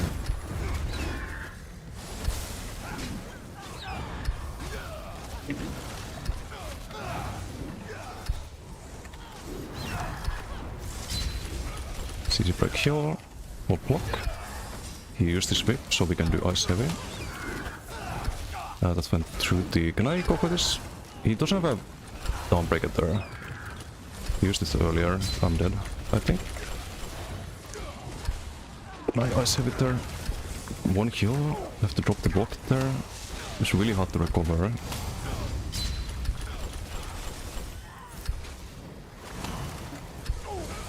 Rip landing is bad, we can prolong the Sesame there.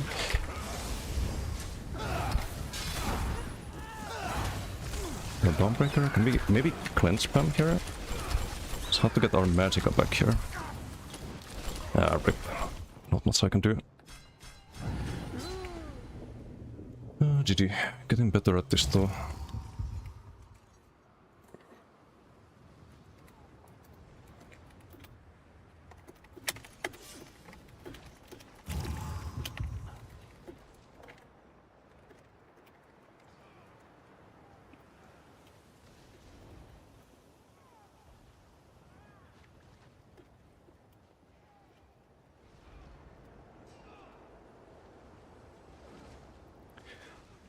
The Wolver's a DK though.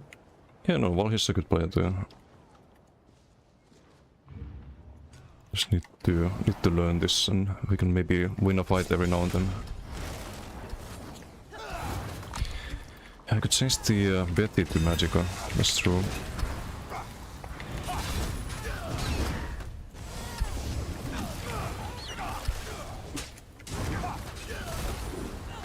I fucked up the rotation there.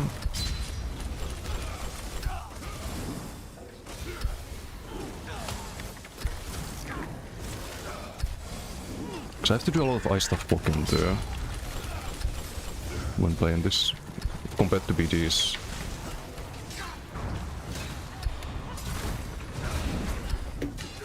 I have to roll that because otherwise I just get counterbursted and die. It's a charm. I should maybe try to use the charm for the CC, but it's not harder to do because it's on the back bar. Okay. I tried there, I got him kind of low there for a moment. He used this Dawnbreaker, he used this whip. So use this time to recover.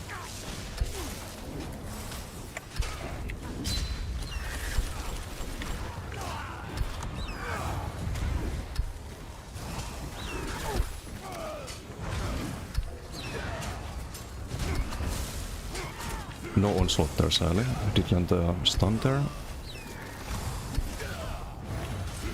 Use the unstoppable there, so we don't get CC'd yet.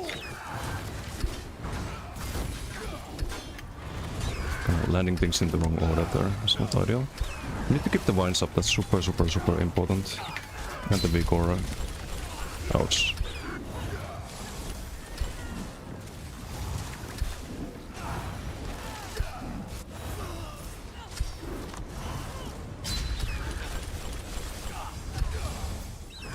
You need to double heal in that case. It was a mistake. I should be blocking when I go from far, but such a low stam there that didn't really feel like the right idea.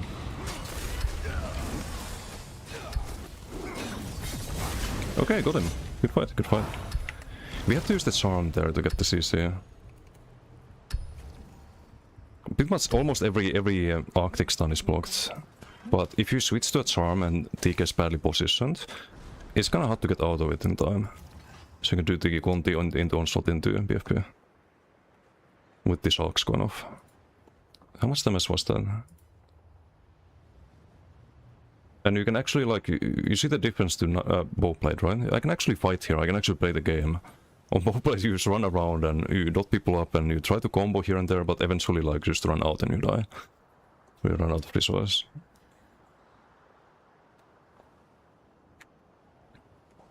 Okay, wants to we can try the combo here. I just need to build a bit ulti. Do the second hit of Sharks too.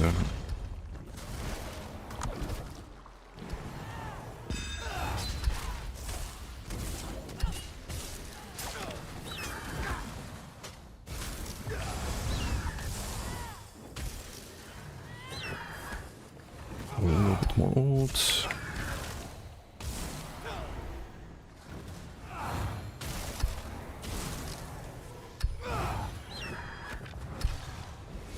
You can kinda survive as well, it's very much on the limit though.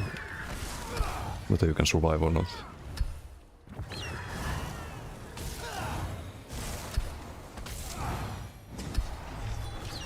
Okay, let's try the combo here.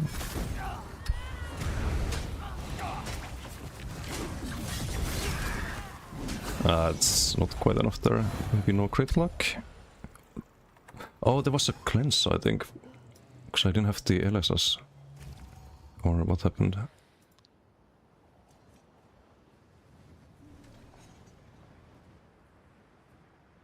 Onslaught, Chilling Conti. Oh. No, that was the LSS. Okay, it didn't show the duration there at the end. It's 15k. It's 18.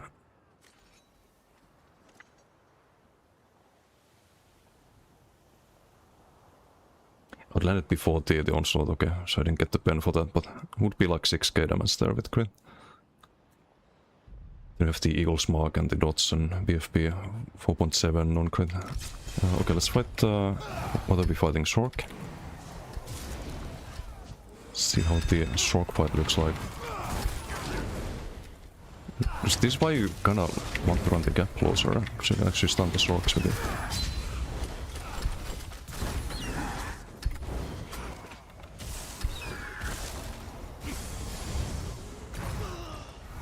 It's showing the animations there, a little bit awkward. We got him.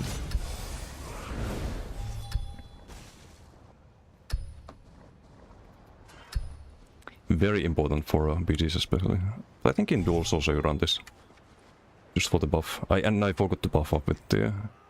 In the earlier fight, I forgot to buff with the Maelstrom 2-8s. So I didn't do the gap close part, I think. Oh no, I did it here.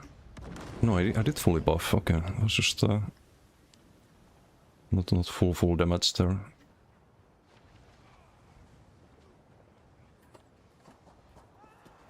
But I don't think you can like change anything here. Besides the perhaps the nets to Magicka one.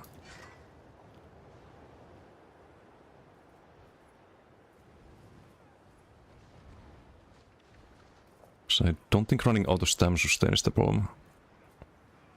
We're mostly blocking with Magicka too. Yeah, maybe I just change that. Loop at a time. But I do like the other one in BGs though, because you have to sprint and dodge all and just have less sustain overall in BGs for stamina. Because you don't have survival instincts. The stam drain is a lot higher.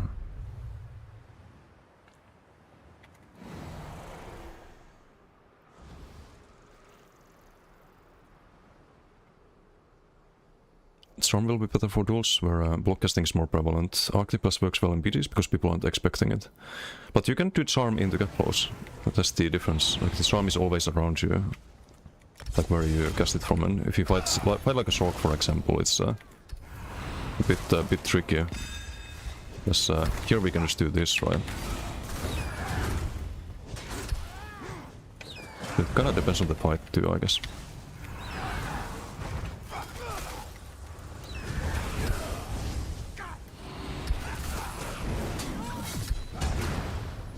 Should I delay with the BFP? Because of course it's gonna dodge all after that, so I shouldn't just spam this. It's gonna drain my Magicka or health for no reason. Will from Frozen Gate be blocked? It can.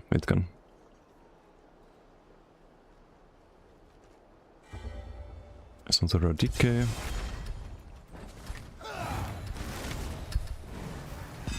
I think next patch with the DK nerfs. Is DK even gonna have an advantage in these fights?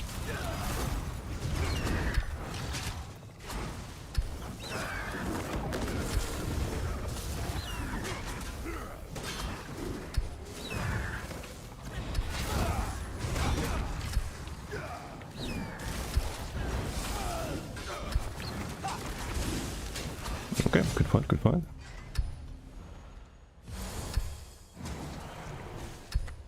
So like all of these Molten Whips will do no crits on Nako. Will do a lot less damage. There's also less sustain and so on. I think I blocked all of them, because it's only 5k, right? Here I didn't. So that's 13k, that's gonna be like 10k at most next patch, right? In this case.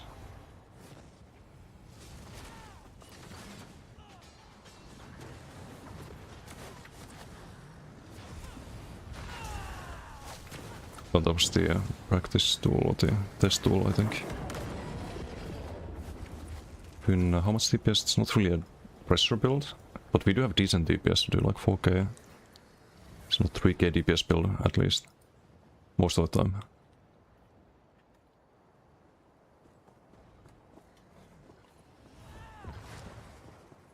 Yeah, like this one I can make a build video for, but I don't got the fucking knife blade, man. What am I gonna do with that? Do we try some mech blade with Swallow Soul again? But I'm gonna test in the duels first. I don't wanna make a build and do alright in BGs. Only to discard it later because, well, obvious reasons, right? But how do we make a mech blade tanky enough to survive at the moment? Like what is the secret? Let's do this one again.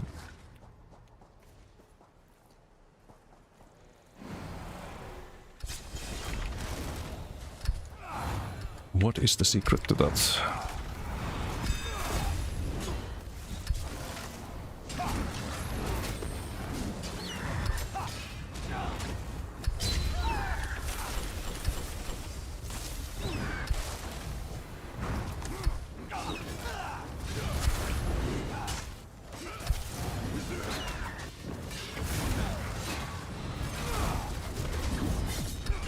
Okay, not quite enough there. Do you need the stamina now? His onslaught?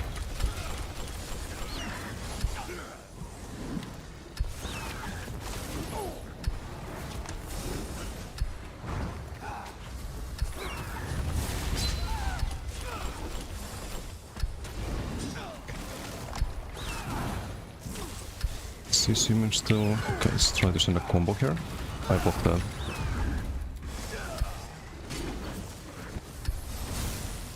You can always, after doing the charm, I can always switch the front to Conti and try to line that up.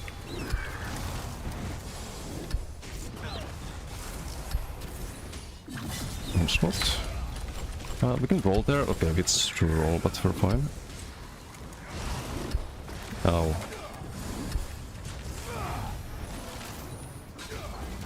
I'll try to CC, right? It's using Chain for Major or Berserk.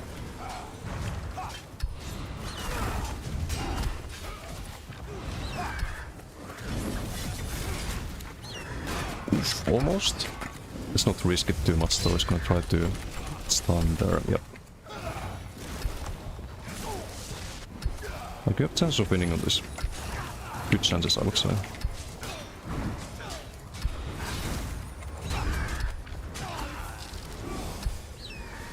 It's gonna give me stats back.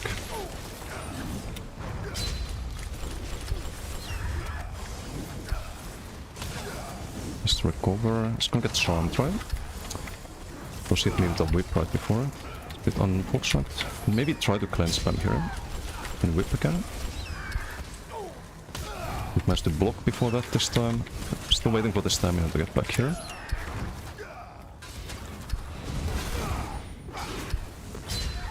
I have no stam there. Fuck. Stam sustains rough now.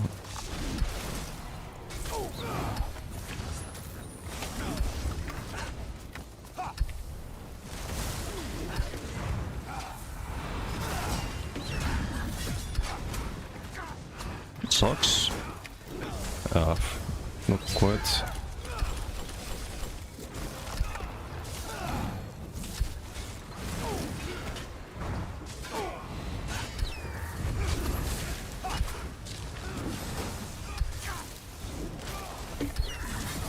One shot, CC, again through roll, but you're like barely surviving. But this is also armor stacking, by the way, so Onslaught is pretty strong against this. Not stacking health, I'm stacking armor with the protective and heavies and whatnot. Got charmed there.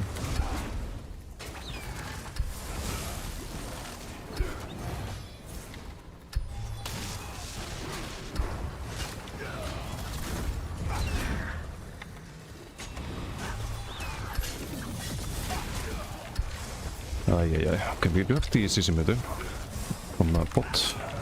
Onslaught up still for 1 second. Farm, or the CC. Onslaught down, or the CC mid down.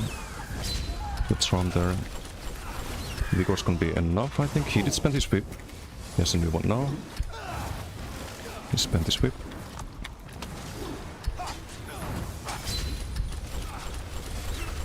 Could be a charm here, or not.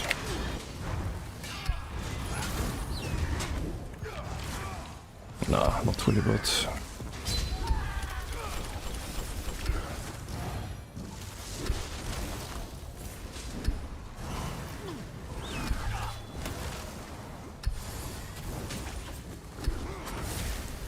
Just get charm, but didn't have onslaught ready.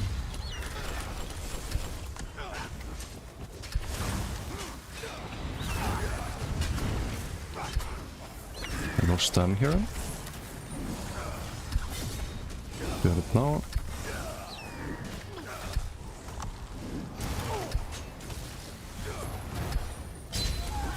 I'll try to whip. Charmed, so no combo here, unfortunately.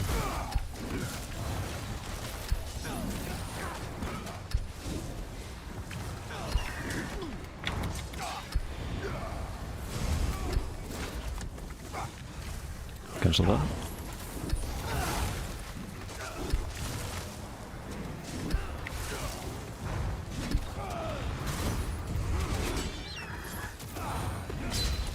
I have no stun.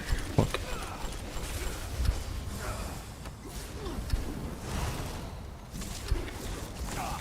Finish the Nets cleanse while we build up the stam again.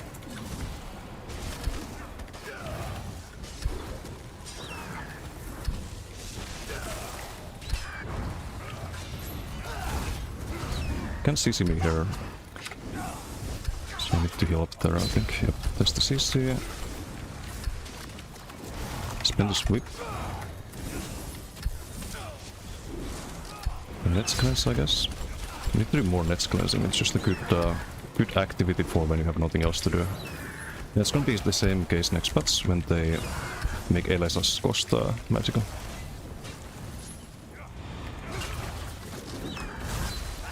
Just messing up the stuns there, but it's also gonna make the actual combo more unpredictable when we go for it. Yeah, do some like bad CCs there.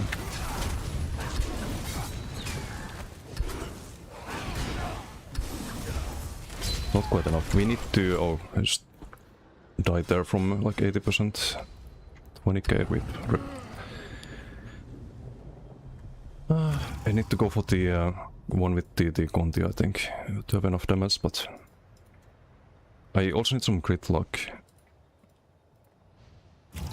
I think. Talent any?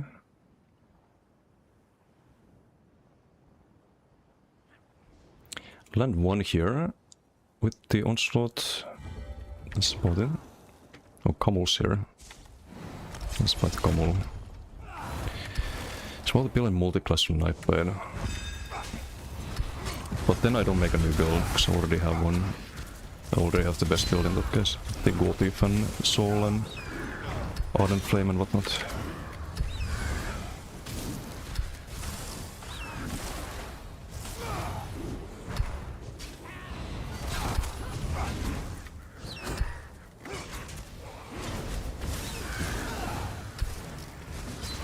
Okay, we have our combo. Don't need it though, I think.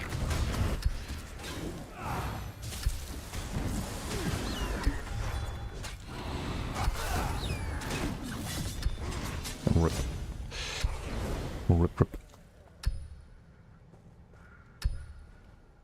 Don't think they can buff everything to the level of DK, because once they rework the classes, people won't feel more powerful. Better for them to temporarily nerf DK for now and buff it later. I think next patch I will never die there in that tool. Kamul with the trolling. Like, that's just not gonna be enough damage. If we take 20k whip now, it's gonna be 15k next patch, and he's never gonna have enough damage to combo me like that. In the next patch, right? And I'm not even building for health. Like, I could have 40k health. But then you don't kill anything. And you die to dot builds. Like, it's just not gonna be enough.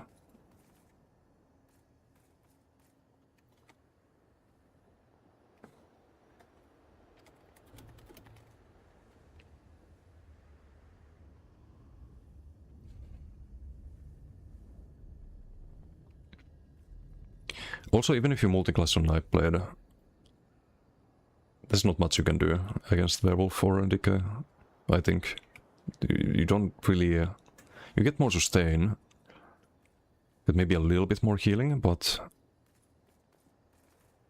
I just don't see it. I just don't see it.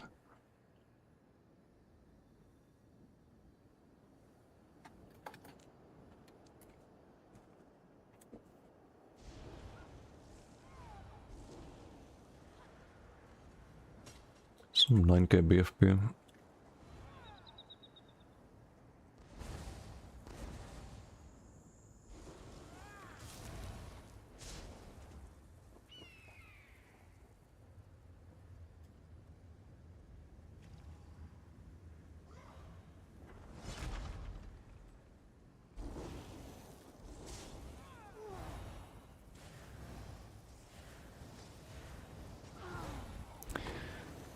Swap from Ares to Griffons for the extra crit sense. Wait, to Griffons? Oh, I wouldn't change Ares to anything. Ares is by far the most broken set in the game for damage. Like here the proc itself did 12.8%. And it gives you 10% more damage, so it's 22.8% damage from this set. Yeah, I don't think you ever drop Ares. Go to Icy with Kamul, adventure time. It's not the fun kind of adventure when you have some ball group run after you.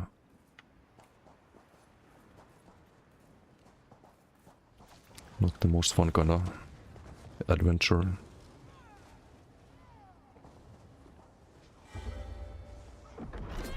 Okay, Sork.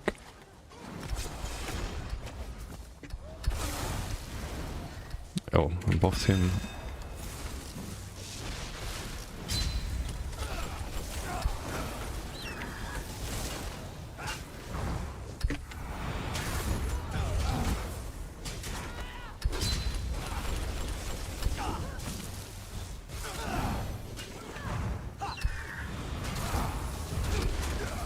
wombo, but a bit low.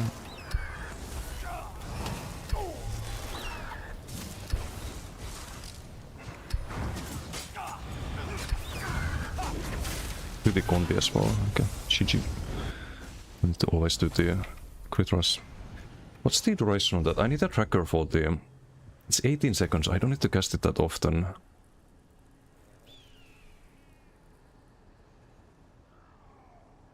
But I don't see the duration. I think I see the duration for something else here when I cast it. GG. Like this, the DPS doesn't matter. No, it's not just DPS, it's also buffing all of your damage by 10%, and it's like good burst damage, like landing half a spammable every time you land the Eagle's Mark. It's like almost half a BFP on average.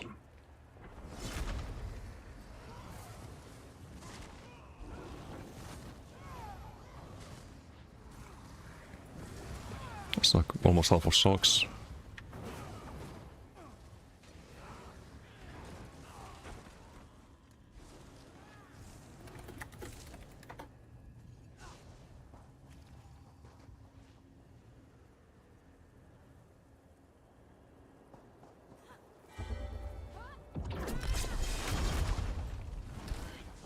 Oh, yeah, I said that you also get 10% damage. That's multiplicative damage, so it's extra good value. And it is like half a spammable, so I don't think you can drop Ares ever on any Warden build. Just a bit too strong.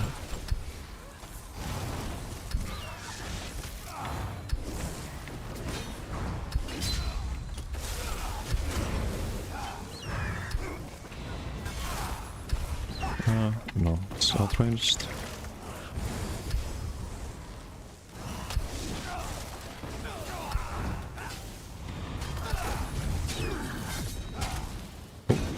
Okay, didn't do the BFP there. Oh, rip.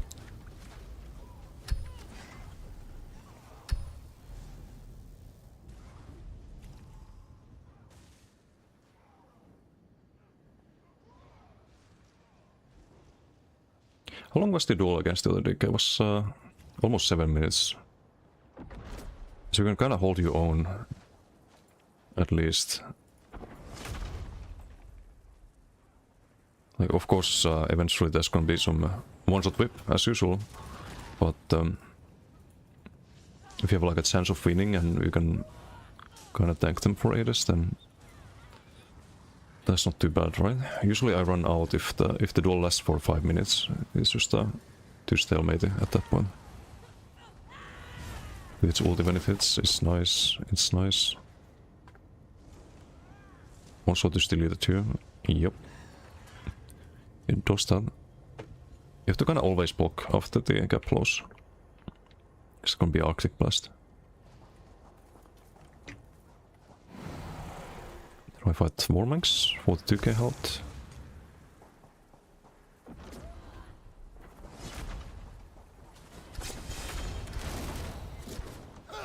This calculate defense or...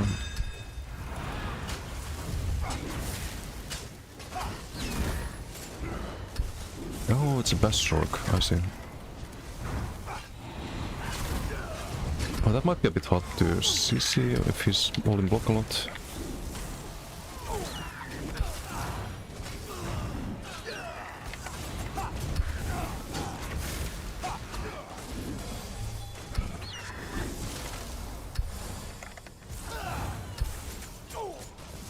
He's got a lot of armor, so should be good onslaught value, but...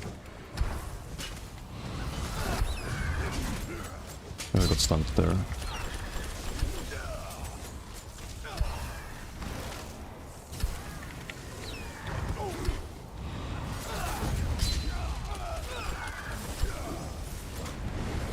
Got stunned by the Rebus, so we can go for the heavy attack there to reset, but it's most likely gonna be stalemate.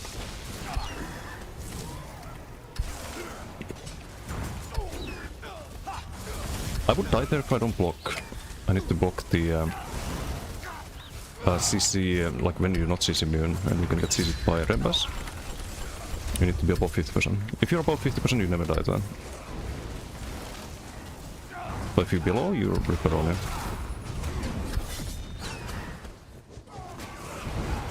kinda do damage to him, but I would need the full combo here as well. But the problem is that he gonna get stunned by the stun combo. So I can't go for the other one. Oh, yeah, it's fully stalemate.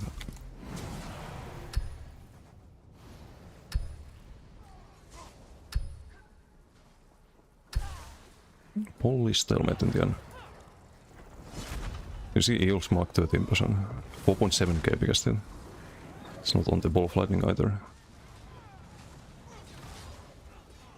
There is no way in hell you ever drop this set. It's insane. Okay, let's fight the wall here.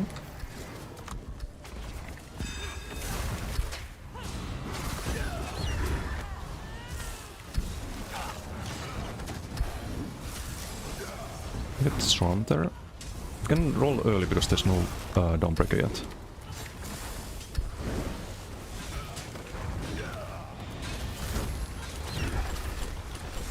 But I lost way too much time there. To rebuild that. I'm Polydeath here. No, not this. Didn't block the Dawnbreaker there. Just reset. There's no Dawnbreaker, he used it earlier. I'll just CC break that. Use this whip to the Ice Heavy. And try to recover.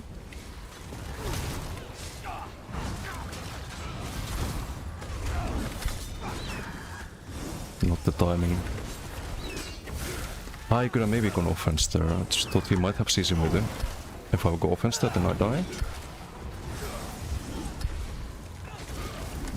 I don't know why I didn't get CC there. I think I'd CC with him. Now we do.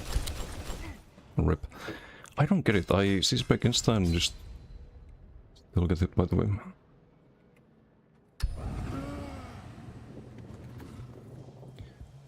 Guess I was too low health there.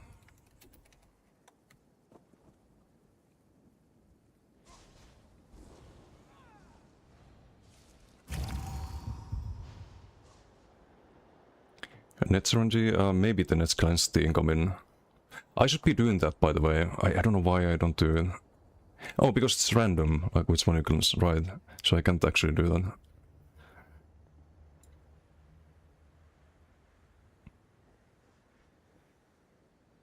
But this is how I always start these builds. It's like I know the CC is coming, I CC break. Pretty much instantly. I go for the block. How is this possible? Look. Hits you block, and then second after I'm apparently not blocking for some reason. Or is this when the Southern Rock lands? Maybe it's when the Southern Rock lands.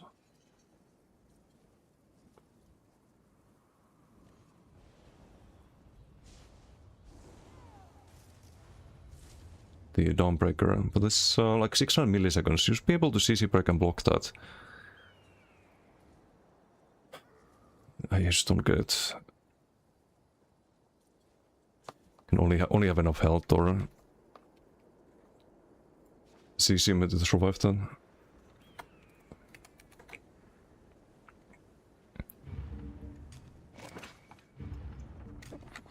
Okay, well, try again.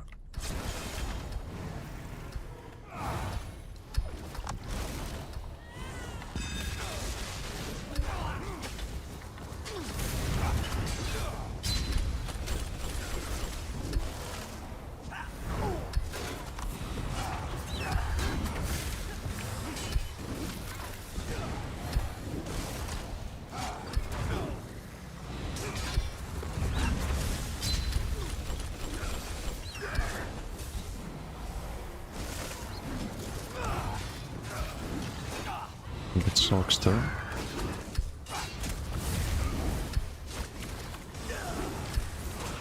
Can I go for the heavy there? That's a bit risky, but...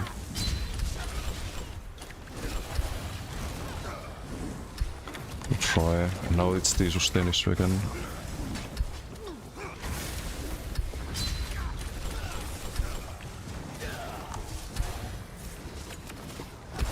Did use his whip there.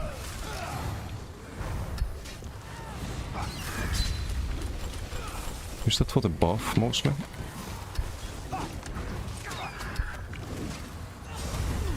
I think he missed the Dawnbreaker there. Nah.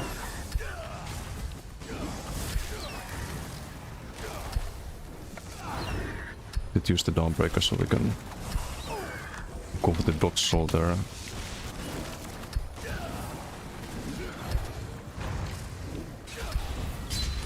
Okay, that still lands and is unbreakable after. A bit weird. It's maybe a double Gaston.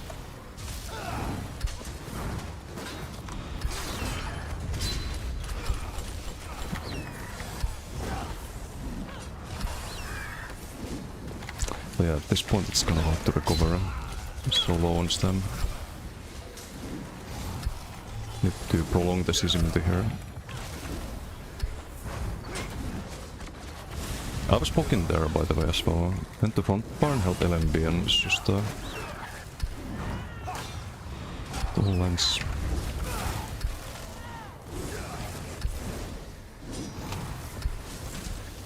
Don't vigor up, that's not ideal.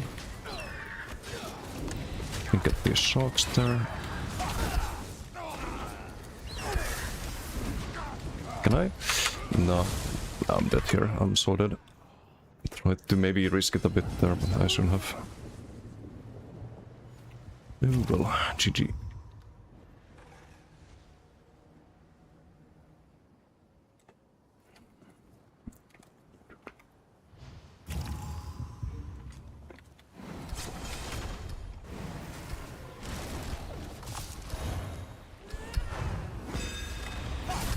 But yeah, I have to run.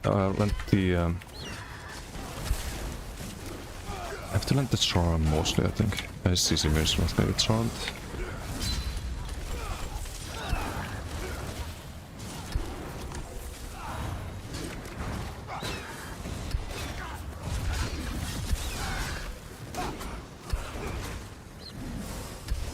Nah, if there was a CC there, it would be enough. I don't recommend it, which means he has Baylog, right? Does he Baylog? He has Baylog, okay.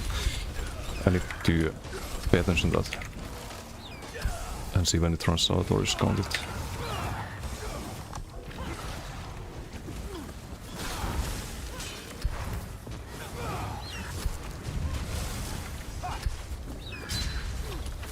Okay, I tried to land it there. Just line it up.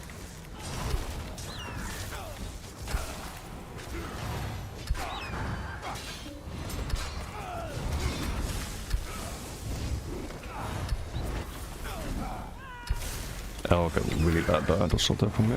I could sequel, but I don't know if I have to. Very risky play there, but...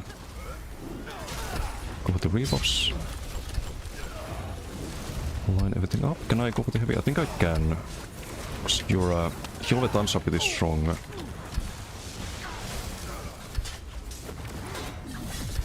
I don't have the full combo there. I need to save that for a better moment, I think. I can do the heavy there. Can do another heavy. Go back to 4. The heals are very strong, you have a lot of weapon spell damage. But that's too much. I need to switch to back part there before the CC, I think, to survive that. Because I have the vulnerability on the front. And also the burst heal there. Unfortunate.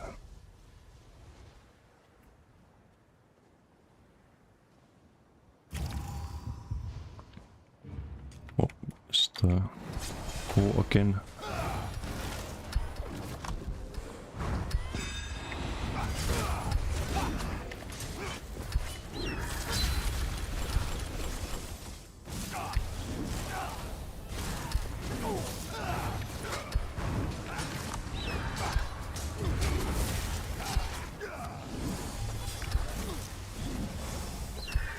I kinda wish I could have made use of that, but I don't think I have the resources there.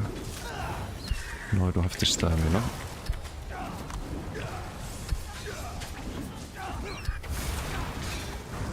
Commit stun track? No.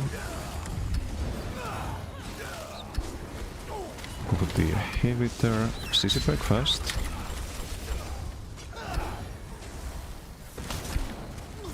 Maybe try Net's cleanse a lot here. Get rid of his T-boss. Could be a good idea. CC break fast. That's why you need to be on the back bar when the combos land.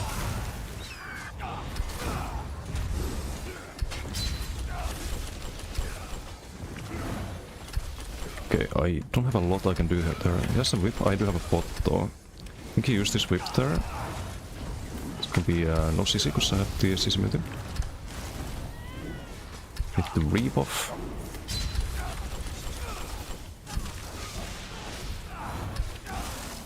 There goes the whip. No, terrible onslaught. I have no stamp there for the CC break, I think.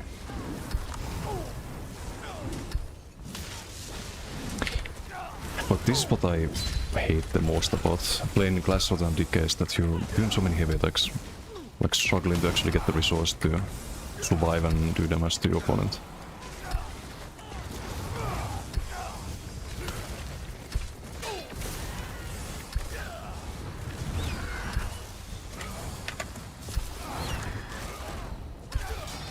Oh, just trying to CC break there, but I did have CC mid. Do I have the unstoppable poisons or something? So do get a lot of random CC mids. Or the Net's cleanse is just coming in clutch, one of the two.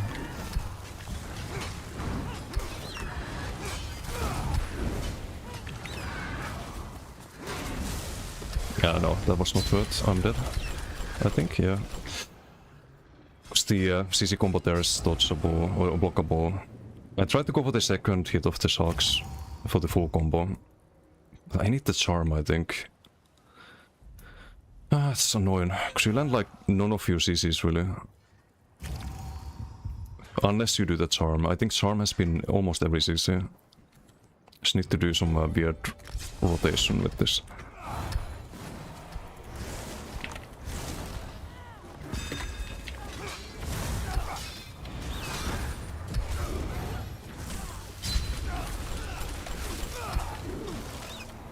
I don't know what it will look like though.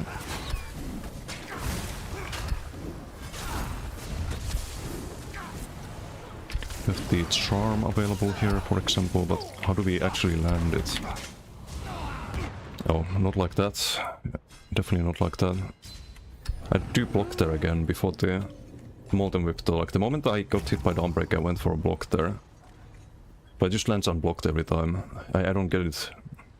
This happens to me all the time.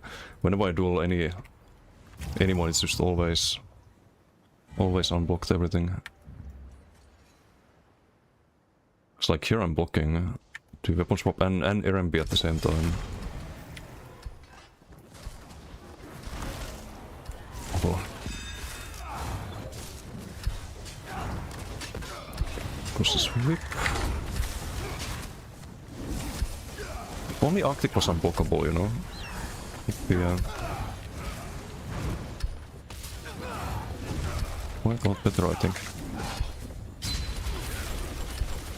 Trying to figure out how I can actually land the fucking combo though.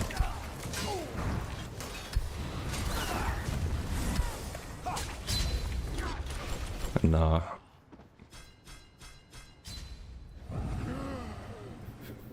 Just doing worse now because I'm trying to land the whole thing.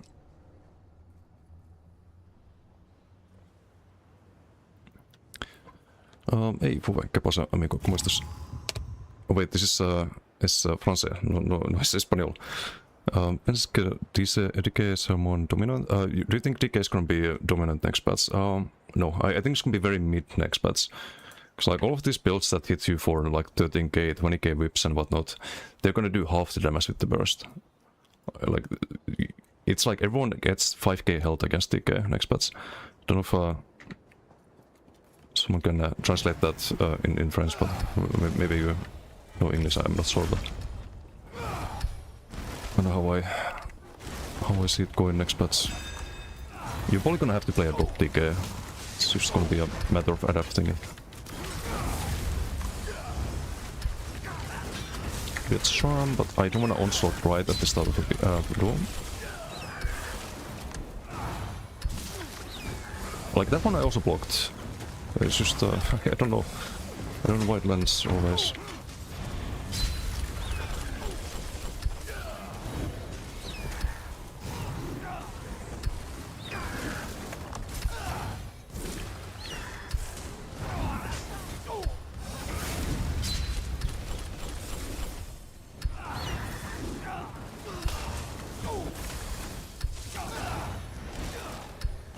There's the Sesame pot there. I see Sesame as well, I can't actually go for the combat there.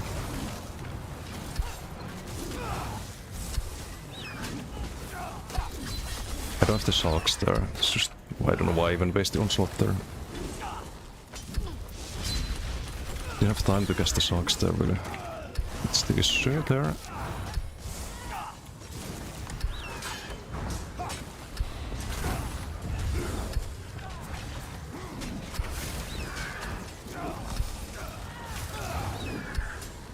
I spend all my resources down then. Right? Yeah.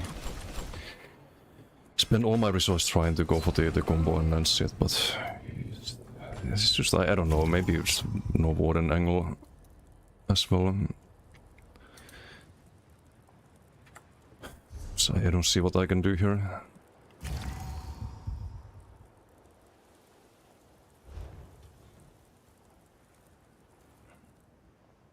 I'm gonna be Sworks next bets, yeah. Pretty much. I don't like it. I don't like it at all. Like, I don't want every class to be like this. I'd rather they buff the things that are fucking weak.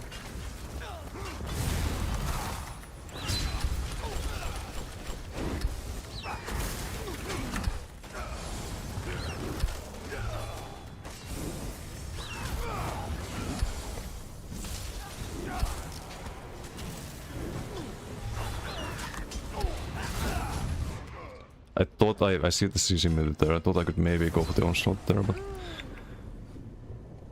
no, I don't know. Is it health? Points into health angle? Arctis isn't reliable. Maybe you can move some scribing around. But you need the Arctic. If you don't have a delayed stun, like what are you gonna do? I think the charm is just gonna get guided by Zorks, for example, and you don't wanna change the build when you fight Zorks. If you have to change the entire build to fight against someone, then is it a good build really at that point? I don't know. I feel like we do zero damage with this as well.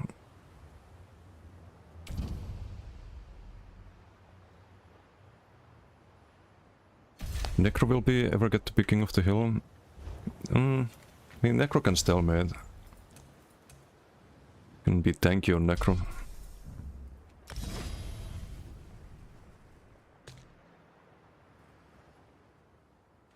For whatever it's worth. But why do I do the crit thrust here now? This is not bad. This is not good. I feel like I don't have enough magicka now. Like, the way this is gonna go is that I'm just gonna be spamming heavies even more than before. Because I have way less magicka. I have no major vitality. No, this is not better. I could try it, but it's just a waste of time to try it. Also I have to use perma burning stacks on me, so I need to relog. I just don't know what to do to make this worth it.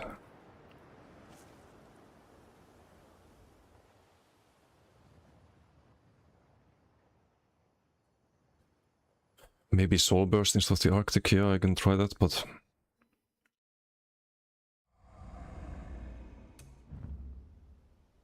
Or I drop the crit thrust. But then you play a very different build for duels and BGs at that point. If you have to change your druid and trainee to like 4-piece Tarika or something. Bit weird.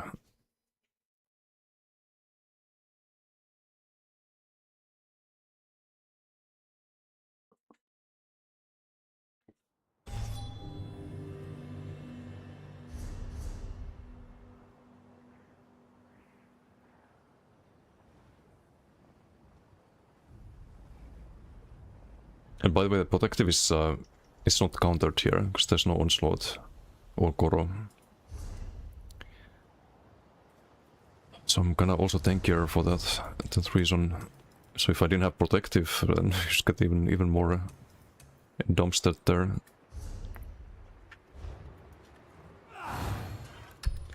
So I have 36k spell resistance. 34. Does help against the flame damage.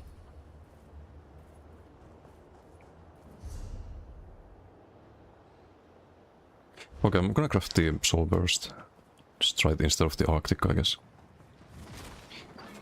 Just have the script there, and I guess if you fight Sorks, you do Arctic, and if you fight other classes, you do the Soul Burst or something like that.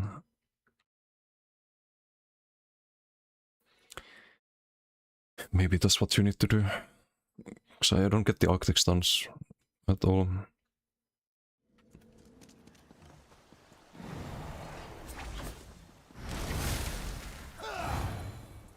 And I feel like this is not optimal, but what can you do?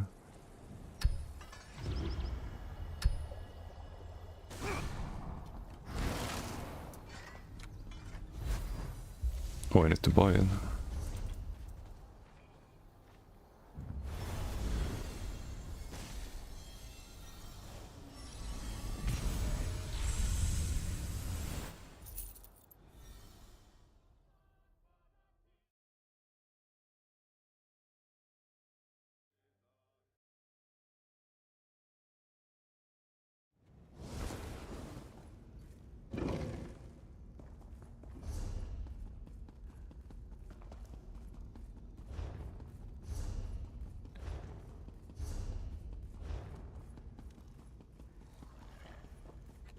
The key when shopping.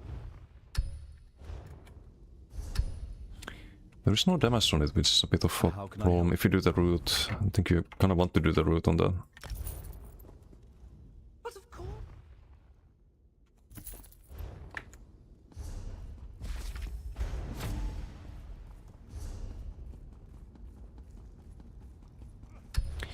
So it's gonna be Soul Burst. Keep the crit thrust up, you do Shocks. Shocks, Soul Burst, Conti into Onslaught. You just try to land it.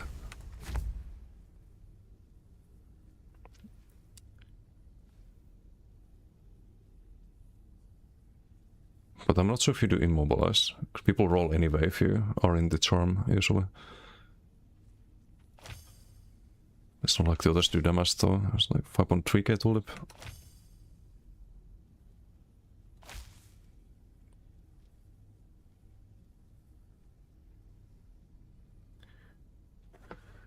And what do we do here?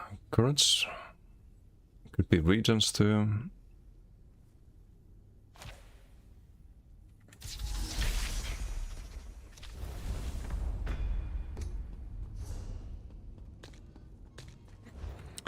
Okay, well, let's try that.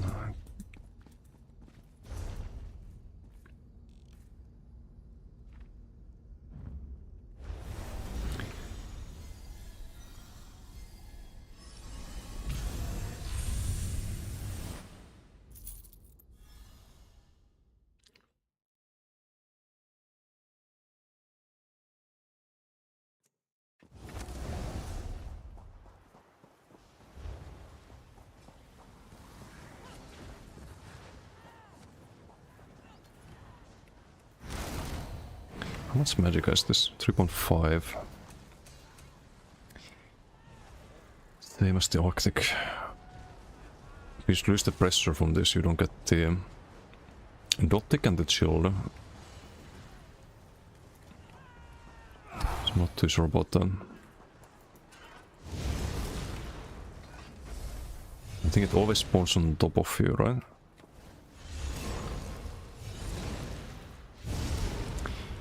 Yeah, I don't know. Let's try it, I guess.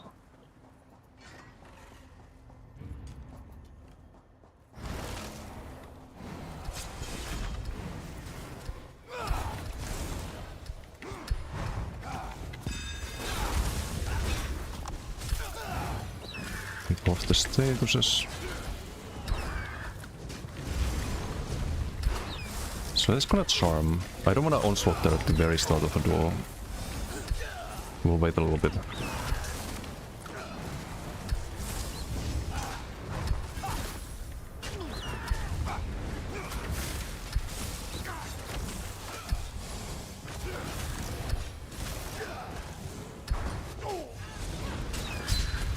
The fucking stun.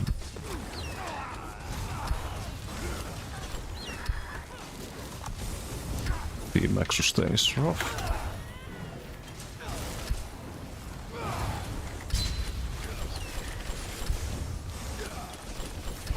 Nice CC break. But I can't sustain at all. I hate having no sustain. I really hate it. I don't know what to fucking do about that. It's every time the same thing. When you play DK, non-DK, when you play non-Werewolf, non-Sork, every time the same thing. You spend half the fucking time doing heavy attacks. If people ask me why do I like Heart of Flame being the way it is, it's because of this. I don't like playing this way. Just always out. And most what's ESO channel is a new goal select channel, not again. Not again. Yeah, like maybe I do the like regens there or something. It's just garbage, man. It's absolute garbage.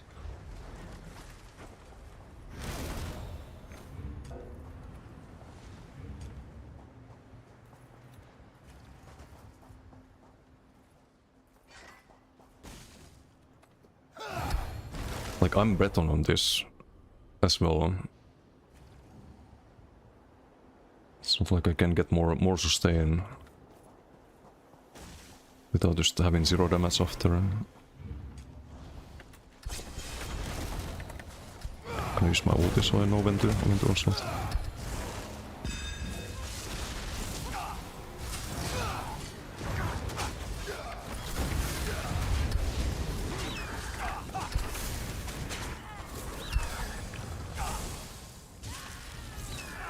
I'll use this Dawnbreaker there as well.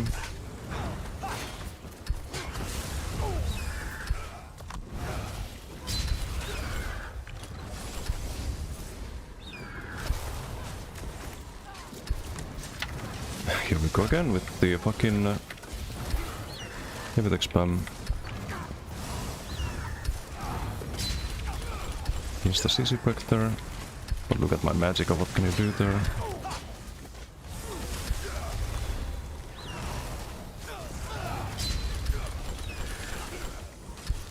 The whipcon, I think my heal just insta vanished there. I am fully dead because I did that, because I don't have stamp for the next CC break. Oh no, maybe we managed to survive that. Just have to wait for a good charm window.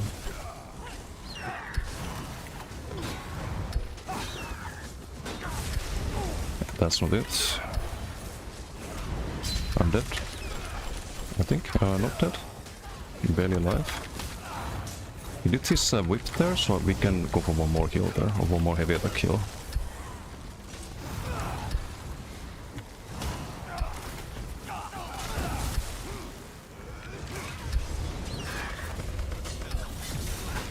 And not enough. I don't know what happened there.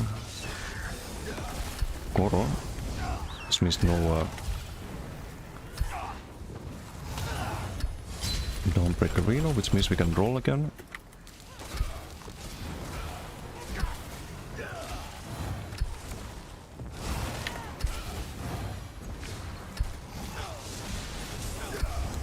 There's the whip, go for the heavy.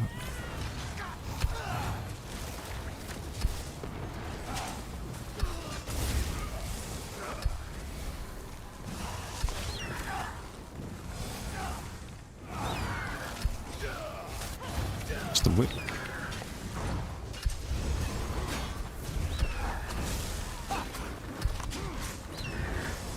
It looks more likely that we get a CC now, but like the damage is also less than before. Okay, we have to... is he still Balog? He's still Balog, even though he did 50 undead here. I think... Maybe not yet, unless he whips here and I guess to die. Test the whip. Let's go with the heavy. Mines are down, not good. Need to net spam here for a moment.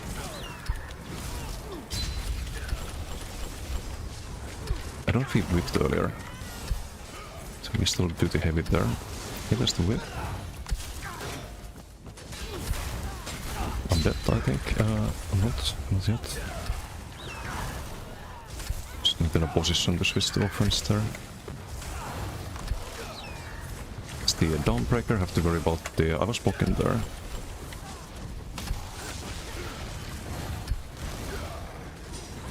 Probably that's here. Yeah.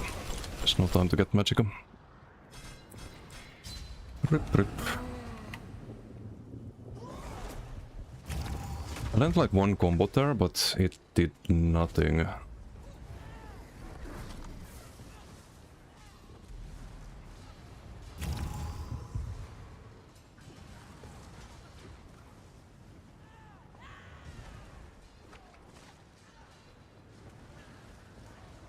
Only 7.4. What?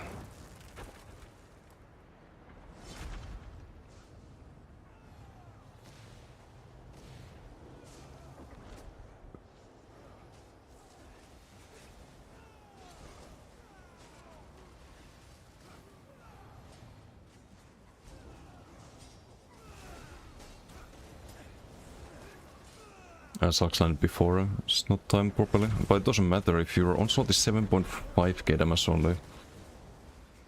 Was I missing the statuses or something? I don't get it. I just don't get it.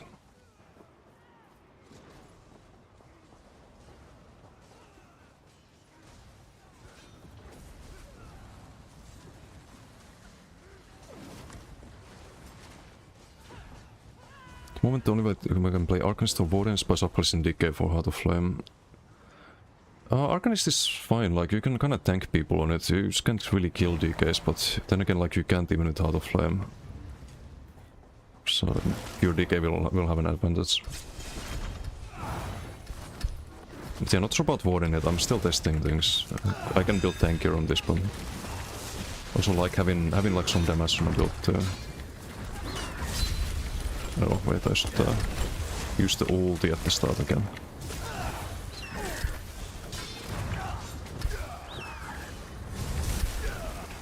Use the Sissimity there.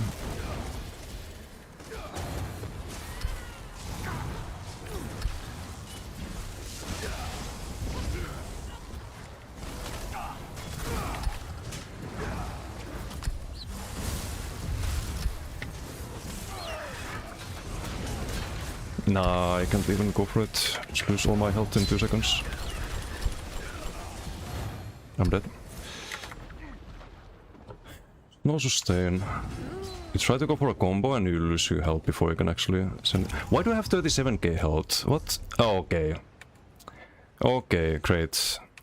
No wonder I can sustain. When did I change to max health? I thought I decided against that. No wonder I have no damage. All of a sudden. It's gonna be a little bit more, but still Garbo.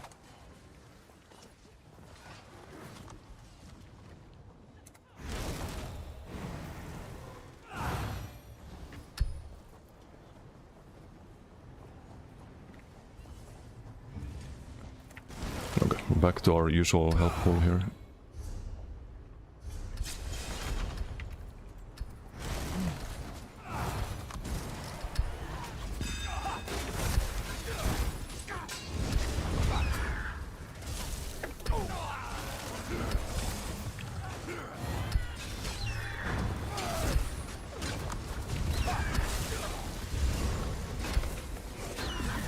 No. Okay, kind of wasted onslaught there. Missed the Dawnbreaker, but still has Baylock.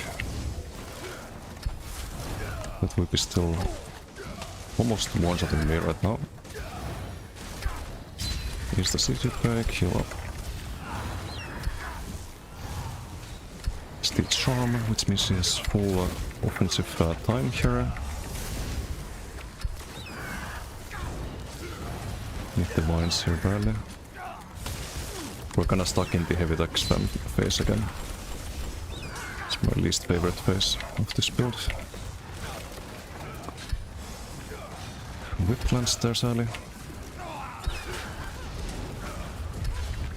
I can't go for the offense because he has the Bay log up and way more damage than I do.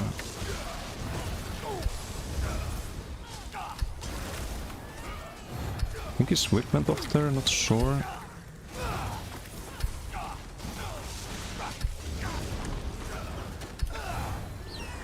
We have a combo bombo here.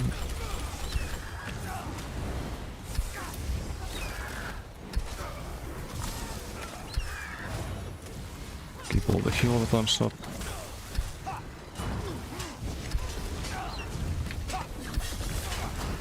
And no, why is it no damage there? I don't get it. We have the bot CC unit there.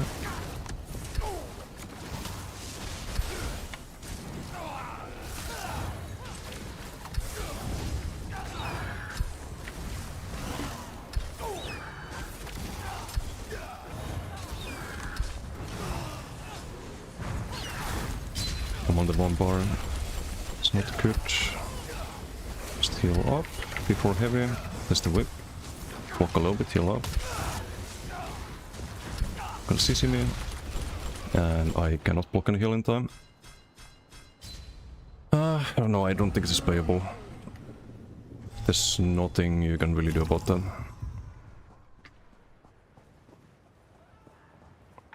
So maybe no Arcanist or Warden build. Just I think I've done enough duels at this point. Doesn't really make a difference because you can sustain, you can't really go for the offense.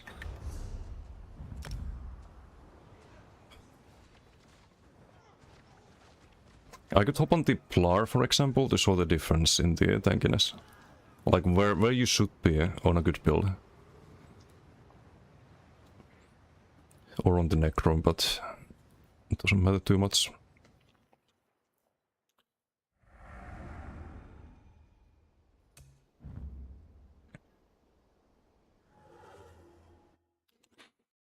And I don't know how to fix that. Like, how do we suddenly get a lot more tankiness and sustain on the Warden without losing damage? I don't know. Just at least be able to stalemate instead of just dying from 100 to 0. Play DK, I would rather uninstall than be forced to play one class only. And you're not, like, you can play Plar as well, you stalemate. You can play Necro as well, you stalemate. You can play Werewolf, you stalemate. You can play DK, you still stalemate against other DKs. Or you can play some shit like fucking Warden or Nightblade and just die.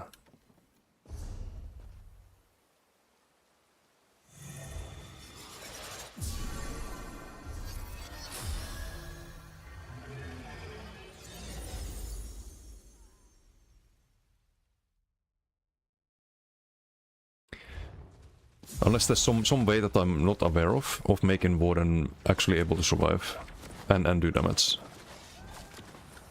Or maybe I just drop the damage and just fuck it, just go for the damage mitigation mastery and just go even tankier and 0 damage on that and then lose my shit when someone does more damage in a BG. So I know that they would die in 2 seconds in a duel.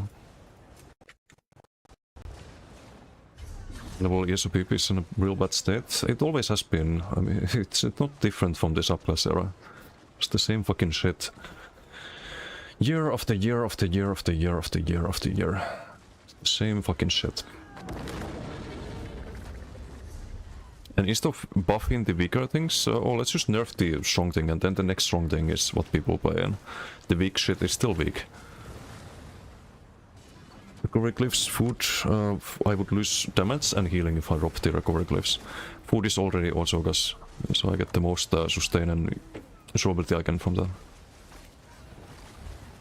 There's nothing to change in that regard. I can change the sets.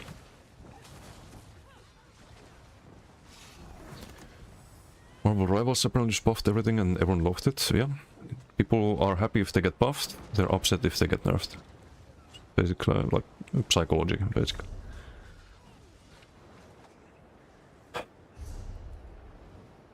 This one's just a fucking stalemate machine, I hate it.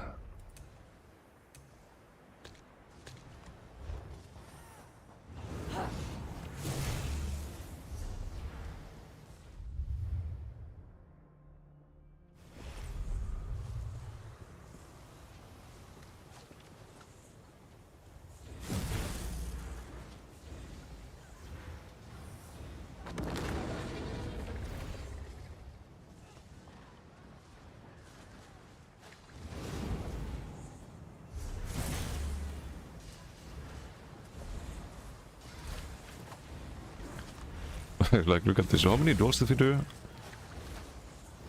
Like, how many fucking duels was that?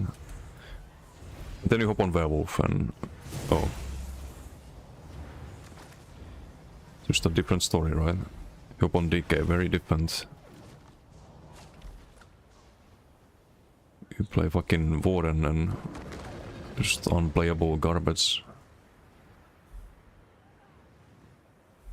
You play a Nightblade, even more unplayable garbage.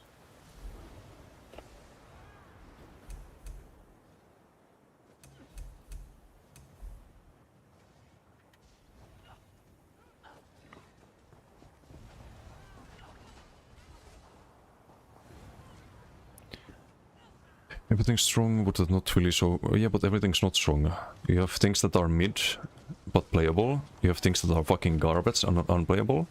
And then you have things that are strong, like DK and Werewolf. We're not at that point where everything's fun and playable. Like, that's the problem. And people want to make more things unplayable. Like, I don't have a problem that DK has damage. I have a problem that Warden has no sustain and damage. For example.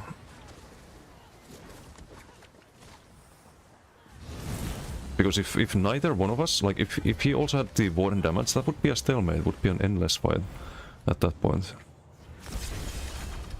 It's a Polar versus Polar. Not sure if I forgot one thing, but we can try without the Perfume Light, I guess.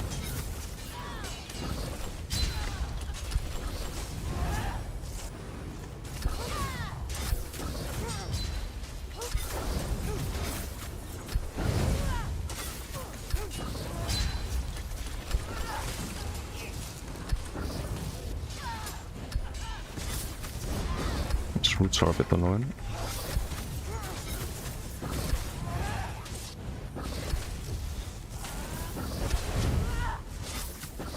Yeah, you kinda need Perfume Light, I think. Normally I drop the quick cloak for him.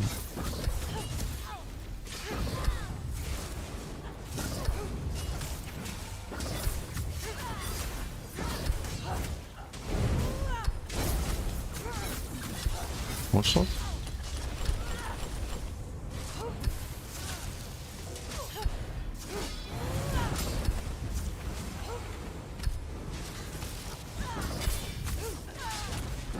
Normally I also do seasonal.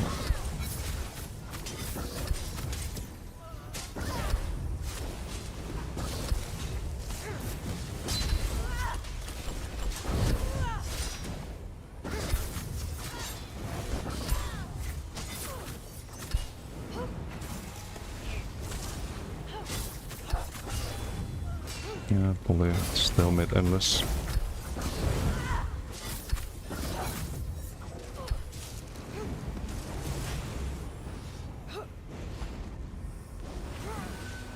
Like, this is how every fight would be if everything was shit. If everything had shit damage and like shit sustain.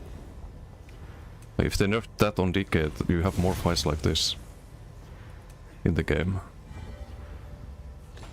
That's really fucking bad.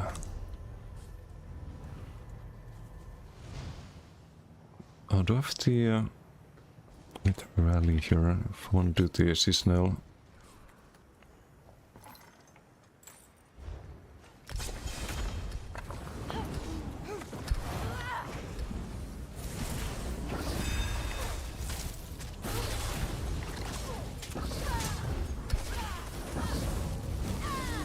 Yeah, does this Werewolf know what he's doing? If yes, then we're stuck on defense.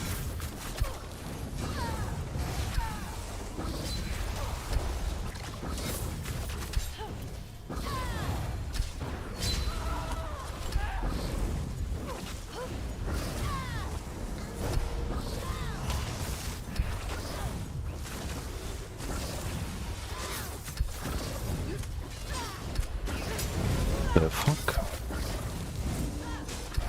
Acuity? Why would you play Acuity on Wolf?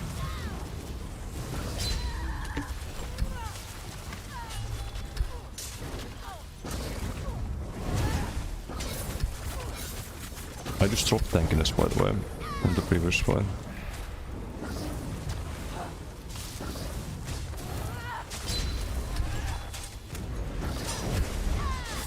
Gonna stunned here, right?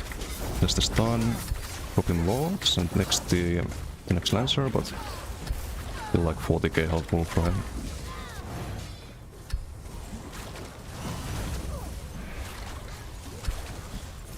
We have to recover the stats, because no infinite sustain on some classes. No fun, no fun. Stun.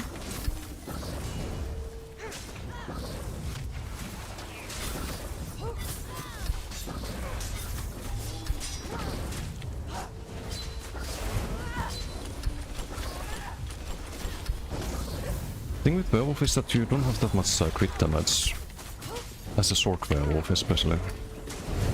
So I don't know if the Acuity really makes a lot of sense. Like, we're closer to win this fight than the Werewolf is.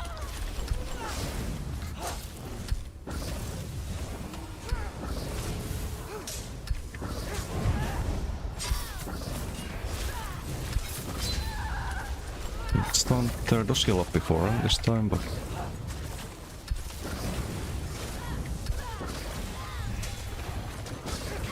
the next Acuity, can maybe try to counter burst during that.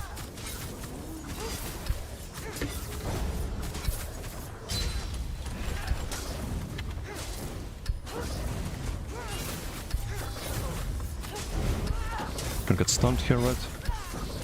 Not this time. Need the rune buff.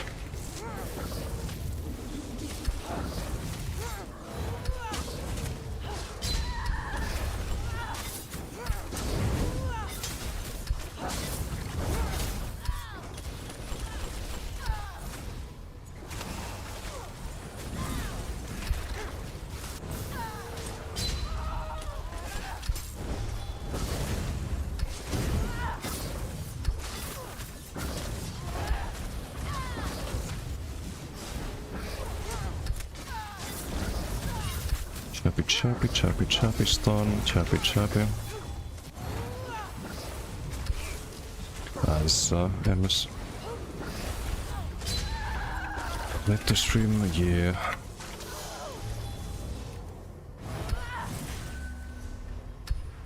Definitely takes more work compared to better sustained classes.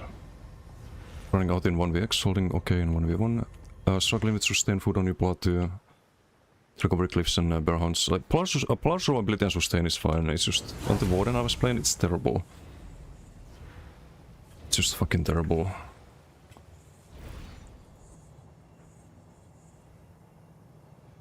We're able to be somewhat offensive there, that's 4.7k dips.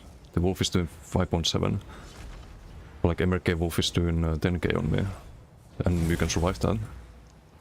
You need a lot more HPS, but you can survive that. Like, you don't have as much offensive time in those fights.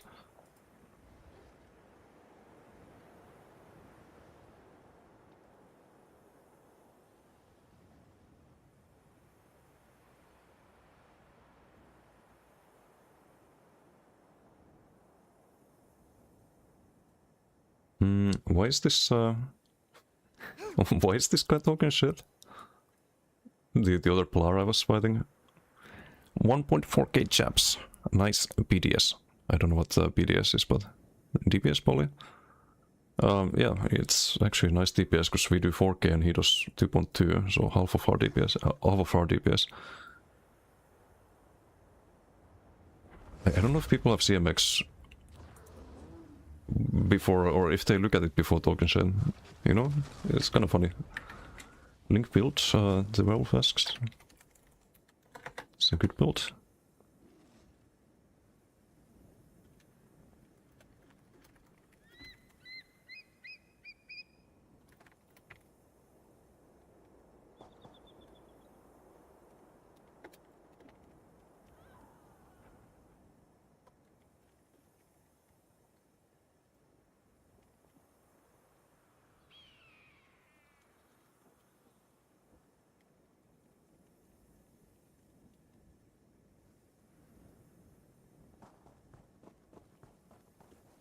2k health. Yes, what's up, Obu? Templar has a lot of health scaling. A crazy amount of health scaling. Health scaling, health scaling, health scaling. It's over half our healing. So you wanna stack health. Oh, and this one too. So 57%.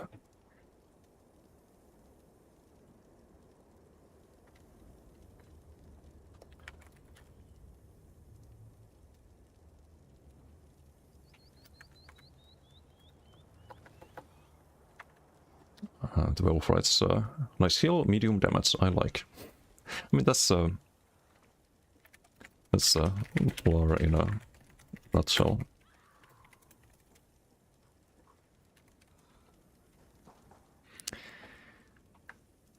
That's Templar life.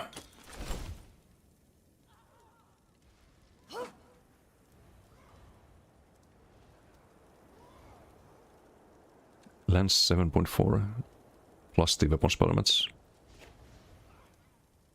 Plus the Sundered procs too. Every time you land a Sundered was 2.8, so it's like 8% plus the weapon spell damage. Next patch, not Triune, I think he's too protective. Not gonna have to change too much on this build. The blind's gonna be Bloodspawn, I think, for sure, and Rally, maybe I change Rally to something else. Like armor 2 to 4, 2-3 piece would be great.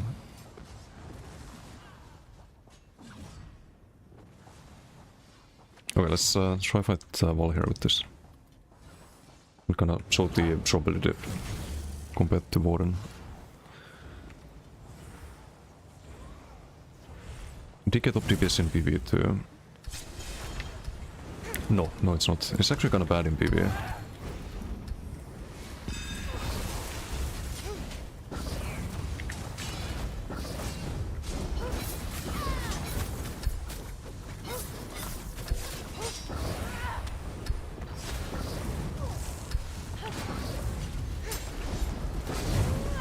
Didn't rock the Valley. That's maybe a problem. Gonna go back for here.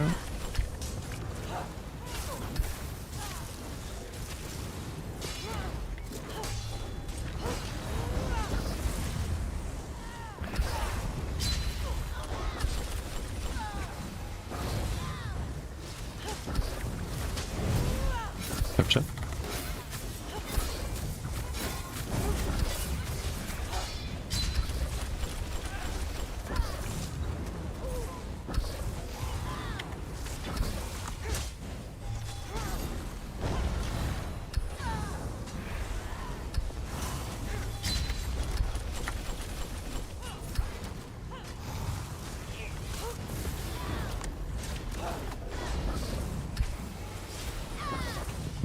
I could also save the bot for emergencies, but he's doing the right thing by not attacking when the stun is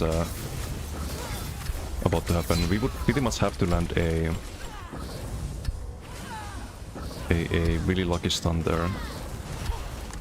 So we would have to attack when he's low health and about to get stunned.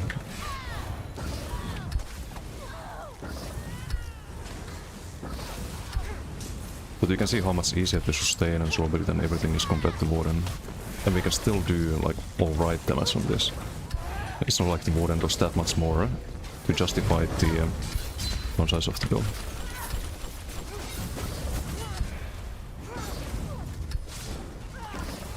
So it's a lot closer to what the build should look like.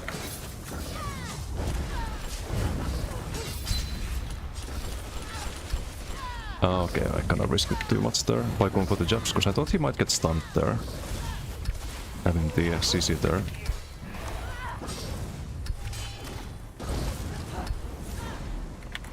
Also, this build, if anyone's curious about this one's on the YouTube already.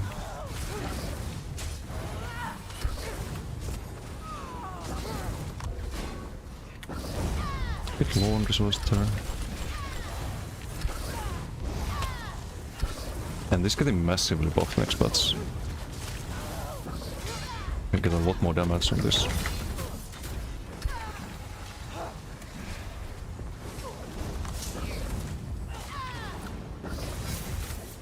Lancer there, I guess.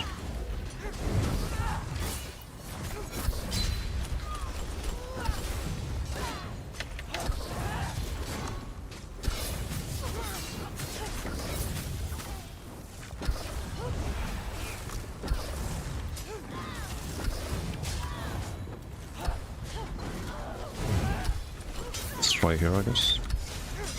Did get CC tästä koron.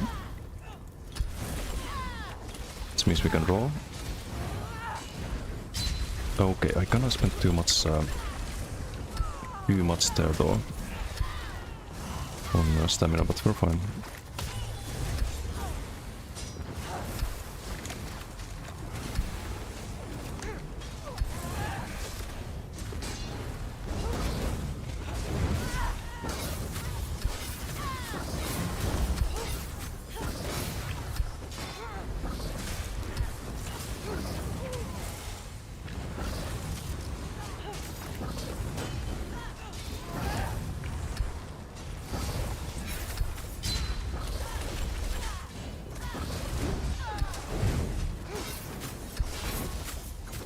Lancerino. I didn't get the bubble, I thought I had him.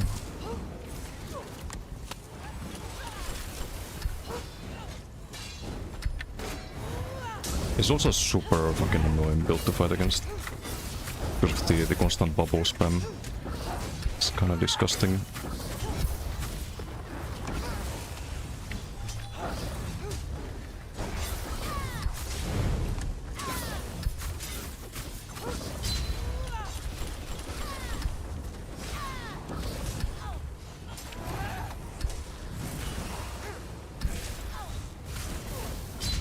I thought I had CC mid there.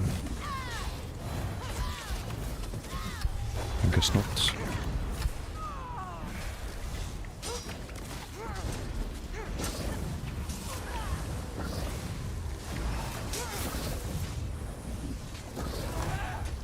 To get a little bit more magic on.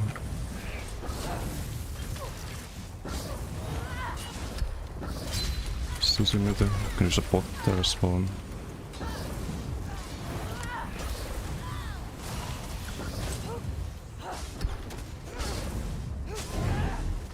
Don't know if that landed actually.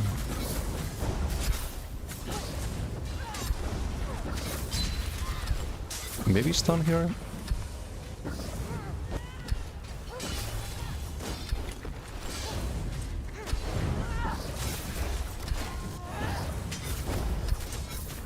Did drop low there, but he's gonna be able to recover. But imagine this next patch. With Templar getting buffed a lot, you have like 1k more weapon spell elements from the Balanced Warrior. Just insane. This feels a gazillion times better when fighting DKs and werewolves and like good plays and good builds than the Warden.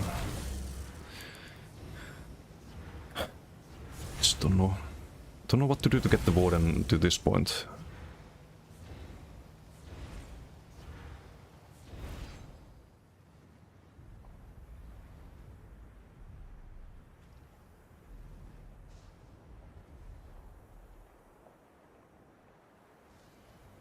Oh shit, I know who this guy is, this werewolf. Oh, I do remember. All good though. I don't hold grudges.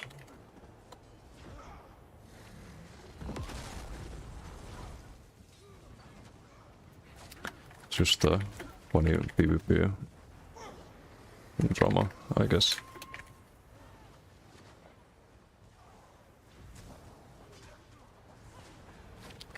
Thanks. He was nice, the werewolf. So this is a person who I had some slight drama in the past with.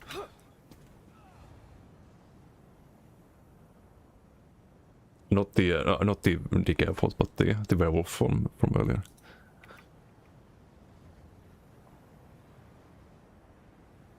I didn't know he still played the game, just changed his user ID apparently. Boss spawn Pariah Trial by Fire. I don't think you can run all of that. Like, would you front party... would you not run a mythic on that? I think you still want to run like front bar, back bar, 5 piece and more set and all of that.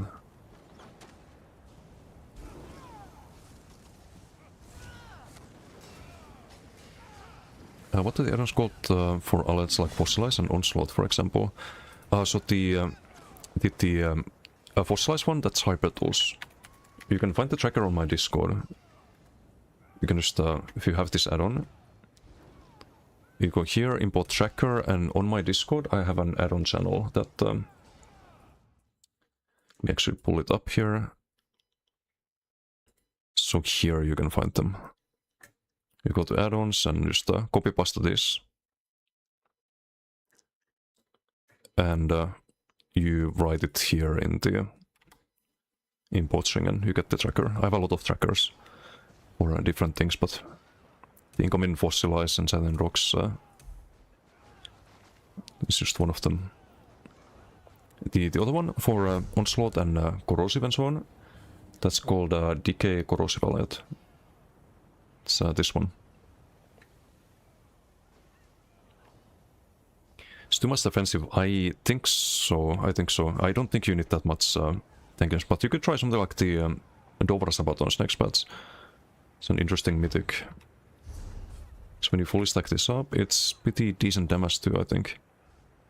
You get 13k armor with full stacks. You can kind of sprint a little bit and you don't proc it, or it doesn't run out if you're walking forward with jabs, for example. And when you fully stack it, I think it's 300 weapon spell or something like that. On top of the proc itself. Proc itself right now with just 25k resistances would be 267, like 5.2k tooltip, I guess. But you can get to 10k with 50k armor easily. Well, it would be more because you get armor from the mythic as well. So that's interesting. Just another proc as well. Also stuns at 20 stacks. So that could be interesting.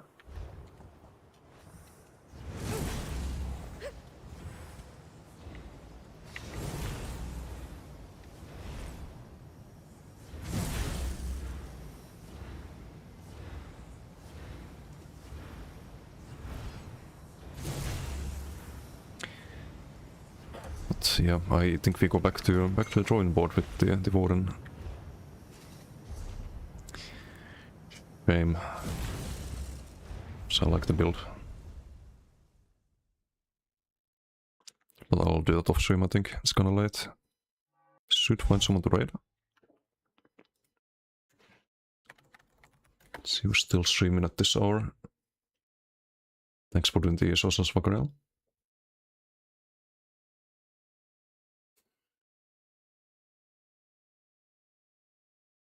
Could send you guys to Xyz. Who did we raid last time? Either Xyz or Kokra or Kamul, I forget.